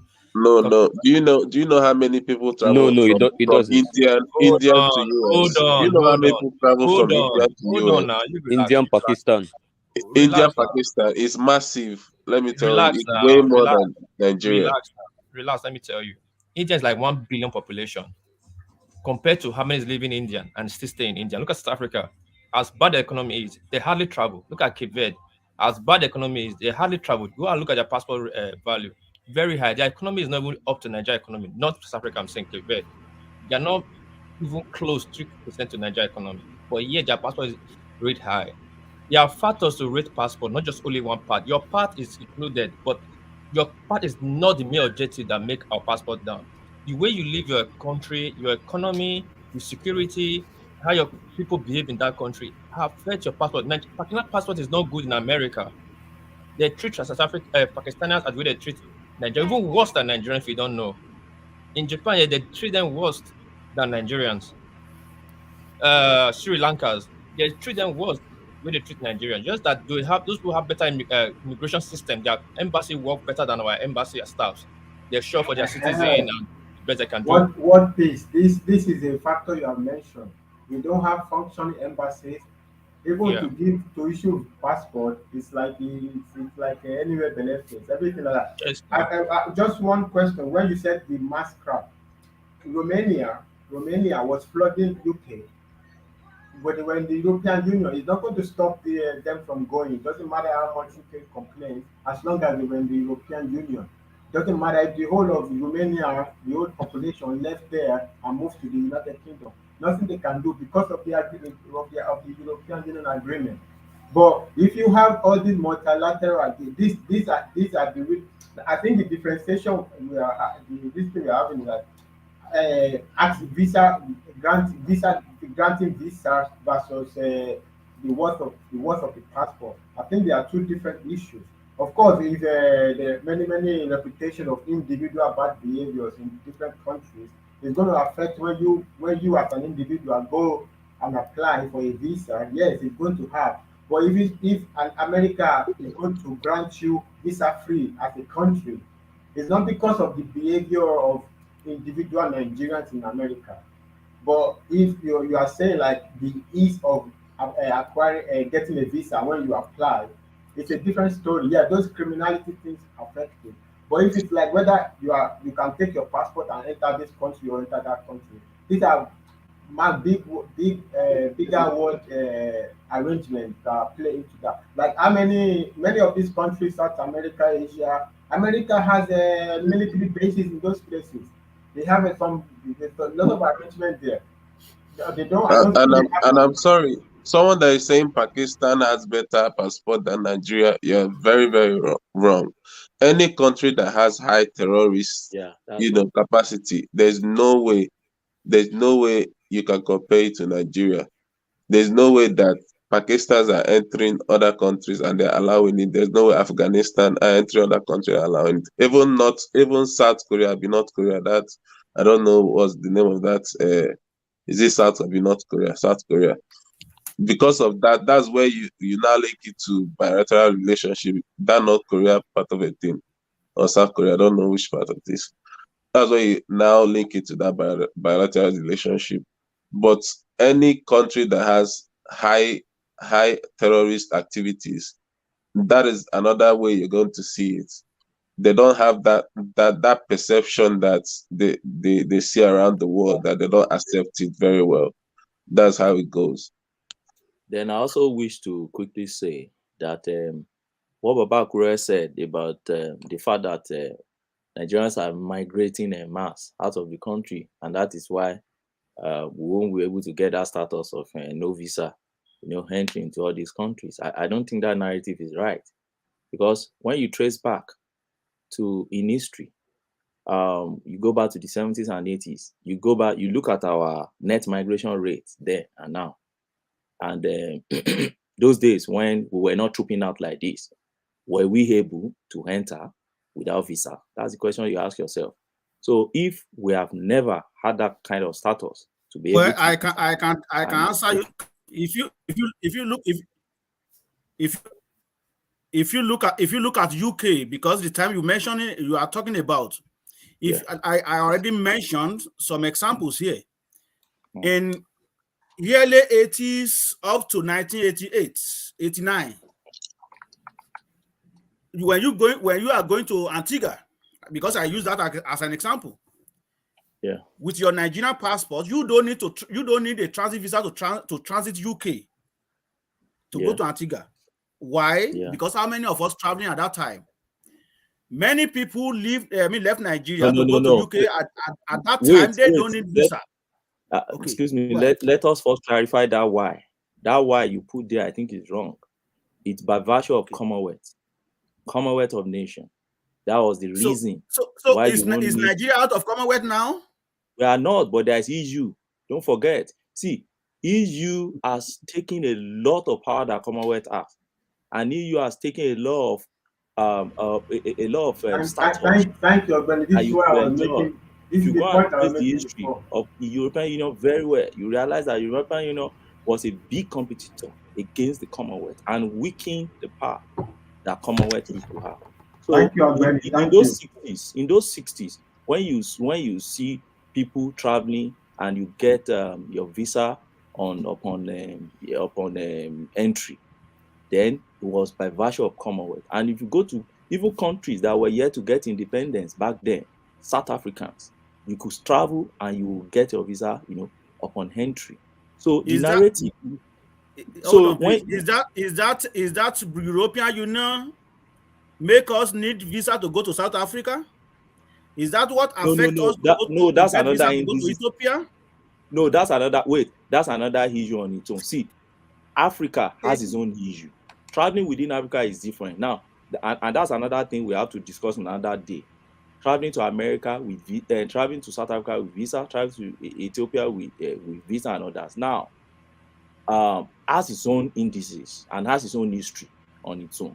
Don't forget that at a point in time, you can use Nigerian passport to enter so many countries in Africa.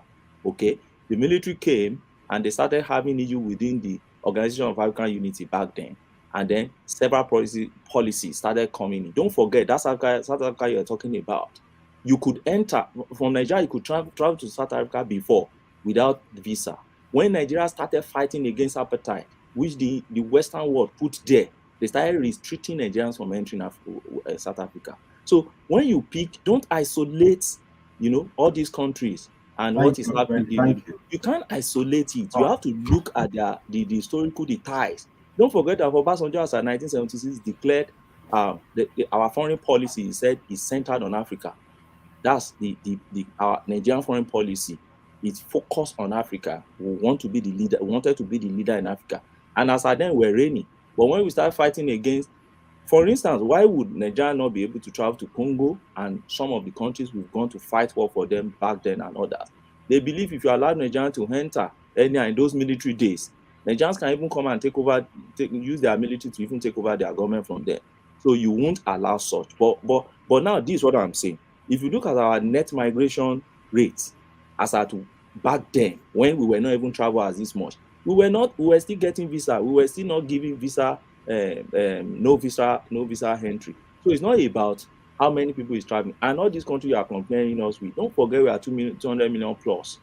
By the time you have 0.01% of Nigerian traveling out, if you compare it to, you can empty, that alone can even empty Antigua or empty Barbados and others. What's their population there? So they could easily open border for those ones, because how many people want to travel outside that country? But they may not be able to open it for us because, okay, look at Asians. You see, at a point in time, they said, despite the issue the Western world had with China, as it stands now, at a point in time, UK was considering granting Chinese people free visa entry. That's no visa entry to UK. Before I think they now Hong stop Kong. it and all. Hong Kong to be Yeah, specifically. Hong Kong. Yes, Hong Kong and all that. So when you look at this country, that for me, there are a lot of things involved. Bilateral agreement, multilateral agreement, what do you offer? What do you and let me quickly use this to buttress the point I always make. So are you saying to us, are you telling us now that we have nothing to offer? Well, as it stands now, we are not paying attention to it. Our leaders are not paying. No, I believe our leaders are not paying attention to all these things. And secondly, I believe that, you see, we have the crop of leaders we've been having. They are, I don't know how to explain them. There are some things that you could easily negotiate and get. Look at what Okonjo came and got for us in 2001. These were the things we could get before. But we couldn't get because we didn't have government that could even focus on that and say, let's negotiate this thing out. So that's the way I see it. Our government, our leaders over the years are not paying too much attention on this. And let me quickly tell you one of the major projects I think can fetch us all these things, particularly across Europe. That gas pipeline that is moving from Nigeria across 13 African states to Europe will fetch us all these things. If we can complete that project, and then attention will be moved from Russia to Nigeria, or let's say West Africa, because I learned Ghana is also going to join the gas pipeline also to it, and some other countries along that coast. If we're able to do that, watch out for Nigeria. Okay, that one will not happen so quickly though. Even the pipeline might take maybe a couple of years, 3, 4, 5 years to totally get completed. No, 5 years. The minimum age is 10 years minimum. Of course. Rome was not built in a day. Yeah, I know. You are making very excellent point. Even recently, just to portray that line, when the Russia-Ukraine war started, Ukraine moved up the rankings of this valuable passport. I think one might, if you check it, they will be like around number 35. They moved up or something like that. I don't really remember the number because the European Union they voted to give them some emergency measure to allow their citizens escape route to enter the bloc visa free.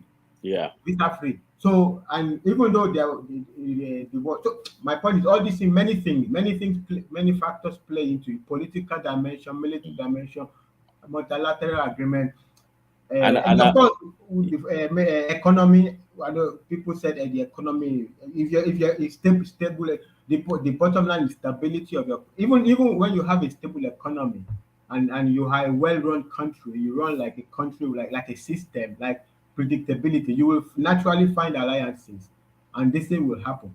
But when nobody even know where your country is going, nobody don't know the direction. Then also, of course, many people that mention insecurity. Those things play they play a part. But if you straighten out these things, you will have more alliances, and you will be able to move. It's a very complex issue.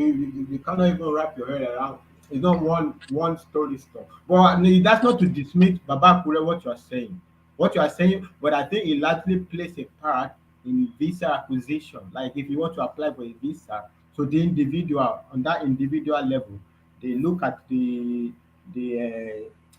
pattern of the pattern of the people of these people applying, these countries people applying, like they look at the pattern. But it doesn't have to do with this big issue of the worth of the passport, how many countries you can enter visa free, how many countries you can enter with at the point of entry visa, stuff like that. Then Ogbeni, you mentioned you escaped me. You mentioned one very excellent, one important point, but I don't really remember that point you made. But you're very excellent. But anyway, it's this complex. So I would say. Just to add to what you said, it's basically perception. What determines the strength of your passport is just 3 things. One is your GDP, your income. Are you guys making money? How much are you making? So if you check when Nigeria was making more money, then check our passport strength then, and can compare it with now that we're making far less income. So 1 is your GDP, 2 is your fragility. That is how vulnerable your country is, and that is what contains even most of the reasons. And under the fragility, you have your security perception of how much you are in control of your territorial space, your terrorism perception index, your ethnic conflict. If you have ethnic conflicts, your ethnic conflict indicators, governance, and all of those things, even social stability. So, and also your economic stability. So it's mostly internal than external. The notion that it has to do with how many people live your country is wrong. I'm sorry to say, very wrong. If 100 million professionals, doctors and engineers that's going to add to the economy of any country in the world decide to leave Nigeria today, any country will open their doors to them. Once they have skills, once they have productivity. The sad thing is that because of the situation of this, most of these stuffs I've read out now, that means that the bulk of people that will be leaving the country, some of them, is not necessarily going to add to those countries. So they are worried. So it ties together. So if those countries, your country is doing well, that means if anybody is migrating from such country, it's most likely that they are coming to add value. So it's related to that. So at the end of the day, it boils down to how well is your country doing internally. Nobody cares if 10 billion people want to leave that country and come to their country. Nobody cares once you're going to add to productivity. So it's basically internal. Your GDP, your income, then your stability, security, terrorism, and we know we are failing in all these things. That's why we are so bad. Our income is bad, security is bad, terrorism is bad, ethnic is bad, drug prevalence is bad, mortality rate, infants, maternal, everything is bad. The conflict indicators are bad, poor governance and social stability is bad. There is ethnic conflict everywhere. Some of you don't know that Buhari's government, a lot of security facilities, America is not selling to them. Why? Simply because of what? Human rights perception index. You're right. You get what I'm saying? So imagine a lot of progress we would have done in security, but why we are not? Why? Because we have not handled our human rights perception index. Something as simple as that. Something as simple as having a good conflict resolution skill, because the more all these pockets of conflicts we side look, we're like, okay, Igbo people, you guys can be misbehaving and killing yourself in South is what's my business. It's not affecting me, Abuja. These people in Oshun, that's your business. So it's not anybody's business. It's your business. It's your country. Those things are cumulatively contributing to your country going low. Your passport is going low. Your visibility in the international community is going low. People want those countries wouldn't even sell military apparatus to you, not to talk of offering hardware, software support, or even training or anything like that. You get what I'm saying? So that is why, for me, I believe any government that does not have a top-notch conflict resolution or consensus building skill right now is never going to pull us back from where we are headed to. No matter what you do in terms of fixing our passports or whatever it is, or regaining our place in the international community. No, it's basically what we do here. How perception. That's also all this. So anybody saying, see, if we start doing well today, if all of us in Nigeria decide to go to America, America will open their door for the entire 231 million of us. Now, wow, so many things you can't though. They make everybody fear. But let me ask you one question quickly. What's China GDP today? What did you say? Who would know that now? Some of the questions. Who would what know did you that? ask? China GDP, everybody will know that now. Nigerian GDP, we know now. China GDP is one of the best in the world now. At least growing. They have one of the good economy. President Peter Obi, I'm asking you the direct question. Are you there? It's asking what China's GDP is. I'm not sure you're under any obligation to know. You are not a Chinese man. Not that obligation. No, Wama, you don't. I think where World Peace is going is he made a point about GDP. That any country will open the borders. Yeah, so thank you. World Peace want to tell him that then what is the But he exception to did the just say Chinese? it's GDP. Why is he asking that? He said asked, so I many think things. it's one of the things. So why is he asking Hold on, specifically GDP? Tiger. It's one of the things. One of the things he mentioned. I want to quickly be out here to share information. Nigerian have the highest ratio of walking to any embassy in the world in Nigeria to apply a visa individually to get a visa than Chinese, Pakistan, Indonesia, most Asian countries that is third world country. People don't really know that Chinese that is moving a mark, they move in the under one condition, either under agency or school program. For individual Chinese man, this is as good as China GDP is good, the economy is good. Chinese 10 out of 10 Chinese will likely be turned down in American embassy, UK embassy, or any other embassy going for a visit. But in Nigeria, 3 out of 10 will get a visa if they're working personally. China, going to any country you see, they go in mass. Is under China GDP is $17.7 trillion for the platform, for everybody to know. Yeah, it's very good, host. Very good. So what I'm trying to say is, you said a lot of things. Like I said, it's true. So many things are included, but it's not this GDP and all that. China, even as good as the economy, their passport ranks so low in the global passport index. Their passport supposed to be like number 5. What is my brother? What is China's human rights performance? Huh? What is China's human rights perception in this? China is even worse than Nigeria. Yeah, no, I think it's worse than almost and the entire country in the world anyway. President Peter. I mean, there's South Korea and some of those. President Peter, if I may quickly come in on that, you see, when you talk about the human rights abuses or record of China, it depends on whose record are you looking at. If you're looking at the Western record from the Western world, yes, you will see a very poor performance. But if you look at the record from the Asian countries, apart from India and Taiwan, you will see a very good record. So it depends on where are you looking at. And China has been able to be correcting those narratives over years that you can't allow Western world only to be pushing all these narratives. So if you China is my brother, so what are we benchmarking rating our passports with? It's not with Western world. Largely, anyway. Largely. Okay, you said largely, yes, because largely. Because that's where we really patronize. So that is why. So if we are now comparing Nigeria, okay, with China, then we should expand our comparators. We can't just pick Transparency International is talking about China, and you'll be expecting them to talk something good about China. You won't expect that.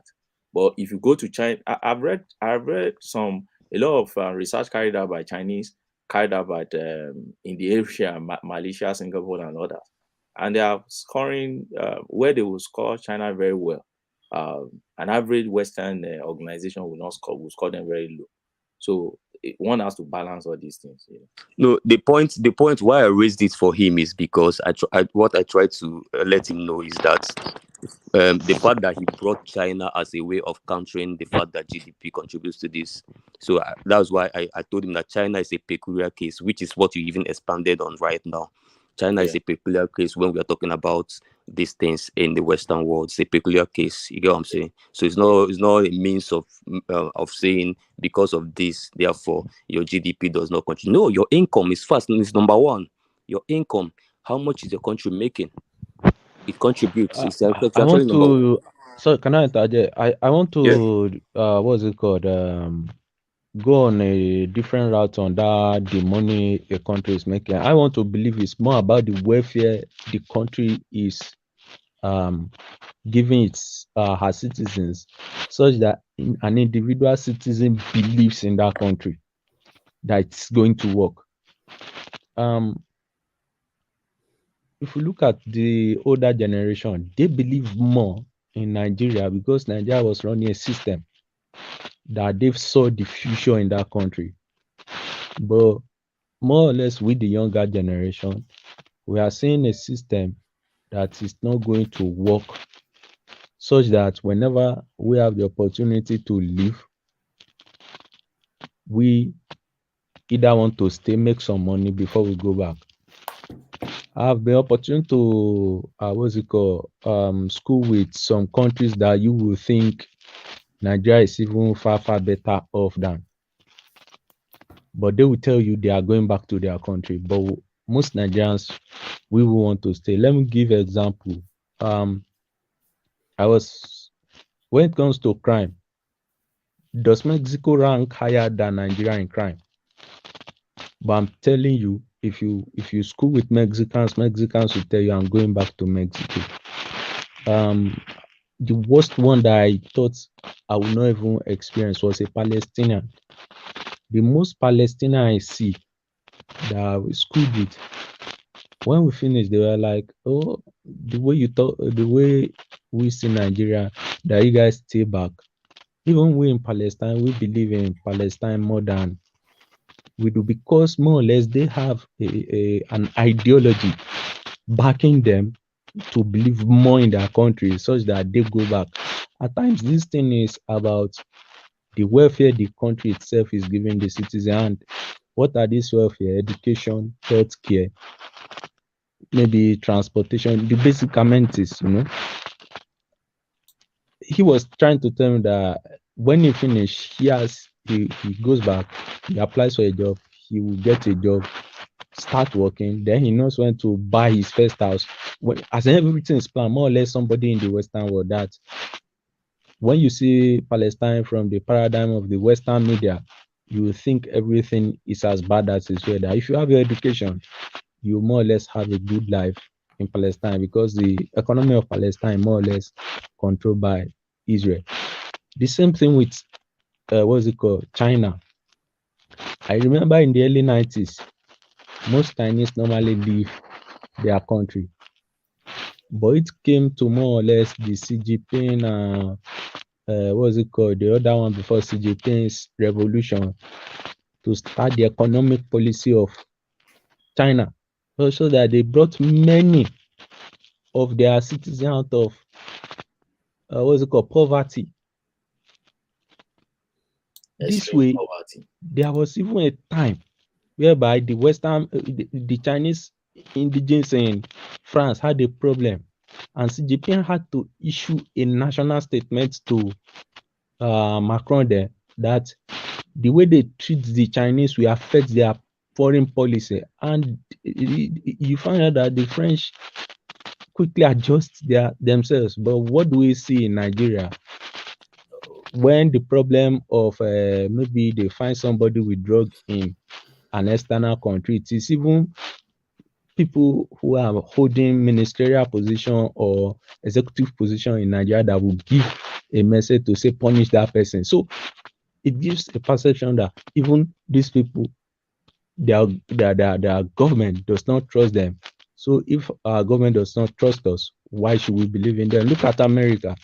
If an American citizen misbehaves outside, they will do everything to get him back or her back. If a UK citizen misbehaves outside, they will do everything, because they have a system that believes in all of their citizens. The early 70s, 60s that we are talking about, Nigeria still had a system that virtually every citizen believes. And that was the generation whereby most of us in the Western Southwest believe that if you have an education, you are going to be well off in life. The Awolowo revolution. But now, what do you have? You have a system that even if you are educated, you round it off in a few more sentences. Go on. Yeah, so even if you have education, you don't even know when you are going to eat your next meal. So I believe the power of a passport depends on the belief of the citizen on the country policies pushed by the government of that country itself. Okay, one man, please. If I can just few seconds to. All right, few seconds, and then yes. Baba Kure round of that space. I think we've been on it for too long. Okay, just to share my experience of what I know about the issue he just raised. I agree with you, but there's a part I don't agree with you. This is the reason why you see Mexicans and Chinese guys and co going back home. Yes, they do rush back home, but there are things underpinning it which you need to also understand. Most Chinese guys that you see schooling here, they are state-sponsored. In fact, so many of them. In fact, I can say 99% of Chinese you see in the Western world, they are state-sponsored. Now, in China, what I read about China is this. Before you can go out to say you're going to study, there's a bond you have to sign. You sign that bond that says, in fact, you drop a deposit, I think, at a point in time, they say $6,000 or something like that. You sign a bond. So government gives you that scholarship and then pay everything for your uncle. Then another thing I heard about China is that if you have to pick your course, they pick the course for you. You don't just pick any course. They tell you the course that will be useful for them when you return to China. So if the Chinese policy or direction the Chinese is going for this year is space technology, if you say, okay, I'm just going there to study marketing, they will tell you no. Even if you're going to study marketing, it should be marketing that relates to that space thing. So there's a way they go in a direction. You know, it's a communist state. So there's a way they go in direction, and you must key into that national vision. So once you key into it, then they release you to go. We don't have that in Nigeria. The higher percentage of people traveling outside Nigeria, they go, and I think somebody has made this point before, they go individually to apply for their visa. They are not mostly state-sponsored. Unlike China. China are mostly, so when you see them, because of the bond they signed back home, you have to rush back home. And another thing is, I learned they've also criminalized it. So if you don't go back home, they are monitoring you. They will surely get you back home. You remember recently, somebody raised an alarm that China has implanted its own police station across some countries in Europe. They have secret police stations. And Nigeria as well. There's one in Edo. Yeah. They have secret police station where you don't return home, they will smoke you out, they get you, they repatriate you secretly, and you go to face a jail term. So when you see so many of them, you hardly see even Chinese people discussing freely with you because they censor them, they wash after them. They for instance, I think, was it 2019 or so when Chinese issued issued a warning to Chinese students in Canada that they observed that some of them are becoming gay, and then they will smoke them out, take them back home, and jail them. You know, so that's the kind of society China run. So when you see their students rushing back home, there is something underpinning. Same thing with Mexico. Most Mexicans also, they do come state-sponsored, okay, and they must go back home because of the bond. I'm not saying in Nigeria too. Yes, we have PTDF and all this sort, and because of corruption and because we are not firm on our own case. Because I remember when Buhari came, he said, whoever, if you go abroad based on public fund and you don't return home, that is part of corruption. When he was campaigning, I remember one of his interview, he said it's part of corruption and ICPC should be taking on such a case.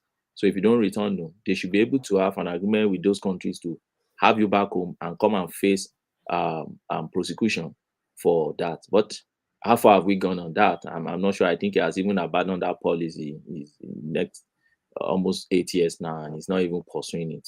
So these are part of the policies that make people from all these countries running back home. Okay. All right, brilliant. Round off that space, Baba Kure, and then I'll go on to Uptown. Baba Kure, back to you. All right. We went on so long, Baba Kure. Oh, I thought you disappeared. Carry on. Okay. Well, I'm about to anyway.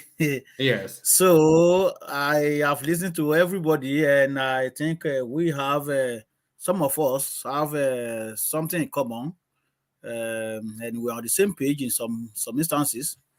To me, I will still maintain my point. It has to do with the number of people getting out of the country. And like some other people said, there is also mention of security, which is right. I agree with that. So I think these are the things that is affecting our passport. If you say because of our GDP or because of European Union bloc, I don't really believe in all that. Because, like I said, in 80s, we can go to Trinidad and Tobago, no visa. We can go to a lot of countries with no visa. But when everything run down, because at that time we had enough money, and when people go to university in abroad, they go back home. But now anybody want to go to school in abroad, 99% of them want to stay back, so they are not going back home. So these are the things that make our passport almost useless. So that is it. All right, brilliant. Thank you, Baba Kure. So thank you, Baba Kure. So so Baba Kure, 4-time I'll go on to Uptown. But before I go on to Uptown, let me acknowledge the super chats that have been coming in. Alexander Kashe, it says, every little vote matters to Tinubu. Tinubu is going for a landslide. I have a feeling that is his ultimate goal in this election. Hashtag Atiku 2023. So Alexander Akashi, thank you, Alexander, for that. So Alexander Akashi, of course, died in the wall Atiku supporter, but also a man vested in reality and pragmatism, and he can see the writing on the wall. He can read the tea leaves. Every little vote matters to Tinubu. Tinubu is going for a landslide. I have a feeling that that is his ultimate goal in this election. Hashtag Atiku 2023. So thank you, Alexander Akashi. And then Freedom Simple comes in as well with the super chat. It says, pretend Yoruba had their own country next year. How many countries would be visa-free within 5 years? Just a hypothetical question.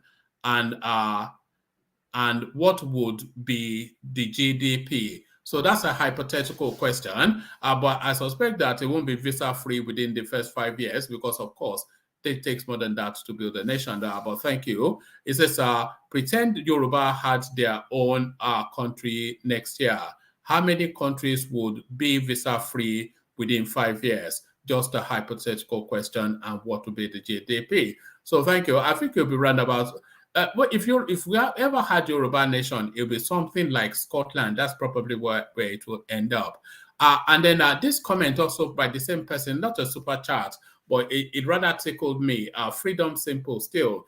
It says plus 234 should have been plus 419. So the Nigerian International Dialing Code, of course, to that space when we're talking about passports, it says plus 234 should have been plus 419. Wouldn't it be cool? Wouldn't it be cute? Actually, let's make that a round robin. Just very, very, very, very, very short answer to this. But just a round robin. We started from Babakure to land it on Uptown, who then takes the floor from there. So for Uptown, when I land with you, I want you to talk us through the Brimo narrative and bring us up to speed with that. But first, let me quickly do this quick round robin. So Babakure, should the Nigerian International Dialing Code, should it be changed from 234 to plus 419? There's no doubt about that. because everything is attached to that number, 419. It'll be easier to remember, won't it? You know, people globally in this country, they know 419 and they know what it means. Almost everywhere in the world, they know what that code means. My God, we have to look it up. If you watch a FBI documentary when they paraded some people who maybe scam some people, you will see that there's a Nigerian law that say 419 and all those things that they attach it with that with those guys that scam people. So almost all of them are aware of what 419 is anyway. All right, brilliant. That should be our dialing code. So, Desmond, you're up next. Just a little joking something about what are one of the commentators, Freedom. I'm looking for the name. What he was suggesting was that the Nigerian International Dialing Code should be changed from plus 234 to plus 419, and people are saying that's a bit more. That's more apt. What do you say to that? Oh man, I don't know. We already a very bad country. I don't know why someone is trying to add more fire into the whole thing. I beg, if we need +111, let them. If it's angel number, that's what we need. +111 angel number, so that our country, if something can be done. How about +777? Is that not the mark of the beast? It's 666, one man. I'm getting everything wrong today, you know. But carry on, yes. Yeah, but 419 is a very known word, a very known number. So even a child born now knows what is 419. Even 419 is still known. My child is still gonna know what is 419. It's just there. It's just like when a child grows up, if he doesn't even know how he knows Michael Jackson. It's just how 419 is in Nigeria. Well, all right, thank you. I'm actually looking up what's for advance fee scam. It says the number 419 refers to a section in the Nigerian Criminal Code dealing with fraud and charges and penalties for such offenders, advance fee scams. So there it is. So let's go from you then. Let's take it to war piece. Just the suggestion by one of the contributors that the Nigerian International Code, Freedom Simple, should be changed from 234 to 419. Well, jokingly, it's very funny, and it's not a joke. I don't know who made that statement. Is it a Nigerian lawmaker? No. It was one of the comments. It's in the comment section. Freedom Simple. Yeah. Please hold on. This is where I've seen me now. You won't rest. All right. Let me go on from you then whilst you're sorting out to Ogbeni. So Ogbeni is just a jocular little round robin, changing the Nigerian dialing code. I know. Funny enough, I have 419 within my phone number. After 0077, you have 419. my God, and you're a lawyer as well. Like, but I don't think that would be fair to Nigerians who are doing very good outside there. If you said because of that you want to tag us, then what do you want the Chimamanda of our days, Okonjo Iweala, the Oluwole Soyinka, Kemi Bodnot, and others? What do you want today? Dayo Kenny, Kende Willie, Masai Ujiri, all those guys are performing so wonderfully, and they're adding to U.S. economy. Without them, if you remove them from U.S. economy, they wouldn't feel that something has removed from their country. So how do you want them to feel? And even when you check the first 100 most notorious thieves and 419 in the world, you'll be surprised that you don't even find Nigeria there. So it's the Indians are actually more fraudulent than us. In terms of internet frauds, advance fee frauds, and the Pakistanis too. One man, if you are saying that they are number one. The Indians, I'm telling you, they are criminal to them. But we have the reputation, but they are actually the criminals. So it's not that there. Well, it's a joke anyway, but I don't think it will be fair to those guys, and you won't be fair also to me. At least in my little way, I'm contributing to Nigerian good name in Scotland. So. Who told you that?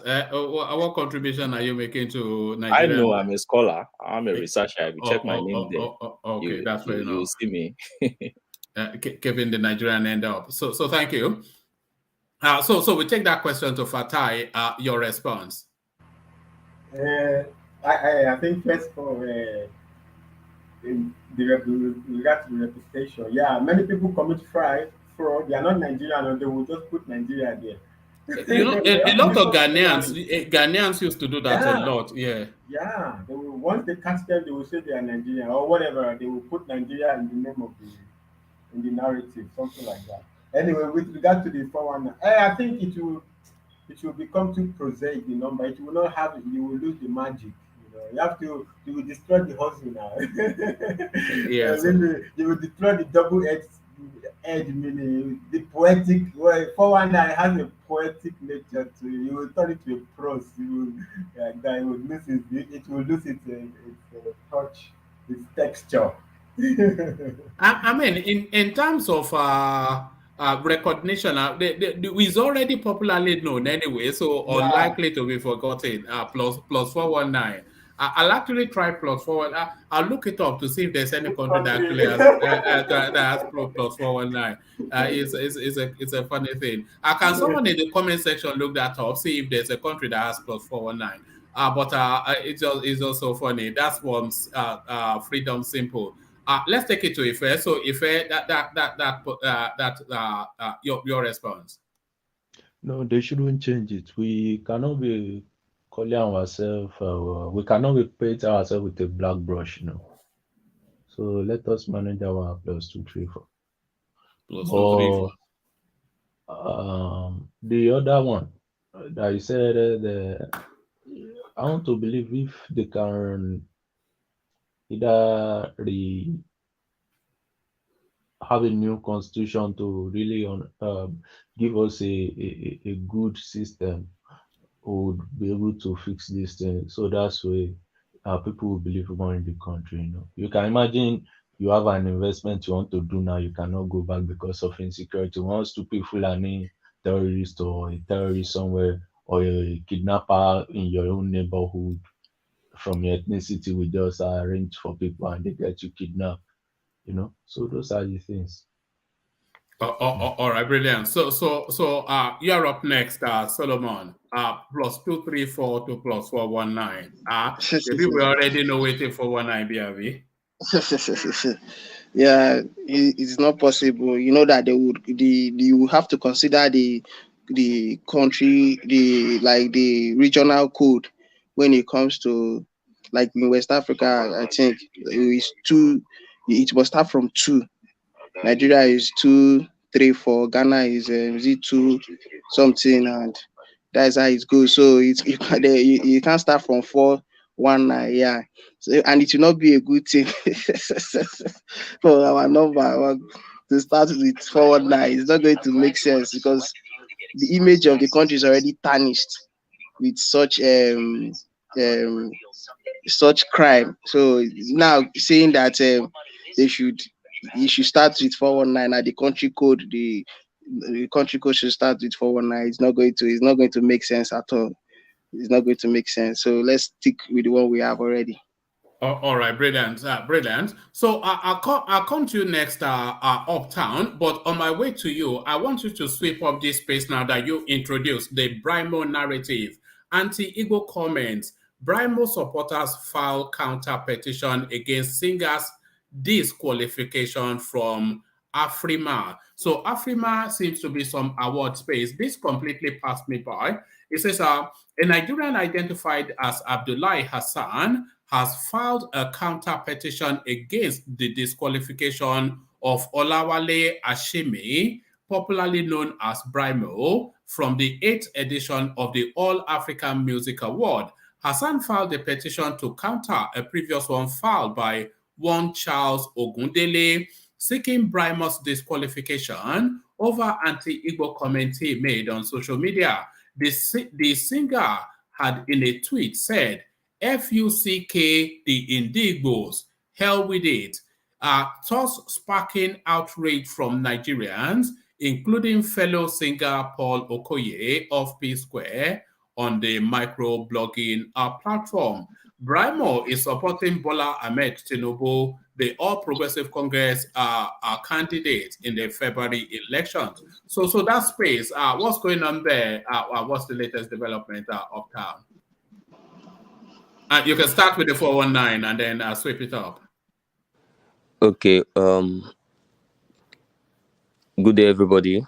Good day, Uptown. Yeah. Yeah. Okay. On the 419 aspect,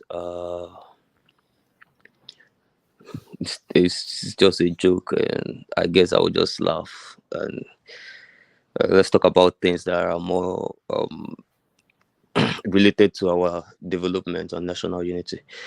So the Brimo space.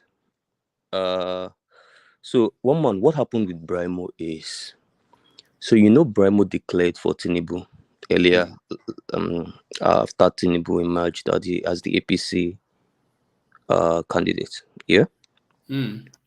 And he, like every other candidate, he got backlash as well. You get what I'm saying? Just like, and let's paint the picture of what's been going on at least since 2020 in the Nigerian space, since political consciousness started surging through Nigerian youths and all that, which NSAS opened up that space.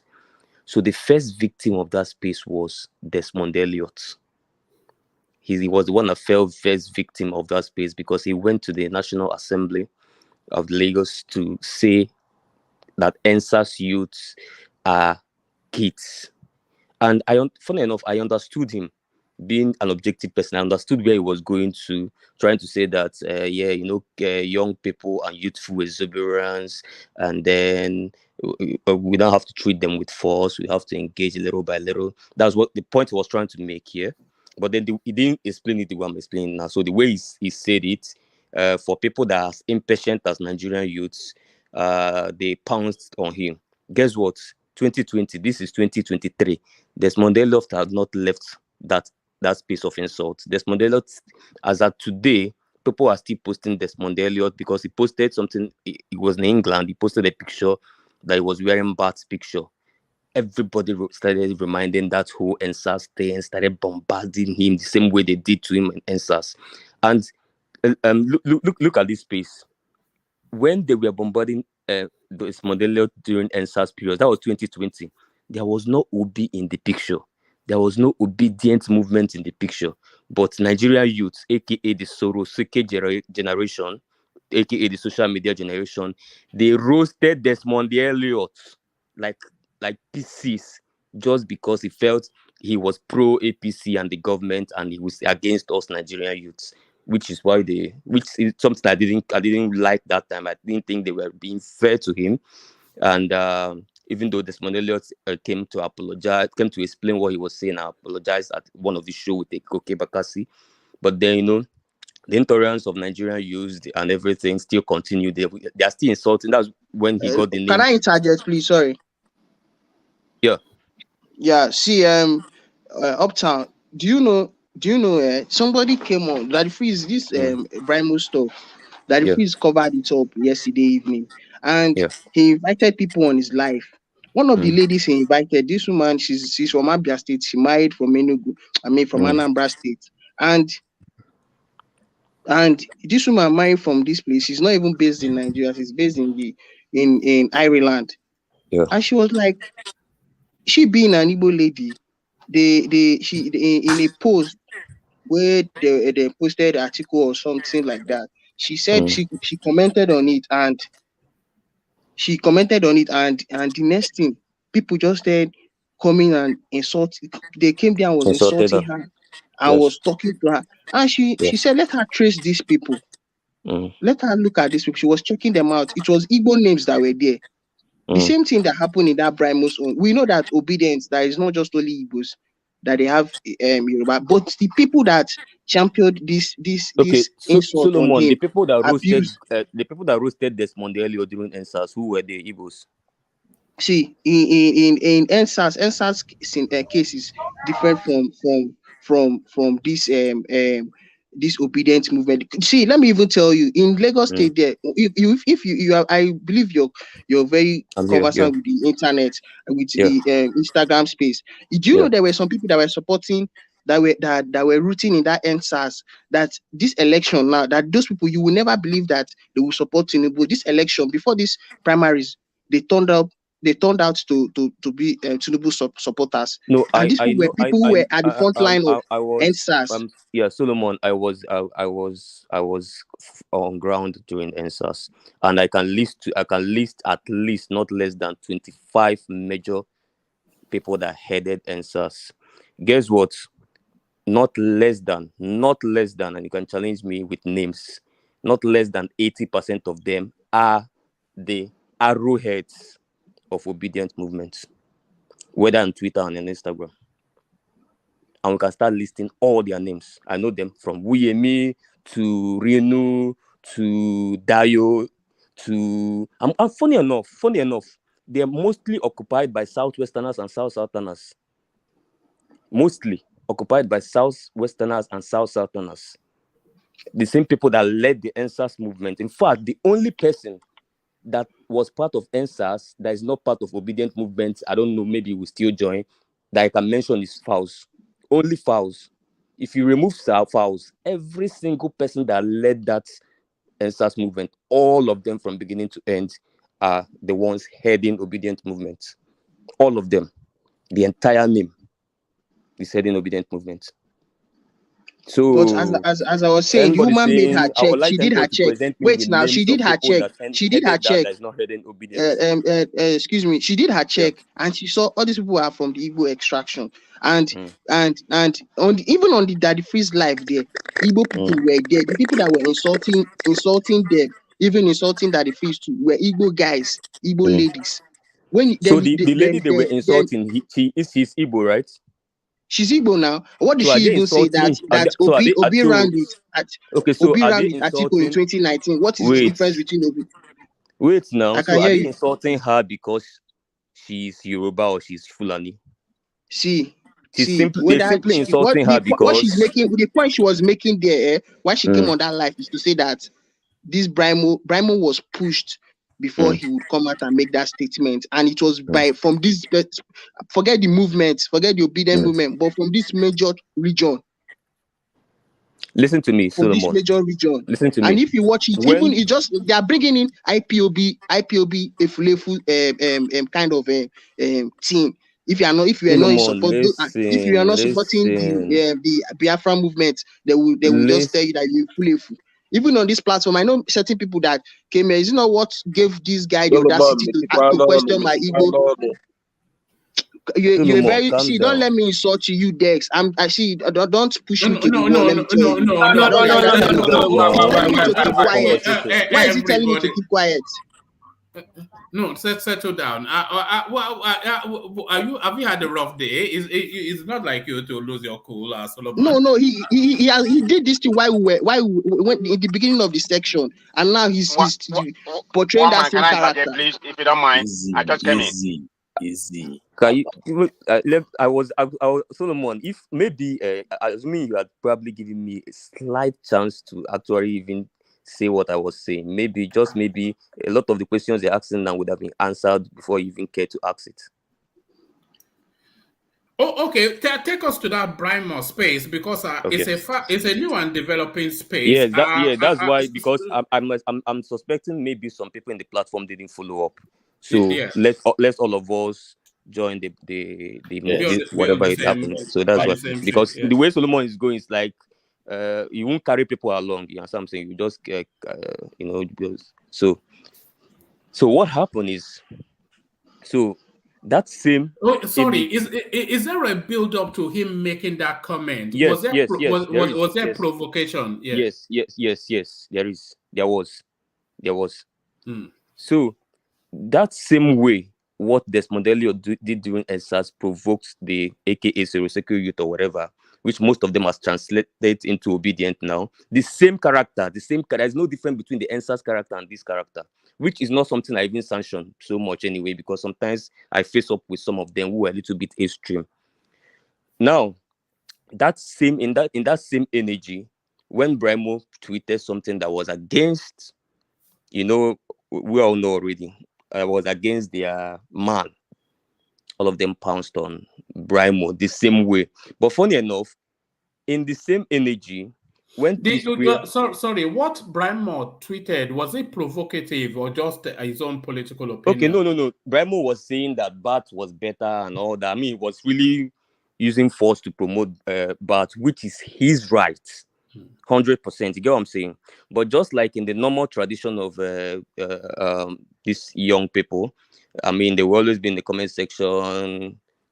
I mean, you're not in their side, so they always attack you, just like they're attacking every other person that is not on their side. And they don't care whether it's you are Yoruba, Igbo, Hausa, Fulani. Once you're not supporting Obi, they're coming for you because there's a girl called Ada Anambra in Twitter.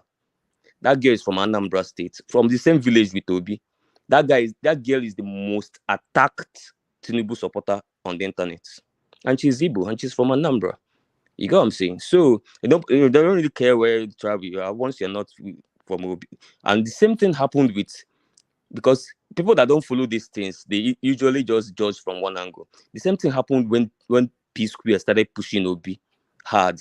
If you go to tweet, and one man, any of us in this platform can go ahead to tweet to P Square's page on Twitter today. If you go to P Square's page and other places where he posted Obi, if you see the insults on P Square's page, reminding them that their career died 100 years ago, that they are gone, that are just trying to catch, that there's a lot of it. The same way. So, even when they went to that Port Harcourt rally, when they went to that Port Harcourt rally that looked like there was scanty crowd, if you go to P Square's comments, they were making mockery of him. There are people that are supporting Tinubu and Atiku. They were making mockery, say that even when they tried to revive their career with Port Harcourt rally, that they still failed and all that, insulting him and all that. P Square has found the need to make videos sometimes and remind them that, see, all of you saying you're going to mock me because of Obi, I'm comfortable. I'm comfortable. This Nigeria, if it's well, it will not affect me. If it's not well, it won't affect me. So you have found need to make those videos all the time, but not once did he find any reason to either insult those fans that does not agree with him back the way they're insulting him, because he knows he's occupying the position of a celebrity. But on Brimo's side, the people attacking him, what this guy now did was to start making ethnic comments. Ethnic comments. A lot of it, oh. One man, give me two examples about clean it up though. But give us two examples to culminate on that. Now this one. Okay. Yes, go on. So first one, he said Igbos are foolish. Yeah. Mm-hmm. And then the second one, he said fuck Ndi in brackets. He said fuck Ndi Igbo. You understand what I'm saying? And something. No, that's the one. That's the one that got him in trouble. It says, wait, one man. Hold on. It says because I have the tweet on my screen. It says, okay, you have that one. Okay. Yeah, it says FUCKD in IGBOS, and then with 2 exclamation marks, and then 2 dots. To hell with it, and then 2 dots. So apart from there's another one man. He said so that one was the longer. Yeah, that tells me that it was that tells me that that's the final straw. So what pushed it? So there was another one. He made an opinion piece. I think he wrote longer this thing, and he was saying that, and if you read it, it was all tainted in bigotry.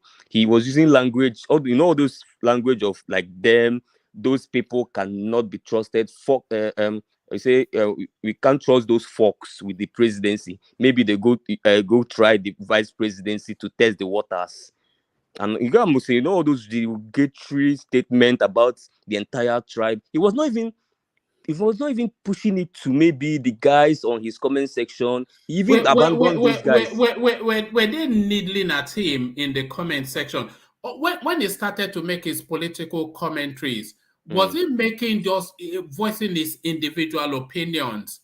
And then people were needling at him in his comment sections, and they continued and they slowly wound him up to the point that he's using FUCK words. The same way. One man, that same attacking people, celebrity people that do not agree with you that you do, which I strongly commend. I strongly condemn. Yeah. Whether it's from the NSAS era of insulting Desmond Elliott, there's this lawmaker, this gallant woman they made a caricature of her because of how she referred to NSAS movement and the parliament. There was a lot of people that was insulted in that era. That insult continued down and moved into political season now, continued with the obedient movement. That's still insulting anybody that does not agree with them. Fine. But then I commend it. I condemn it. But I think where the problem with the Brimo case is, because one man, I don't think the issues are about ordinary Nigerians in the comment section that insult people, because if you go to the influencers of Obi, whether Igbo ones and Yoruba ones, if you go to their comment sections, everybody that is supporting Tinubu and Atiku insults them. The only reason why Obi's own is very visible is because of the number of Obi's dominating the social media space. So if there are 10 million people that is pro Obi insulting people, and then there is 2,000 people that is pro Tinubu Atiku insulting people, Obi's own will be more visible. So Obi's dominance of social media, that means that if people are insulting people to it will be dominant. Sorry, can I interject? Can I interject? Let me finish what I'm saying. So I think everybody's insulting everybody. That's just the truth. Everybody's insulting everybody, which is condemnable. Nobody should ever insult anybody because of their choice, whether it's political choice or whether it's a relationship, whatever it is they do. See the way they're dragging Alex Ekubo now on top of his own relationship. Are you going to do relationship for him? You are dragging him up and down. What about you? What about you, that chair, or is you? See what they did. See what they did to you, Elisha. Now they finished him. They finished him. But do you think he was deserving of it? The way he was robbing his second wife in the face. No, it is his choice, one man. Yeah, this social media thing have made us think that we can decide people's lives for them. No, his behavior is unbecoming. He's a public figure now. You can't one man on the public figure side, I might fault him a little bit in terms of decorum. You get what I'm saying? But a public figure will choose whether to do decorum or not. The only problem I'll have with a public figure is if they go the level of maybe ethnic bigotry or maybe inspiring violence or all of them, because their platform is big and sensible and sizable, you know what I'm saying, and it's influential as well. So if they go to something that is going to damage other people's life or other people's sensibilities or emotions of a tribe or a group of people, it is condemnable. But if it's his personal life, if he decides to be loud with his marriage, well, maybe the decorum should be there, but then, I mean, he's his personal life. It does not affect maybe my safety in my area or my sensibility or my emotions or whatever it is. You got what I'm saying? So it's two different things. So I think with the Brimo space is the fact that he's a celebrity. You get what I'm saying? And then he decides to make this sort of comments. And guess what? When he was called out, he came out and said, I said what I said. Fuck it. So he's doubling down on it. He's tripling down on it. You get what I'm saying? And see, social media. If we start to talk about social media today, we'll talk about it in 2024.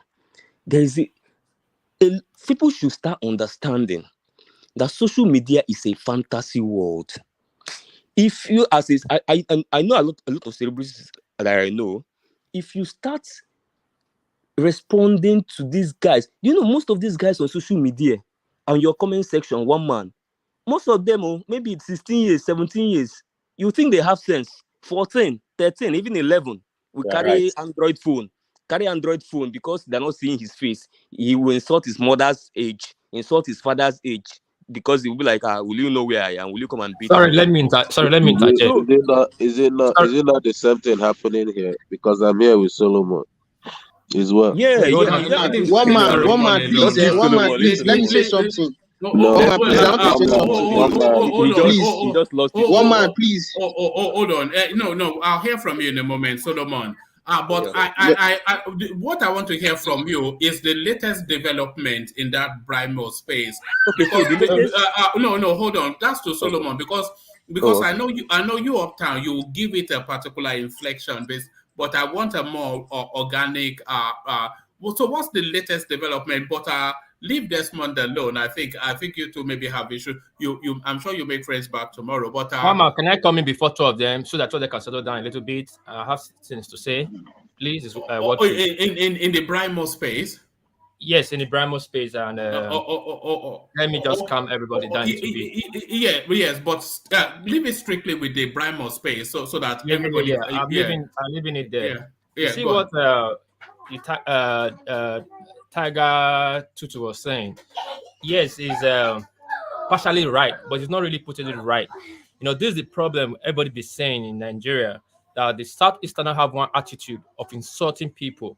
Now, I'm not buttressing what Brimo did is right, but we don't talk about what led to that action. I've been following this space since 2 days ago. This thing started. Brimo peacefully declare for Tinubu with no vulgar or insulting words. But during the process of Twitter exchange, the Southeasterners started insulting him badly. Instead of asking him why he's supporting Tinubu or should tell them his reasons and all that, they started pouring insult on him. Like the first thing we just see in his phone, you're fulefu, your mother this, those kind of things.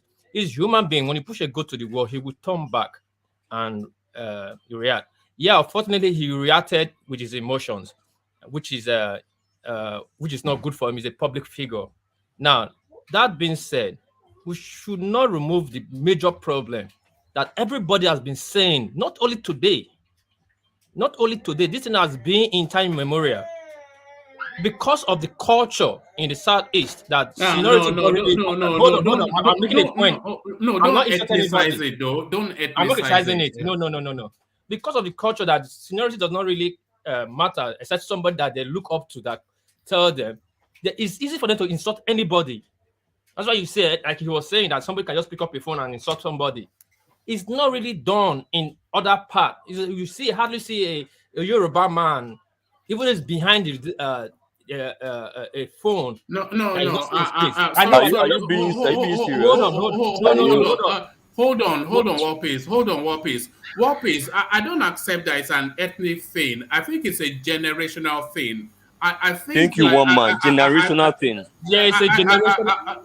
Hold on. I think people of this now knew whatever generation. I don't know what alphabet we're meant to be on now, but I think they've been so liberalized by all that is accessible to them, and they've forgotten manners, and it's a global malaise. I don't think it's peculiar to any ethnicity. Let me agree about that. One man, can you give me time to talk? You understand that society? Do you understand society and people and environment? Yeah, do you understand society, environment, and people influence people ideology? It's been too common now. It's becoming the new normal for every generation now. But people started it. People have that pattern. People have that trend. That was what I'm trying to put. So Southeastern has started this now. Calm down first now. Calm down. I've not even put in a word on this. Don't take it down. This thing is from IPOB space. It's from Southeasterners. So let's stop fighting words here. Wait now. Hold on. Let me finish my point. When I finish my point, I think Tiger, you understand where I'm going to. And it's a bitter truth that everybody knows, but we try to avoid it. When we try to avoid it, it keeps growing and growing and growing and growing. It's the monster we are feeding. At least, they say sanitation starts from home. The soldier will tell you a good soldier man starts from his bed, how to make his bed. And it's how you make your bed, how you lay on it. So all this trait is common. It's common from a particular section. And Brian was being mad about it. He took it too far. Now, if we want to address it, we address it both ways. Two wrongs cannot make it right. Now, coming here to say that he said this fucking Igbo and that. If we start thinking about what Brian was said, there were people that will have sympathy with him and stand behind him, like he didn't insult all the Igbos, he said Igbo as a group. But then we are feeding this notion that will lead us to another section. But let's address it the way it is. It's hard time we call these people that stop insulting. We be saying it. No. Let's not go down that. But thank you. I want Solomon to come in. But Solomon, use F rather than say FUCK. Just say F if you want to say whether applies. I'm not going to even use any of those words. You just say F because I don't like that word. But no. What I do want to ask you, Solomon, is the latest development as we are now. Where is the mood in the Brimo space? Does he have backing, or are people after him? What sort of arrest? Is it backlash or support? Because there's a Hassan that is supporting him, but then it is. Sorry to interject. Yeah, it is. It has come to an ethnic or tribal stuff now, like the Yoruba versus Igbo again. That is what is going on. I refuse. It's not. What is Uptown saying? Look, I'm on Twitter as I'm talking to you now. That's why I asked Solomon. Solomon, it is APC versus obedience. It is not about obedience again. It is not this one. Hold on. That's why I asked Solomon to come in, because I know he will give us the authentic something. But you will give us a spin uptown. Give it to us, Solomon. See, one man, when you go on that comment section, under his comment section, the people that will tell him, the people that will tell him that are saying what Brimo said is true are mostly Yoruba guys. But the people can't. I'm not coming here to cite in any ethnic problem or issue confusion. No, I'm just being with what I've seen so far online. And I'm even seeing it here as I'm talking to you. The people siding him are mostly the Yoruba people. That this is they will even say that. Wait, let me say something. Uptown. Wait, just chill small. They will even say that some use. You know how they use like a little clip of Nnamdi Kalu's video of calling Yoruba people slaves, calling Fulani people cows. They even use itself in replying what that after all it's this is what they do. They are trying to target on Igbo people. I'm just analyzing this thing based on I'm not being sentimental, not because I'm an Igbo person or because I'm not supporting anybody, but I'm just citing it out like how with what I've seen and what I know. Then him talking like this guy was triggered. Let's just be honest with this thing. This guy was triggered. Like the way what P said here that he made his so he declared his support openly without any sentiment, without involving any and people. People, even those most of the I won't lie, people some Yoruba people, but not up to the numbers of the Igbos that insulted him or that said throwing these insults on him. Yeah, that were commenting with insults. But in his comment section, people that are standing more with him are the Yoruba people. Yeah. So as far as you can see, it's split along ethnic lines. Of course, it's a tribal thing now. It's not just something that one man. Can I say something? Can I comment? Oh yeah, no. Let's hear from Saki first. Saki, come in. Okay, thank you. One man, good day, and everybody. Good day to you, Saki. You've been missing for a couple of days. yeah, I've been coming and going this several season. Do stay out of the baobab tree. So I've been coming and going. So that's Wale Soyinka Abeko for the uninitiated. Yes. So let me. I will rather take another position in this on this Brimo space. Whatever happened, pray what Brimo wrote. I totally say it is wrong. I totally condemn that.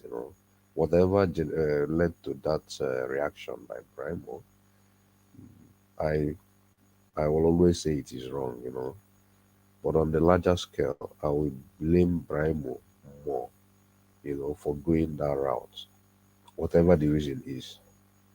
The reason I will blame him is he's a social media, he's an influencer in the social media space. A lot of people are looking up to him. And so, when you are a public figure, you should learn how to, manage certain things. Things that I would rather call this a mere squabble, arguments that are made on things that are not so serious, initially.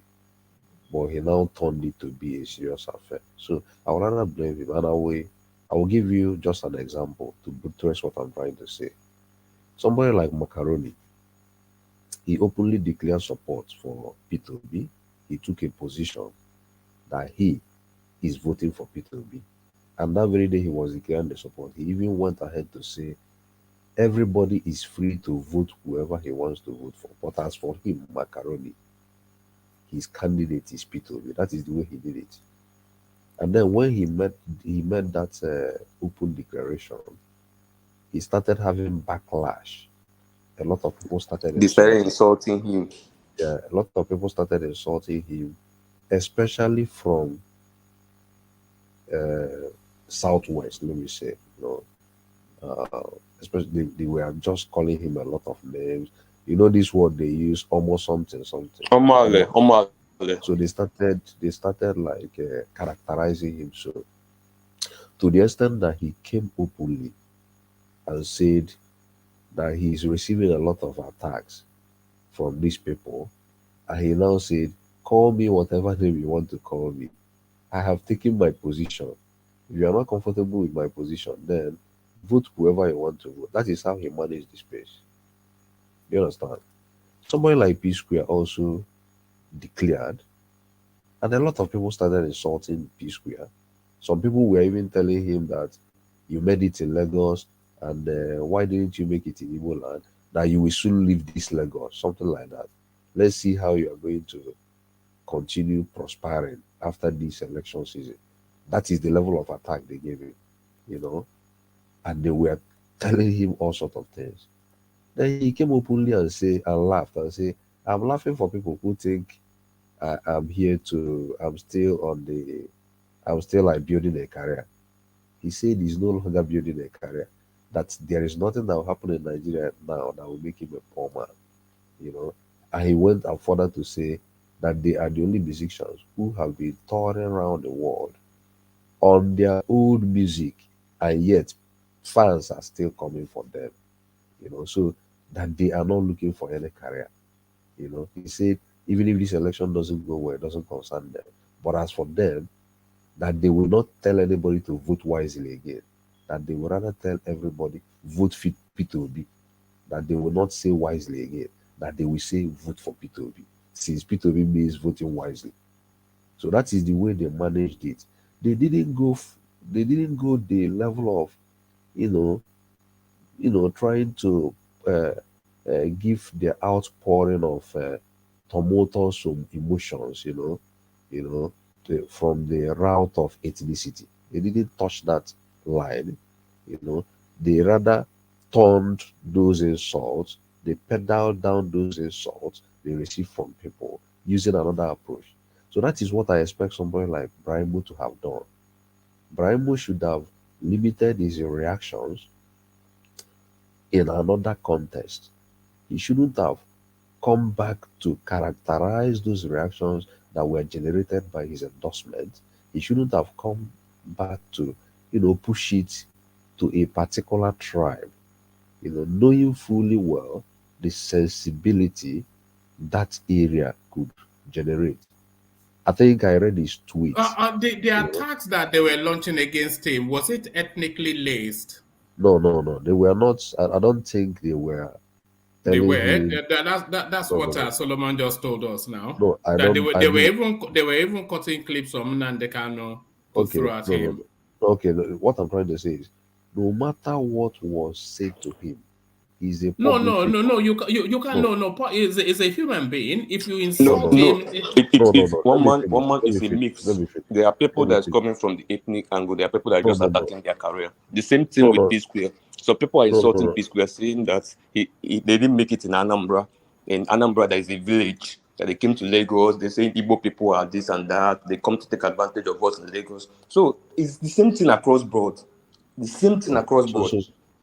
So what I'm trying to say in effect is that, even if somebody used things like ethnic to come to you, that person is one person out of a generality of a tribe. Do you understand what I mean? It's just like what Patrick said here when he said IGBOS hate everybody in Nigeria. I listened to that and I wasn't comfortable with that statement. I think I would have been more comfortable. Did he say said that? something like that. He said Igbo. Yeah. Why is it that Igbo hate everybody? Like everybody in Nigeria. That they even hate him. That was the reason the person he wanted to marry in Abia State. I think he said something like that. Yeah, I'm wondering when I hate everybody in Nigeria. When he was saying, I felt offended, me particularly, because I see myself. I wonder why I didn't pick that up. I usually don't let that go, but apologies. Yes, one man, I had it too. Who said that? Who said that? Patrick. Patrick? Yes. Yeah, that's probably why I didn't pick it up, because it was not something I would hear all right. Sorry, so anyway. Yeah. On the behalf of the Benin people, sorry. No, you are not. But carry on. Yeah. So, but what I'm trying to say in effect is that let's assume that people reacted badly to Brahimo's endorsement, and then some people came the ethnic line. Some people, not all the Igbos, you know, came the ethnic line, you know. So I think for the fact that it is not all the Igbos, it is just some people who happen to be Igbos. So I don't think it's that thing is enough for him to come on boldly and say things like, I will rather support a sick man than to vote for an Igbo man, something like that. He used certain things, and it was full of bigotry, you know. And he being a public figure, you know, when he has said that, a lot of Igbos will not like that kind of statement. It means that you are also including me, Saki Father, and maybe people like Solomon, Poptown, who never reacted to your endorsement. You know, when you say Igbos, I including see APC supporters, the Igbos. I see myself in that picture.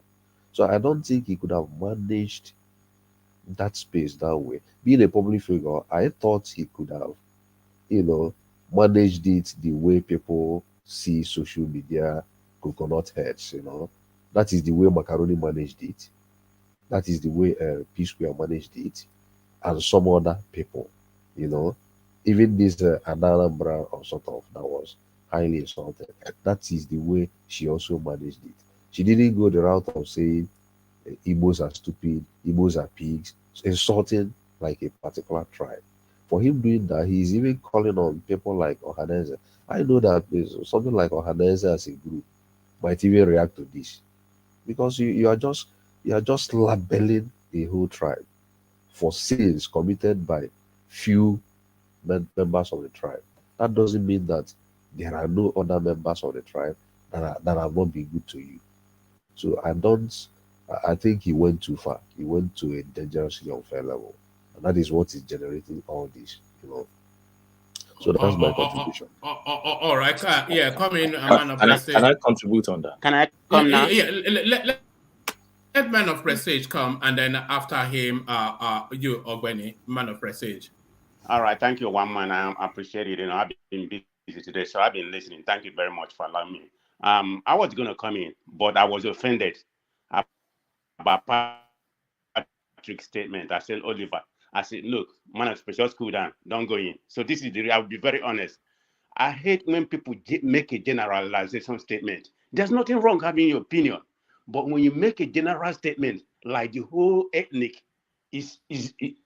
I mean, that annoys me, okay? You know, I don't want to raise my voice. That's why I didn't come in because of Patrick's statement. I can only apologize for that. It passed me by only because I would not expect. Yes, Patrick, he said it. I had everything. I was listening. I've been listening all day today. No, I logged in when you came in, but I couldn't come in. Yeah, hold on. I'm not saying he did not say it, but I'm saying it passed me by only because I had no anticipation. It's okay, one man. It's okay. But apologies. I just want to come my knife down. That's why I didn't come in, okay? He probably did not intend it in the manner that he came across, because that's not how we know him. He did. He doubled down on it because he said that something about he didn't want to marry. That's not how we know Patrick, though. That's not how we know me, I was surprised. I used to dialogue with Patrick, you know, I don't agree with his political, you know, and philosophy, but I was just surprised about that. But anyway, having said that, let's go to the current topic we're talking about right now.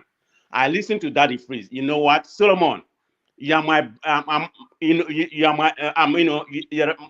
in-law to you from Umuahia. I've been visited Umuahia when I went to Nigeria, but I'm surprised when you change things. Whether you're trying to, you said you listened to Daddy Freeze. Didn't you hear what the woman said? I am not changing. Can I finish? Okay, one man. I'm listening. Keep that guy to be quiet, okay? Let me finish.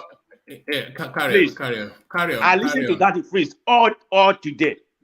You see, when he came here and just, you know, tweeted the whole thing. The lady that was speaking is from I think from the island somewhere in London over there.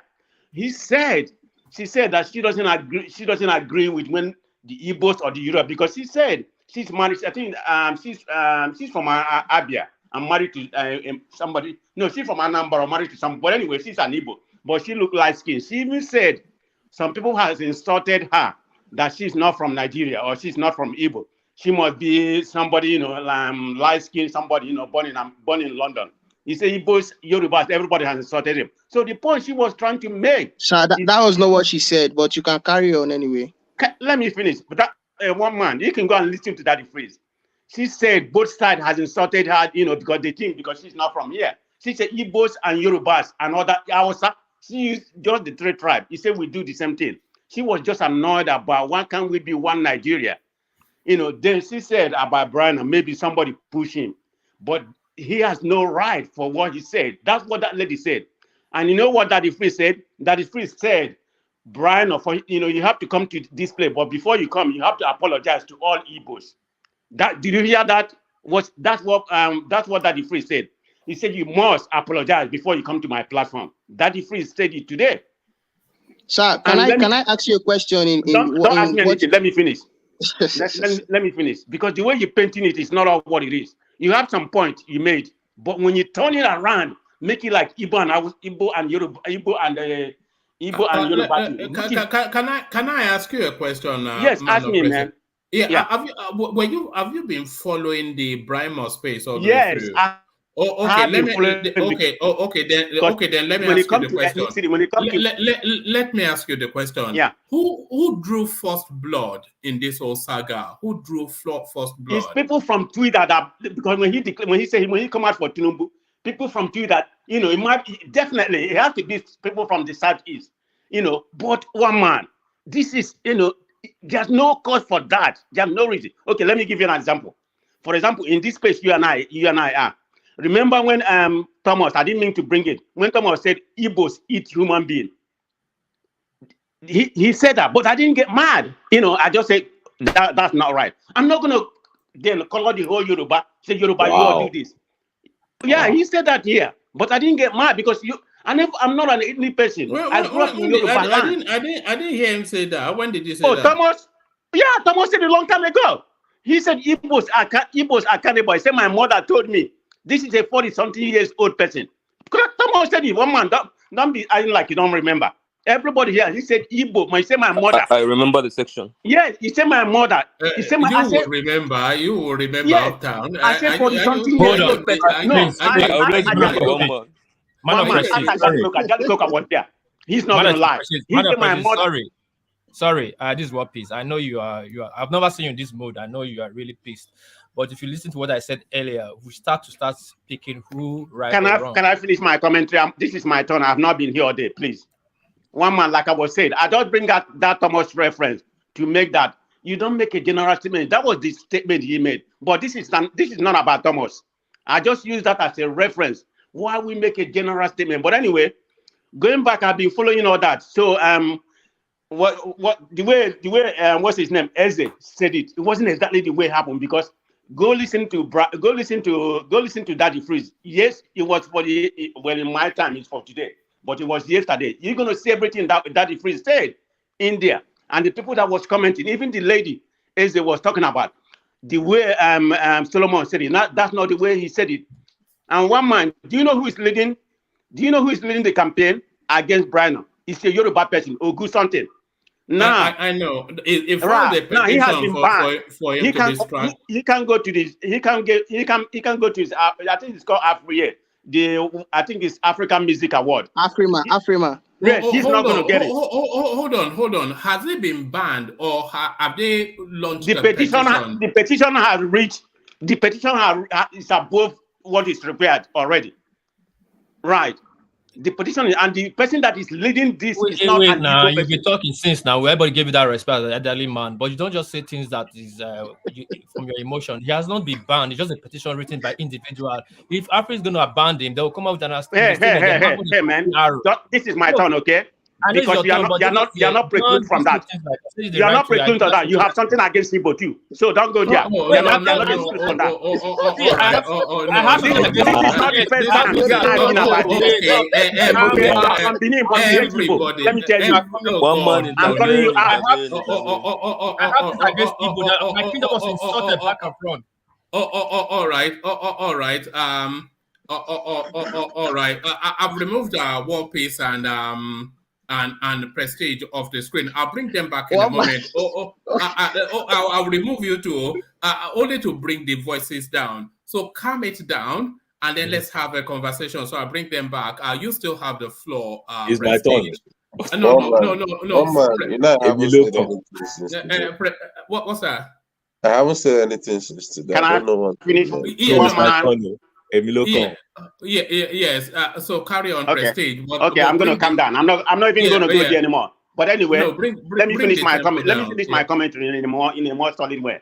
So, like I was saying, the guy that was leading the petition against him, they have read the numbers for him not to get any award or whatever. That's where we are right now. But the point I'm trying to make, this is universal. It's not about Igbo, Yoruba. It's about the comment. This man is a celebrity, regardless of what anybody says. You don't have to say that. You don't have to call out the whole tribe. This is my issue I have. When people make a general statement, one man, I know how you are, but you have never made that kind of commentary. I know people in this platform have made that commentary. And anybody can put me here. I am man of prestige. If I have been anything that's ethnic or anything, if you have it, you can play it back. Anywhere I made it kind of. No, you hate that kind of stuff anyway. You know, the least ethnic person here is probably that's not my MO. Yeah. You know, you don't even know who I'm married. Nobody even know who I'm married. So I'm not even going to disclose this here. So I'm not that kind of. No, I know who you are married. I know who you are married to. I hate that. You are married to an Edo woman. I know that. Forget about that. That does not matter. One man. One day I'm going to surprise you. Don't worry. Emilokon. One man, can I talk? I'm not talking to you. Okay, I don't want to talk to you. No. So calm down now. Okay, one man. I'm done. Let me go ahead and listen. Okay, thank you, one man. Yeah, good to hear. You know, thank you, one man. Brian Boy is not even here, also. I'm not quite sure why you are charged up. But let's hear from Des first, and then we come to you, Ogweni, only because he's been here for a good while, and we've not heard from him at all. So, you're back in America now, aren't you, Desmond? Yeah, one man. Right. So have you following this Brian space? It was actually Uptown that brought it up that this is what is agitating the space at the moment. And I've had a quick look, and it looks as though the guy declared his support for Tinubu, and then the usual, thing that you get from elements of the obedient space, they went into his comment section and then they went wild. And then he probably did not have the maturity to handle it, and then it spiraled to where we are now. So your take on that space, Des? Yeah, one man, it basically boils down to maturity. To be honest, you summed it up. It boils down to maturity. But I'm gonna say one thing. I'm gonna probably lay a background. In 1964, whatever, Ahmadu Bello made a statement that IGBOS, whatever, they make a hatred statement against the IGBOS, which begot the killing of the IGBOS in the north, which basically begot the IGBOS going back to the southeast, right, and declaring their own country. So I want to ask this question. What exactly did the IGBOS do? Now, the war came, right? The northerners and the southwest for the southeast.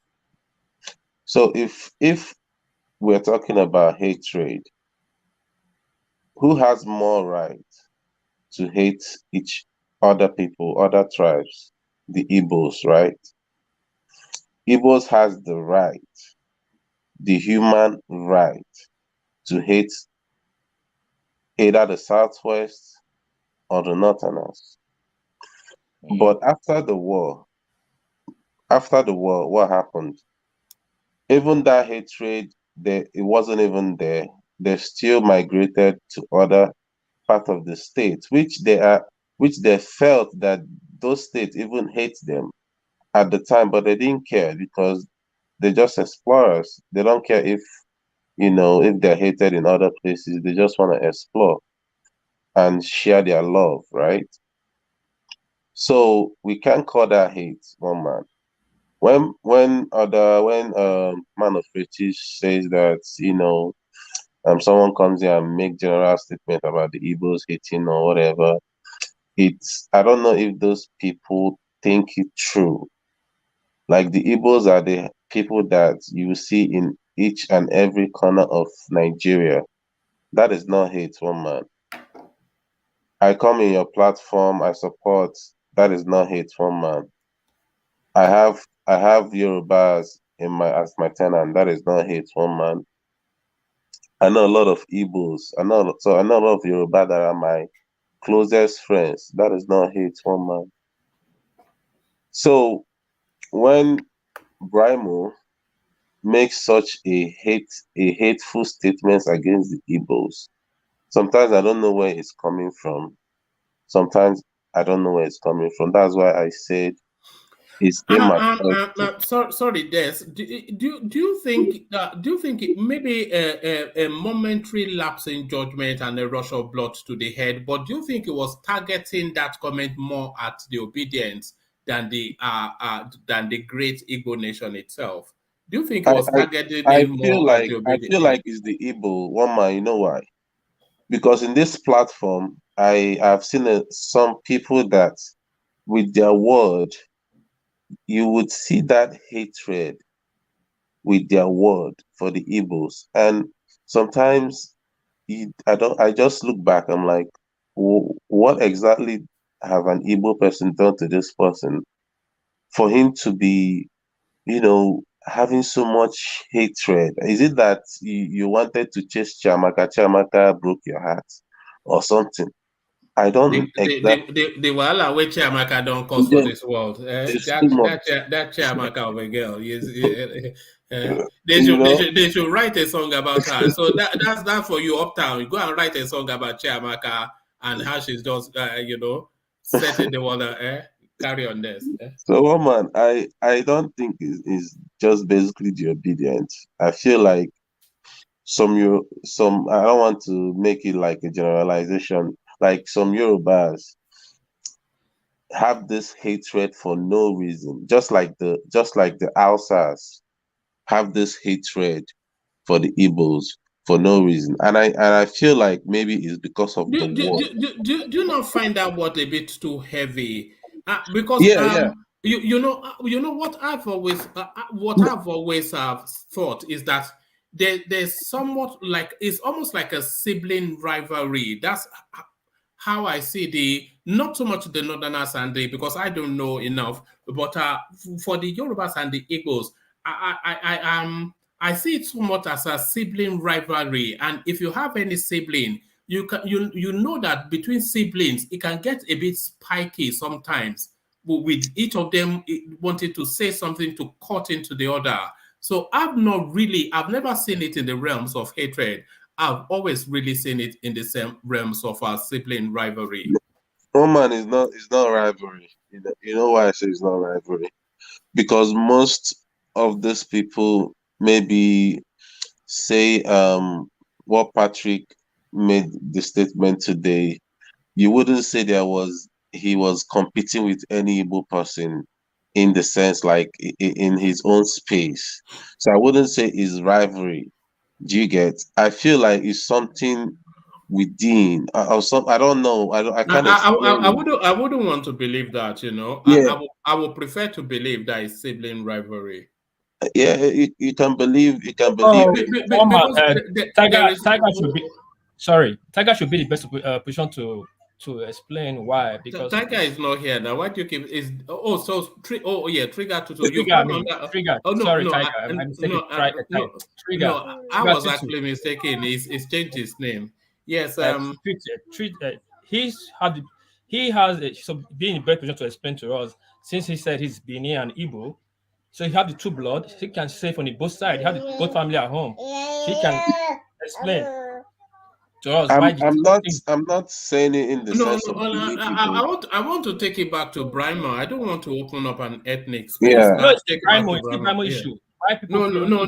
I don't want to open up that space. Sorry, please. Take it back to Brimo. Desmond. So in Brimo's space, the thing that I don't understand is why so much dislike? Let me put it like that for the IGBOS. And for the Brimo, in his space, I think is more of immaturity and dislike. This too is combining towards his statement because there's a lot of celebrities in this world, so many celebrities. Even without this, the statement he made, you can just be a celebrity. There's gonna be insults coming left and right. Just being a celebrity, some people will not just like you. It's just the truth. Do you get? Some people don't just like you. Even when when they see you smile, they will find something there and they will insult you in the comment section. Even when you do a little thing, they will insult you in the comment section. It's more of you as a celebrity to look those comments, those hated comments towards you, and look it away. That is why you're a celebrity. That's why you are some sort of a general figure. You know, you mature into it, being a celebrity. You mature. Brimo as a person hasn't matured to that space. And I don't even think he's probably gotten any insult since he started being a celebrity. This is probably the first time that I've insulted him. Do you get? So I think it's one, dislike for the IGBOS and immaturity that brought up all this, all these words against the IGBOS. I'm not sure it cuts that deep, One man to add to that. If you go to Tunde Notes page, where he posted about this, go to his comment section. DJ Biggen, some DJs in the industry are beginning to speak out about Brimo's bigotry. A lot of people are talking about their experience with him and how he is an extremist in terms of ethnic and religion. I think he's a Muslim, I don't know, but they are talking about how much he hates Igbos and all that. Like his normal colleagues in the industry. Just go to the comment section. DJ Biggen is vocal on it.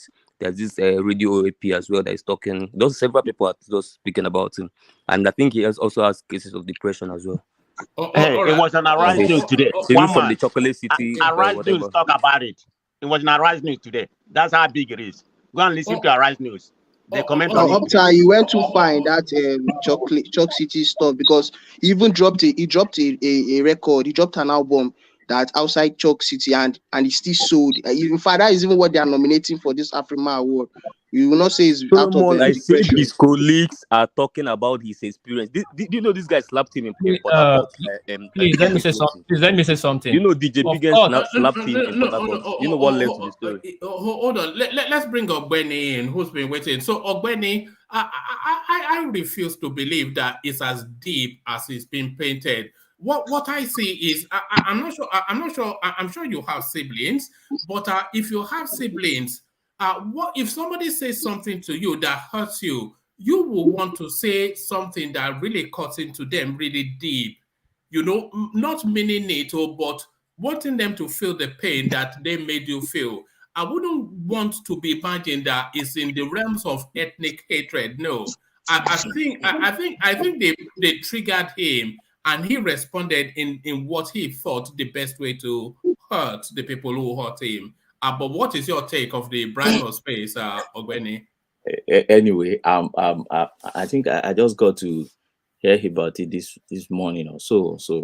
So I've been able to pick one or two things. But you see, one thing I've realized now in we Nigerians is that most times we choose to go on a selective amnesia. I'm telling you, we have this thing they call dissociative amnesia disorder. And why do I say so? You see, when somebody like Nnamdi Kanu was ethnic profiling other two ethnics in Nigeria, we were not this super active and reacting. You see the kind of names Nnamdi Kanu will call the Fulanese. In fact, if you want to talk about the ethnic, we ethnic profile most in Nigeria is the Fulanese. Who is talking for them? You see, Martin Luther said injustice anywhere is a threat to justice everywhere. Nobody is defending them. Today, so many people on this platform have talked about Fulani kidnapper, Fulani this, Fulani that. Today alone on this platform. Who is speaking for them? Who is talking about them? Nobody. Or Tom once called them what? Called them a sort of names, and he's talking. Nobody is talking because it's not affecting us. So many of my friends from the southeast, when you confront them with this, even when some of them that are supporting, so many of them that are supporting Nnamdi Kanu will say yes, it's fine because it's fighting a cause. I said, but you don't know this is a problem is creating somewhere, because there's always reaction to any hatred. You see? So, and another thing, I watched Femi Fani FFK, ethnic profiling Fulani also so much that and throughout, I hardly see any Yoruba man that raise objection to what Femi Fani Kayode. Every time the guy will call them slave, Nnamdi Kanu will call them cow, he will call them cattle, Islamic killer, robbers, jihadists, everywhere. I see all Fulanis are kidnappers. So you pick the minority to judge the majority. And people keep quiet because we believe it's not affecting us. But now that we think it's affecting our own ethnic, then we see problem in that. I call that selective amnesia. And that is the problem we are having in Nigeria. It doesn't affect you. Then we're talking about maturity for all these celebrities. How many of them grew up like me and you through the maturity-led ladder? How many?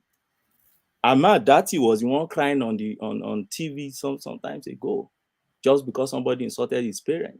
Where is maturity in that one? And we'll still comment to defend him. And I mean, I've watched so many people, I've listened to many people online defend him that, he's emotional. I said, this is not a leader. That's not maturity. So what kind of maturity do you expect from Brimo? If you go back to his background, where is he from? How did he grow? What tough life or insult has he ever gone through? Yes, I condemn what he said. I condemn it. But what I'm saying is this: if somebody say, somebody just asked a question here, why so much dislike for the IGBOS? That's another generalization you are complaining against. Okay, it's the same generalization. How many people from those tribes don't like IGBOS? Bring the statistic. There is no statistic that shows that. I said some. I'm not. He didn't mention any tribe now, my boy. No, I know, but when you say people hate Igbo, it means not Igbo. You're not talking about Igbo. You're talking of other tribes, right? You are saying other tribes hate Igbos, and you keep pushing Igbo as the only victim here. We are all victim here. That's the point I'm trying to make. We are all victim. I've seen so many Igbos talking about Yorubas, the way they call them Fulefu, told them palm oil, red oil drinker, call them different names and others. But I won't use that to judge the entire race. The same thing with the Fulanese. We all talk about Fulanese. We all agree here. We talk about Fulanese. We profile them anyhow. We talk about them anyhow. But nobody is speaking for them. And that is where it starts from. So my point is this, you see. Once we see a trouble somewhere, you see, let us speak out. Once we see a problem, you are ethnic profiling a particular ethnic in Nigeria, let us speak out. Don't let us become supercharged only when it's affecting us. That is not how we're going to make Nigeria great. The way we're going to make Nigeria great is somebody beside you, an Igbo man, is talking to you as an Igbo and is ethnic profiling Yoruba, you speak against it. You be extremely supercharged and say, no, don't do this. This is wrong. Then the Yoruba, someone like Femi Fani Kayode, speaking against the Fulani, and I think sometimes he even spoke against the Igbos until he now started correcting himself and said, even Bianca, he dated Bianca Ojukwu at a point in time, so he didn't hate them, things like that. But how many Yorubas stood up and challenged Fani Kayode? Thank God, this one, we have a Yoruba man who belongs to the same tribe and is challenging Brimo, leading the petition against Brimo. But I wonder how many tribes would their tribal man say that and they will challenge their tribal man? How many have you recorded in Nigeria? Let's check history. So I'm happy that this is happening to a Yoruba man. I'm happy. Another Yoruba man is challenging this guy, which is a very good thing. And I'll be expecting more people from his own ethnic to challenge so that the other ethnic will understand that, yes, there are people in Nigeria that can still stand to be Nigeria. But the summary of what I'm just saying is this: injustice anywhere, ethnic profiling anywhere is a threat to the unity of the country. Let's kick against it, whether it suits your own, whether it's Simon Ekpa that is calling somebody cow, or whether it's Nnamdi Kanu that is calling, or Autumn of FFK, or these are celebrities too. And they peddle this narrative outside there. We're not complaining against it. So we should try and balance all these things. That's my take on this. Solomon is Ofeman. Well spoken, brother. I like your commentary. One man.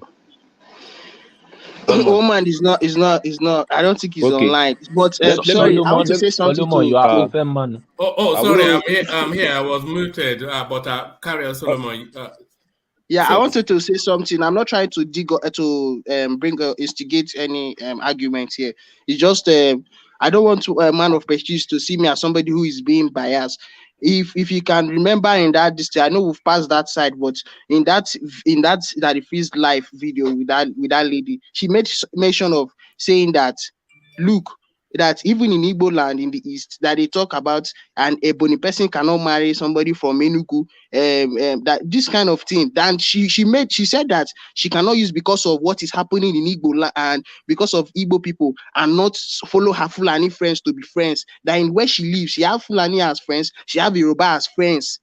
I cannot come here and start spitting or saying something that is not true or something that is not real. So that is the correction I'm trying to let man of prestige, and my own point of view. I'm trying to let man of prestige know about. Yeah.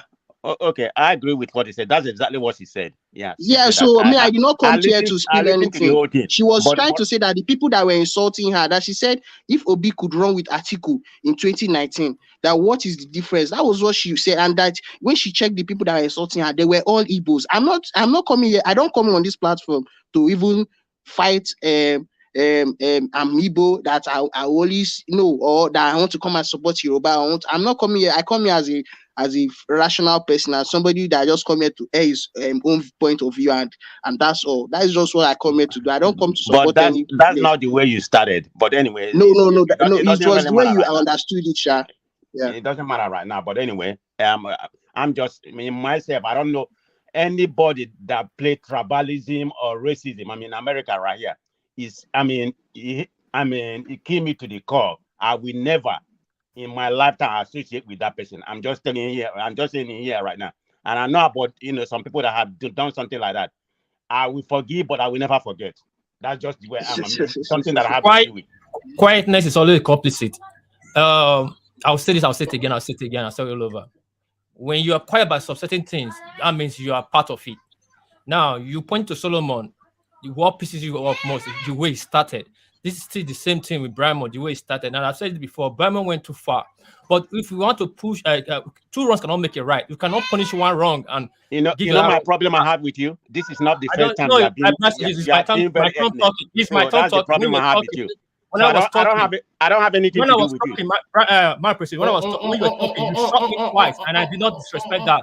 I'm talking, you give that respect. One man, just let them hold on. Let me say what I want. All right, everybody hold on. But let what peace have a say. But please don't take it to an ethnic space. If you take it to an ethnic space, then I'll have to stop you. But I understand one man. But sometimes when you say like this, now you make me not to put what I'm going to put. What I'm going to put is we're trying to pull it back from. No, it's not pulling back. It's not violence. The problem of Nigeria, or we ethnic people, is we refuse to sit down and talk about some certain issue that is looking at us at the face, staring at us at the face. But when we talk about it, it's become tribal and we start blaming each other. Of course, these things, we know how it comes. If man of prestige if man of prestige, there was a state there, me, you, Saki for that man of prestige won this space. Talking that time was between what's it called? Obi just started moving to Labour. We're still talking about Nnamdi Kanu being released on December.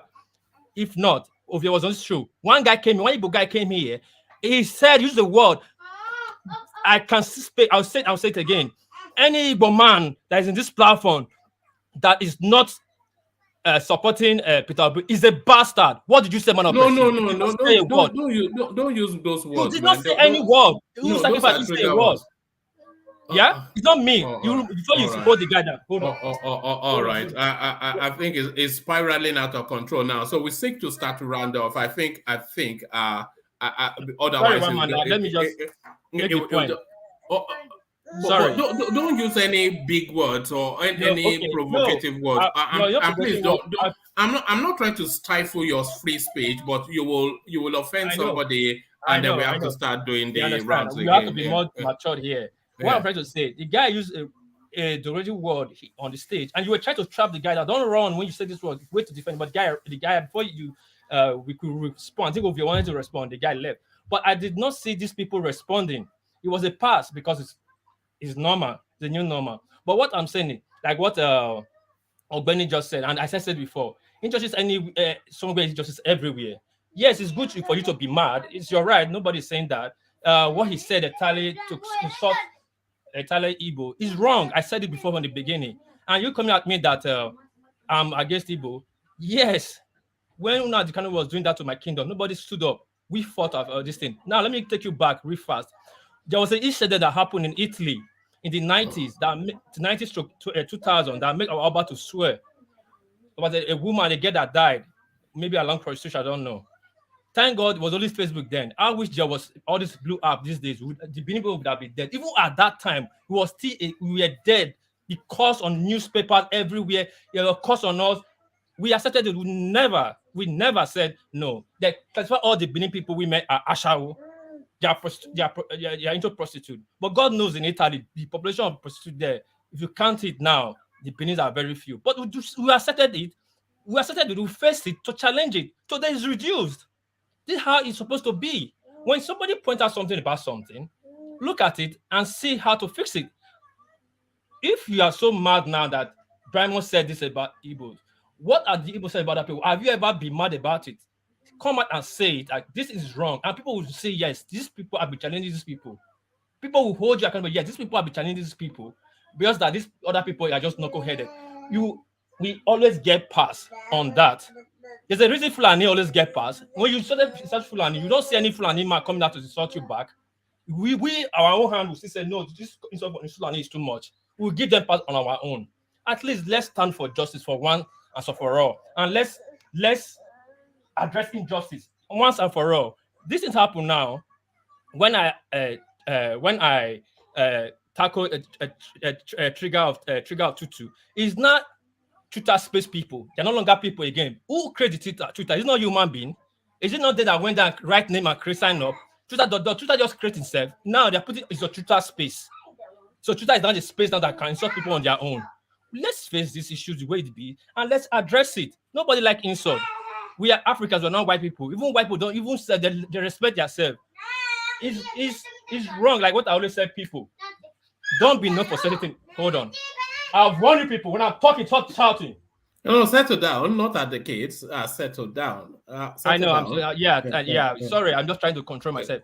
I've said this before. Even my wife here, I always tell people, my friends, if you are known for certain things, it's not good because when you're accused of something that look close to that stuff you are known for, it will be difficult for somebody to defend you. That's why if you see me in my life, if you tell me about somebody, it's then I'll go close to the person. When you tell me about some situation, I'll try to find out from the both sides because sometimes I'll fall a victim that I was accused wrongly. It took my friend just once said, Tony, I know you, you're not this person. He asked one question, I answered, I said, you are right, you're not wrong. What they accuse you for is you have no hand on it. But everybody believe that stuff that I did it. So that experience, I know it. Two things I hate in my life, stealing and lying. I can talk out of context, but for me to just lie on you, I would never. For you to steal your thing, I would never. So when people say things, I try to find out what really happened. Now, because there's a certain pattern from the southeastern area of insult. If Brimo now said because he was insulted, he did this, people will want to buy into Brimo's narrative, but nobody will really want to support the Igbos because of this pattern that is coming up. That's why I said you have to. I didn't say no. I'm just saying. I'm not. I want to round off. Thank you. Okay. But anyway, in this platform, the way these people handle this, the man of prestige, Chagatutu handle this case, to me, it was biased. I know you have the right to be angry. Yes, they talk about Igbo, but you should say things the way it is. The three panelists that the show, that the free show gave a good analysis, and that's why I didn't talk about it. They make it the way we understand it, and it was right. That's the way it's supposed to be. Treat injustice anywhere, everywhere, the way it is. Don't give pass to somebody. That's my summation. Thank you. All right, brilliant. So I want to start to round off to land on Sake Fada. Gentlemen, I want to restrict it to no more than 2-3 minutes because I don't want to go past the 7 o'clock mark. So to round off to land on Sake Fada, let's kick it off with Ife. If it's still here, it's been very quiet. Ife, show you I'm here. Okay, I think Ife has gone to bed. So thank you for joining us, Ife. You are there. Are you there? Yes, I'm here. Okay. Yeah. So you were very quiet, unlike you. But yeah. Yeah. I don't want to make it more controversial. Yes, it's one of those things. Uptown brought it up. I didn't know it cut in that deep, but I'm glad we had the conversation. But close remarks. But at the end of the day, it shows that we are more or less having. I think where we have multi-ethnic country, you just have to. Multi-ethnic group in a country, you just have to manage this space properly. And I don't know. For me, one man, what's it called? The way I look at these things, I still want to believe if we run a more, if we run a constitution that recognizes the ethnic diversity we have, such that we have governments that address all these, our fracas will go down. Nigeria is not the only country that has multi-ethnic groups, but what other countries have done is they've designed their constitution to address the internal issues they have. As big as America is, they have conservative ideas for their native Indians. So I don't know. Unless we just be circling around all these things, opening is panning in our politics now. It's more of this Yoruba candidates, Peter Obi and Atiku. And to show in February, next month, you will see the majority of all the votes that will come from everybody's ethnic block. If you don't win your ethnic block, in the next coming election, you might not be the president. So that's it. And these are the things that caused all this zoning. Even zoning at times goes to more or less senatorial district at times. So if we don't address the issue, sit down together and iron out these issues, we'll just be circling around. The next generation will come, they'll still meet the same problem. So that's the way I see it. Yeah. All right, brilliant. Well put, Ife. Always well put, Ife. That's why everybody likes to hear from you. So that's Ife. Thank you.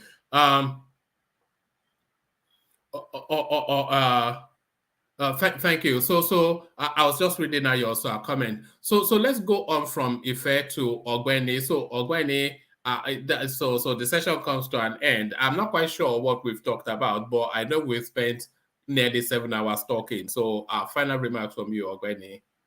Well, I've always been saying that one of the major solutions to our issues in Nigeria, at least for citizens, the enlightened one like us, is we should take time to read and understand our history.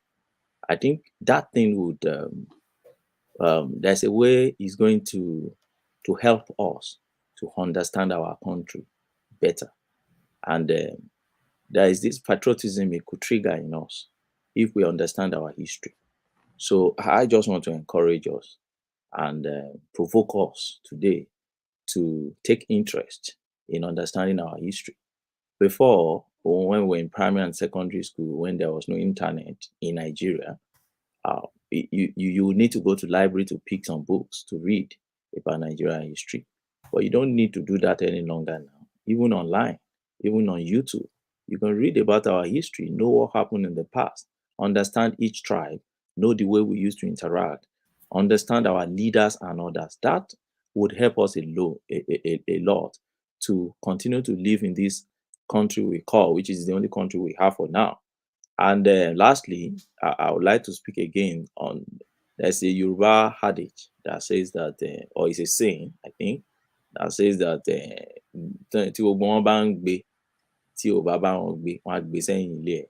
meaning that literally it means if everybody in your street are carrying calabash of madness and you refuse to join them in carrying, they will put it at the back of your house. You will be the victim eventually. So when we see people speaking something that we think could, something that ordinarily if they speak against you, it's not something you would like, or they speak against your own tribe, it's not something you would like. When they speak against another tribe, speak out. When you speak out, they know this is what this man stands for. And from there, it begins to spread. And then we can have a better Nigeria that we all dream to have. All right. Good night, everyone. All right, brilliant. Thank you, Ogweni, a real gentleman. So Ogweni, one of the fast developing voices on the platform. I just delight in hearing from him anytime he does turn up. So thank you, Ogweni. So a guy that fully established on the platform, the fans' favorite, the ladies' man, Desmond Trigger Tutu. Trigger Tutu. Yeah, well, man. How am I going to run? I've never even said anything today. But I know the sleep in your voice is so heavy. I just flew in today. I know jet lag and everything, Abby. Yeah. So, the honest truth is that if you're anybody supporting Tinubu, I mean, you can't help but to lie, because the man you're trying to sell is a lie itself. That's why no, we're losing you. In fact, we've lost you. Somewhat, but carry on. Something with your mic. No. Can you hear me now? Yes, we can hear you now. Okay. Can you hear me now? This is what we're hearing. Yeah, carry on. I can hear you. Yeah. I said the truth is that when you're anybody who's trying to that is supporting Tinubu can't help but to lie, because the man you're trying to sell is just a lie. Because when Thomas came here and started lying about P2B, what he didn't do and what he did, all the bad whatever he's been saying, I was just laughing. I felt like, I think he's the one that just went to Nigeria and came back. I felt like he just went to Nigeria and Ghani around Nigeria without even verifying what P2B told him to go and verify.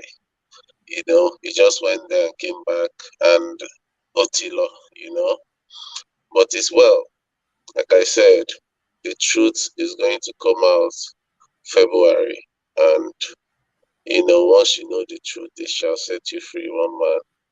And Thomas, I'm sorry, but your lie is not gonna hold. Even when they caught you lying today, you try to. It's just pointless, woman. I mean, at this point, let the Tinubus give up. If it's tribal politics they're going to play, I don't see how Tinubu is going to win it, because if it's tribal, let's give it to Atiku now, because Atiku has the Muslim and the North, and let's give it to be second, and let's give Tinubu top, because he can only max votes in the Southwest. So if it's tribal, Tinubu might as well just go and sit down. One man. We'll see tomorrow. Okay. Good night. All right. Good night. God bless. Thank you. Go get some rest. You sound as though you need it. So thank you. So that was Des. Of course, that was Des. Everybody knows Des. So from Des, let's go to the musician in the city, formerly Uptown, now Peter Obi for president, GCFR. So Uptown, closing remarks. Yeah, one man. Let me close with reading out an encounter I had with somebody on Twitter on the comment section while we're on this platform. I was doing it. So he said something under the Brahimo section that was highly a bigotry statement.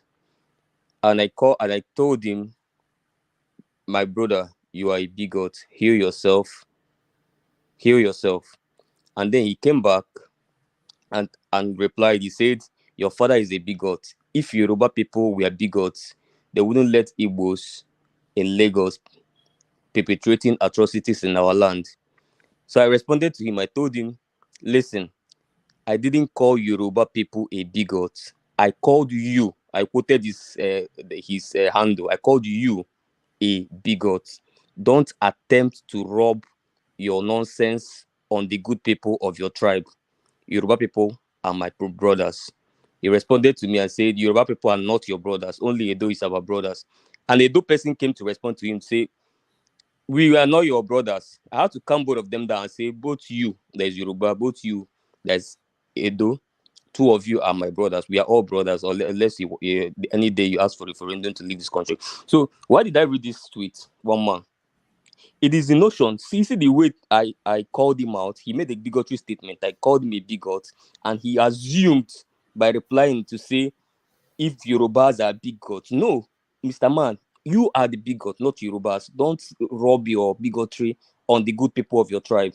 And that is the problem we're having in Nigeria. You make a comment, you're called out, and then you assume it is your tribe that is being called out. What makes you a representative of your tribe? If you do a stupid thing, you take responsibility for it. Your tribe will never take responsibility for it. Igbo people will never take responsibility for Nnamdi Kanu's stupidness. Forgive my language. Igbo people, especially not me and not my family, none of us will take responsibility for all the nonsense Nnamdi Kanu and Samanapa says on their page. So, one man, if Nnamdi Kanu makes a comment that is bigotry, all of us in this country, at least those of us that are not bigots, that have sense, should call him out. Yorubas call him out. Igbos call him out. Fulani is coming out. The same way Brimo, if he makes a bigotry statement, we all call him out. I call him out. You call him out. If P-Square come out tomorrow and tweet something and said, Yoruba people, because I've checked the people insulting me in my comment section, I've seen that you are almost all Yoruba, therefore Yoruba people are fools. I'll be the person to lead the charge in dragging P-Square tomorrow. I will drag him till he leaves Twitter. Because it's wrong. We cannot cite wrong things. Femi, if Femi Fani Kayode be waiting, if he insults you, insult Femi Fani Kayode back. So Femi cannot come and insult me and I will go and start insulting Yoruba tribe. Does Femi Fani Kayode speak for Yoruba tribe? If Femi insult me today, I will go and insult Femi. Femi, you called me a foolish person. You a stupid person. You, Femi, you. If Buhari made a comment and said a dot in a circle. Yeah? So if I feel insulted, I will insult Buhari back. Buhari, you are the dot in a circle. Instead of going to insult innocent Fulani people. When Buhari was saying dot in a circle, was it speaking on behalf of Fulani? He wasn't. Did they send him to say it? They didn't send him. Have you gone past your 3 minutes? Let me just round up. But one man, this is important for us to have the ideology of this platform and move ourselves towards unity. You get what I'm saying? So, but then you will find some of my Igbo brothers, they will say Buhari say dot in a circle, therefore we will insult Fulani. When? Did he gather with Fulani people to say it? He said it, he should hold responsible for it. He's the one responsible for it. Fulani people didn't call you dot in a circle. You know what I'm saying? So that is the way we have to go with this platform. One man, you have to help us as well. Help us as well. Try, because sometimes I see it going on in this platform, but sometimes I don't want to call some people out. I don't want to call some people, but sometimes because me, if you go to Twitter, I face off with Simon, but he has blocked my first account. I have used my second account to go and continue from where I stopped. I call him out. I expose his lies that he used to deceive his gullible followers. If he blocks it, I have other accounts. I'll go back and continue because somebody has to call him out. So, obedience, if they go extreme, I used to fight with my fellow obedience on Twitter. Once you go overboard, if you want to insult Tinubu, if you want to criticize Tinubu, if you want to criticize OPC, criticize APC, let it not have anything to do with Yoruba people. Yoruba people are not the people fielding Tinubu for president. I can't remember any time Yoruba people gathered and said we are fielding Tinubu. So what is the business of Yoruba people with Tinubu? If you have a qualms with Tinubu, treat it with Tinubu. If you have it comes with APC as a party, treat it with APC. Same advice I give to my Yoruba brothers. If you have I'm rounding off with this. If you have a qualms with Obi, face Obi, criticize Obi. If you have a qualms with his party, Labour Party, or the supporters of Labour Party, call them supporters of Labour Party. I have a problem with you. Don't say Igbo people. Don't say Yoruba people. Don't say Fulani people. That is the problem we are having. So one man, the last request I will use to end this closing remark is, one man, please tailor your leadership in the platform and try to give more airtime to people that preach unity rather than people that come to divide us in this platform. You if brought anybody, hold on. You brought the Brimo story. It wasn't me. It wasn't even on the top. You brought it. No, you no, said you no. The Brimo insisted. story is a story that we should talk about. I'm just saying that if anybody come to the platform and immediately start giving ethnic, we have some examples even today. I think the onus is on you to always never give them the chance to, because we at this platform, I feel we are setting the bars. That's a fair comment, but sometimes a comment might pass me by, or I may not hear. I understand what you say. Or I may not hear it in the way that others are digesting it.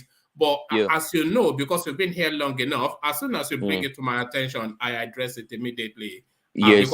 Of course, so the point I'm making is here: if someone makes that kind of comment, allow people to shut him down. Allow people to not only shut him down in terms of criticizing, allow people to explain to him that, my brother, that is not right. This is what you should have done. You understand what I'm saying? Because we are all learning. So if someone said Igbo people, I can't attack you and say I'm vexed up. I think I'll probably be like, okay, you know what? Maybe the way you are viewing it is not the way. See, we Igbos don't hate you. It's because of this and that. There are bigots in every tribe. There are Igbo bigots. There are Yoruba bigots. There are Fulani bigots. And I think this war should be us that want a united Nigeria against the bigots. The more we go against the bigots, the more they are silenced, and the more we have unity. That's the point, and not to fan up everything. All right, brilliant. Thank you. Put. So hopefully we'll see you tomorrow. So that's Uptown, of course, the fans' favorite. Certainly the fans' favorite. So from one fan favorite to another fan favorite, let's take it to Man of Prestige, if he's still there. So Man of Prestige, are you still there? Yeah, thank you, one man, for giving me the opportunity. Look at your voice now. This is the Man of Prestige that we know in the normal, steady voice. But they charged you up. They charged you up. Yeah, thank you, one man, for giving me the opportunity to speak. I'm just going to speak, within the space allowed to me, and I'm going to make it very clear to you. But one man, I'm begging you, please, if any one of us, I'm saying us, I don't mean anybody, come here and make a derogatory statement. I mean, sometimes I know it passes you, because of you are very busy. Please try to caution us. This platform will be a better place. Try to caution us, please. Any one of us that make any bigotry statement, it doesn't matter. I mean, for me, I hate anything about racism, tribalism. I don't forgive that person. This is just me. I know you do, actually, because I don't forgive that person. Because I know you don't like all those ethnic stuff. It just drive me to the corner. Now I'm still boiling, but I'm gonna be very calm. I'm not gonna mention any name, but I'm gonna just make some some comment. What please say something about the guy that came? I think he drive truck that day. That guy was against me, and I spoke up against him. I don't know if he doesn't remember. He even called me and asked me, "I know you older than me." I remember the person. I was against him, and asked Kulata. Kulata was in a different space. I think it was a VA space. Some guy cursed at him. Ask Kulata when he come by. And I was me and one other girl. I think Isimiri, the one girl in London. I think Isimiri. I don't know if you know who Isimiri is. We went after the guy. Actually, it was Pansat. So let's be very clear. We went after Pansat because he was against Kulata. Kulata didn't even speak. We went after him because of the way he was talking about Kulata. So the point I'm trying to make, I hate that. I will never forgive anybody. That tribalism, ethnicity, it just drive me to extreme level that I don't, But anyway, I don't want to speak. Let's have a good section. Tomorrow I'm going to come in and join. But one man, be good, okay? Oh, all right, thank you, bro. Thank you. Sorry, you were a bit upset. It just passed me by. Whatever it is that I'll have to go and listen back to that Patrick section just to be clear on what he said. And I heard him, but maybe not in the way that I should have. But thank you for bringing it to my attention. So thank you for that. So from man of prestige to Solomon in Abuja, and we have kept him up again. It's already part of me. Like I don't even have my system has been programmed to stay long like this now, but I'm going to work on it anyway. Yeah, it was a wonderful section, and even though we had ups and downs in this section, but still good. And for me, nothing. I don't keep things to heart, and I'm not reasoning anything. Yeah, Dex. And him exchange words here. It was very bad for me. I say sorry, not because I'm weak, but because I'm somebody that I don't like. This thing is an insult to me. Like me, even I would have ignored. Yeah. So it was just how my temper was for that moment. But sorry for the insults and all that. Yeah. So, but like what P said here, Mr. What P said here, we should at times allow certain things to be said, not us just petting words and minding what we say. Just if people are angry, they should just air their opinion, say their mind, and I don't know why in this ethnic thing somebody will say you are this. For me, you can't change the fact that I'm from this place, or even with what you've said about my place where I'm coming from. It's not going to change my place, the progress in my place. It's not going. I don't know why people get angry, and I can even come and tell people like maybe somebody from Yoruba that is from the Yoruba land now, this man or all this kind of thing. It will not still change anything. It will not. If the person still tell me that your place, look at what they do. To be honest with you, I won't get upset. So I don't know why people are even reasoning all these things about ethnic this one and all that. It's not something we should be reasoning. We should be thinking of how to make Nigeria become a progressive country that our economy, because we have all it takes for this country to compete with the world. But because of all this unnecessary talk, that you insulted my place, you insulted my this one, defending your place. If you even check that person, what contribution has he made or has he done for that his place is coming from, or for that his for the Igbo race or for the Yoruba? What contribution have that person done? Nothing. The person is just there making noise and talking what they don't know. So let's just not come here and be getting angry. And everybody that come, if we exchange words or we talk finish in this place and leave, the thing will just leave. Like for me, like this argument I had with this guy now, it has left me already. I'm not even reasoning it. So that's how we should be doing, and not keeping things that happened the other day, we bring it back here and be referencing it. No, let's just try and behave like people who are very, very mature people in this place. So we try and behave that mature. Then for disobedient movement, let me tell you the truth. I don't want to anyway. I don't want to say anything about Obi and his movement, because I know that they will not win. I'm telling you the truth. They should just keep doing what they are doing, keep talking anyhow they are talking. Those people who are dreaming, they should be dreaming well, because I know that they will not win. He's not going to win this election. Yes, even with what I saw in Enugu State, I just knew that these ones are just wasting their time, especially with the fact, even if Obi is a good person, the way you people are doing like mob, like I don't understand. You'll be talking and you don't even know what is involved, and you're making noise, coming here, you cannot even hear in other platforms, you're insulting people, and anybody, it's not making sense. It's not making sense. But don't worry, Sha, from 25th of February, we will know who is who. So one man, thank you for this platform. I thank everybody for their contributions, and one love, and I hope we all gather here today and continue. Yeah, thank you everybody. Good night. Oh, all right, brilliant. Thank you, Solomon. So thank you, Solomon. So from Solomon, we go on to War Peace. So War Peace, just condense it, please, so I can go to bed. So War Peace, to you. Yeah, thank you, one man. The session was a bit rowdy and I was a little bit jarred up, you know. But anyway, sometimes we need to speak about some certain issues, you know. What is going on in this country is not right.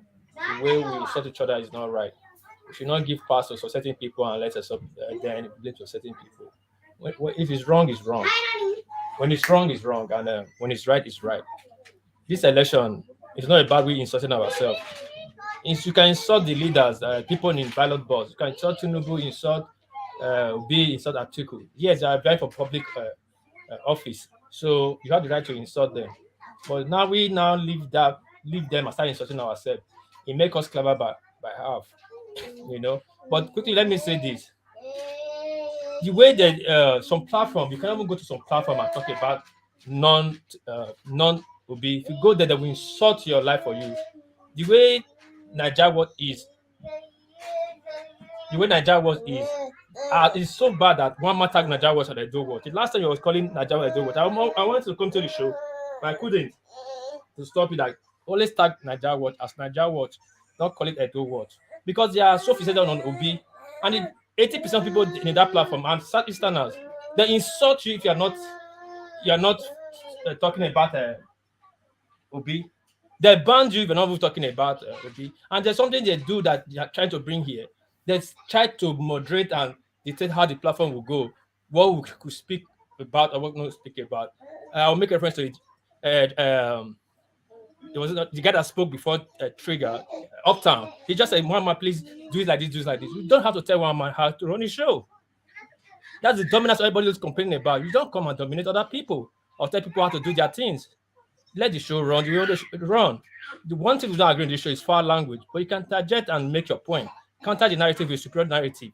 Simple. But if you go to other shows, you cannot even speak about that candidate. They will insult the hell out of you, call you all kind of names. They don't see that as a wrong thing. But if you come to here where you have your point to speak freely, then we start giant up like we are uncivilized. We are bigger than this. And if you think I'm an Igbo hater in any ramification you think is like that, it's okay. I have my own reasons. But for me, I'm doing for the benefit of everybody to be better. You know, I have my own fair share. My state, I have his own fair share. And every other state, I have their own fair share. Nobody hates Igbo in general. But people don't like certain ways the Igbo takes some certain issues. In general, let's transform it so we have a better country. It's for the better country, for one in Nigeria. At least I'm not adjusting to leave the country. Yorubas are adjusting. Why I'm not insulting them? So, but let's look for a way forward to make a country a better place and make this election a better election. Look at now, we're already fighting ourselves before election. Now, if the result came up, if the result not come out and maybe Tinubu lose or Obi lose, then we'll start shooting gun. It's not right. It's not right. One man, thank you for today. Let me quickly greet the people on the public session. Oga Ayo, Guyele, and the rest people. I greet you people. Buy your coffee, share, like and thumbs up. Without buy my coffee now, we are be. One man, thank you. Peace. I'm out. Thank you, One Piece. Thank you, One Piece. I wanted to keep it under 7 hours, but we've gone past that. So you just came in at the last minute just to deputize for Ajande Koko Sake father. Did Ajande Koko call you to say, go and close it up for me? The final word from Sake. Yeah, let me not take your time, one man. It has been a very scholarly section and quite a rich, you know. A lot of people, a lot of countries have been praying to have what Nigeria has today, but Nigeria appears not to be managing it very well. I think our diversity should be a kind of avenue for our strength, but I think people are trying to use it wrongly in such a manner that it tends to become a weakness. You know, I think it is important for any government that comes in power to institutionalize this history as a subject in schools. You know, we should study our rich histories and see that Nigeria actually should be great with its diversity. Diversity is a potential for greatness, and a lot of countries are really praying to have a diverse population. You know, I think Bishop Sankuka once talked on